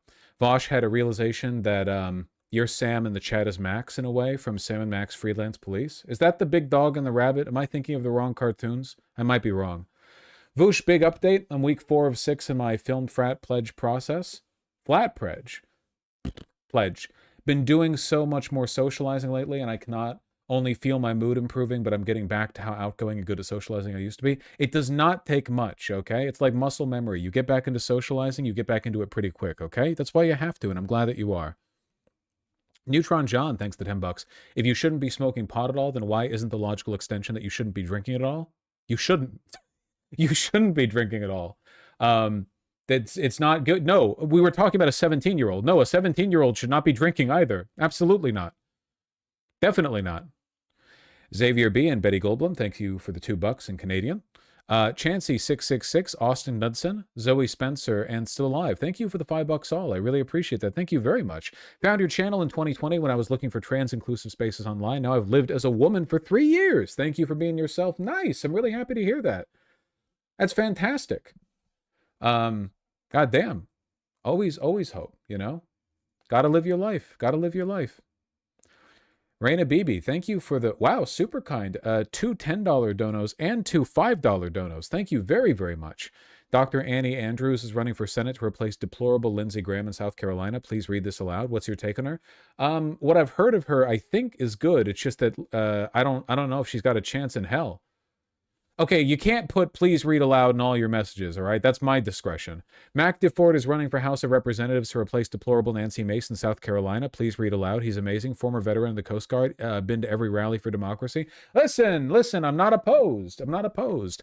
There's a lot of races that I want to follow. South Carolina is definitely not at the top of my list, mostly because that place fucking sucks, so I don't know how likely it is we're going to get our good outcomes here. You know, but we'll see how it goes. We'll see how it goes. I'm hopeful. Adlet Astria, thank you for the $2. Bedouin024, thank you for the super duper kind 50 Swedish kroner. Thank you. That's really kind of you. Not even a message attached. Victorious Gardenosaurus and I Buy Shitty Cars, thank you for the $5 both. Adlet Astria, thank you for the $10. Remember Justice League episode Luthor was president, killed Flash, then Superman stormed the White House while Luthor threatened to press a nuclear bomb. Cornering Trump just makes me think of it. Don't give Trump that aura. Don't compare him to Lex Luthor in the classic WB Justice League alt-universe timeline cartoons, okay? I grew up on that shit. Smiley P, thank you for the $10. The problem isn't democracy. Zeron and other progressives are doing great. It's the suppression of democracy. Yeah, I just wonder if that, like, the suppression of democracy might just be an innate factor in it. It might just be unworkable, you know? Like, democracy might be a naive project for the same reason that, leaving out a bowl of candy for Halloween and not supervising it might be a little bit naive if you want everyone to get an equal amount of candy, you know? It might just be like you need some kind of long, strong arm. But I don't know. I don't know. Shikigami-chan, thank you for the $5. Deism Account and Gamer Geek, thank you for the 2 $10 donos. I really appreciate those. I think the question is, can you have even the most basic civil liberties sans democracy, stable governance without social feedback? Genuinely, I have no clue. I really don't. I really have no idea. I don't know what kinds of government you could get outside of democracy that don't really factor in citizen consensus that much, but are still socially liberal. I have no idea. I have no idea. Yeah, Gamer Geek. There are Orthodox Jews who are anti-Israel, not because they don't like the slaughter of Arabs, but because they think that the Jews just aren't meant to have a homeland yet, because their Messiah hasn't come. Zoidamus, thank you for the $5. Do you think Mamdani would be pro-Spider-Man? I think he would be pro-Spider-Man, for sure. I do. I do think that he would let Spider-Man solve cases and beat up criminals and stuff. Yeah. D12 Metin and Sean Riordan, thank you for the $2 and 22 Turkish lira. Long-time watcher, first-time live, love from Turkey. Hey! Thank you. I appreciate that. Thank you, thank you. Hope you're doing well over there. Anime 3806, thank you for the $5. We actually got a bookstore that opened up recently at the BX on base. It's got neat books and stuff. Have fun tomorrow, man. Thank you. I appreciate that. Yeah. Yeah, soldiers have to read too, in my opinion. I think that's also a thing that they should be allowed to do. Stupid Genius, thank you for the $10. Meow. I agree. It's me, GPZ. Thank you for the $5. Closed Dem primary in Nebraska's 2nd. Progressive John Kavanaugh versus Corpo Zionist Denise Powell. Swing state, very important. Bring awareness, please, Mr. Streamer. Okay. Man, the midterms are exhausting. Yeah, no, for sure. Nebraska's 2nd. I mean, what do you think the odds are, huh? You can look at it. Kowalski, thank you for the 567. Nick Shirley, the Republican Fred Hampton. You, Hassan, and MR, as well as Leftist Mafia, for doing a good job distinguishing between Zionism and anti-Semitism. I think so, too. I think that if you watch me and listen to me, it's very obvious where the line is. But, you know, there will always be people who seek to undermine that distinction, which is not good. All right, everyone take care. I love you all very much. Remember, tomorrow's the PV thing. So in addition to the regular stream, we're going to be doing that. That'll be pretty fun. Huh? All right, take care. Get hyped.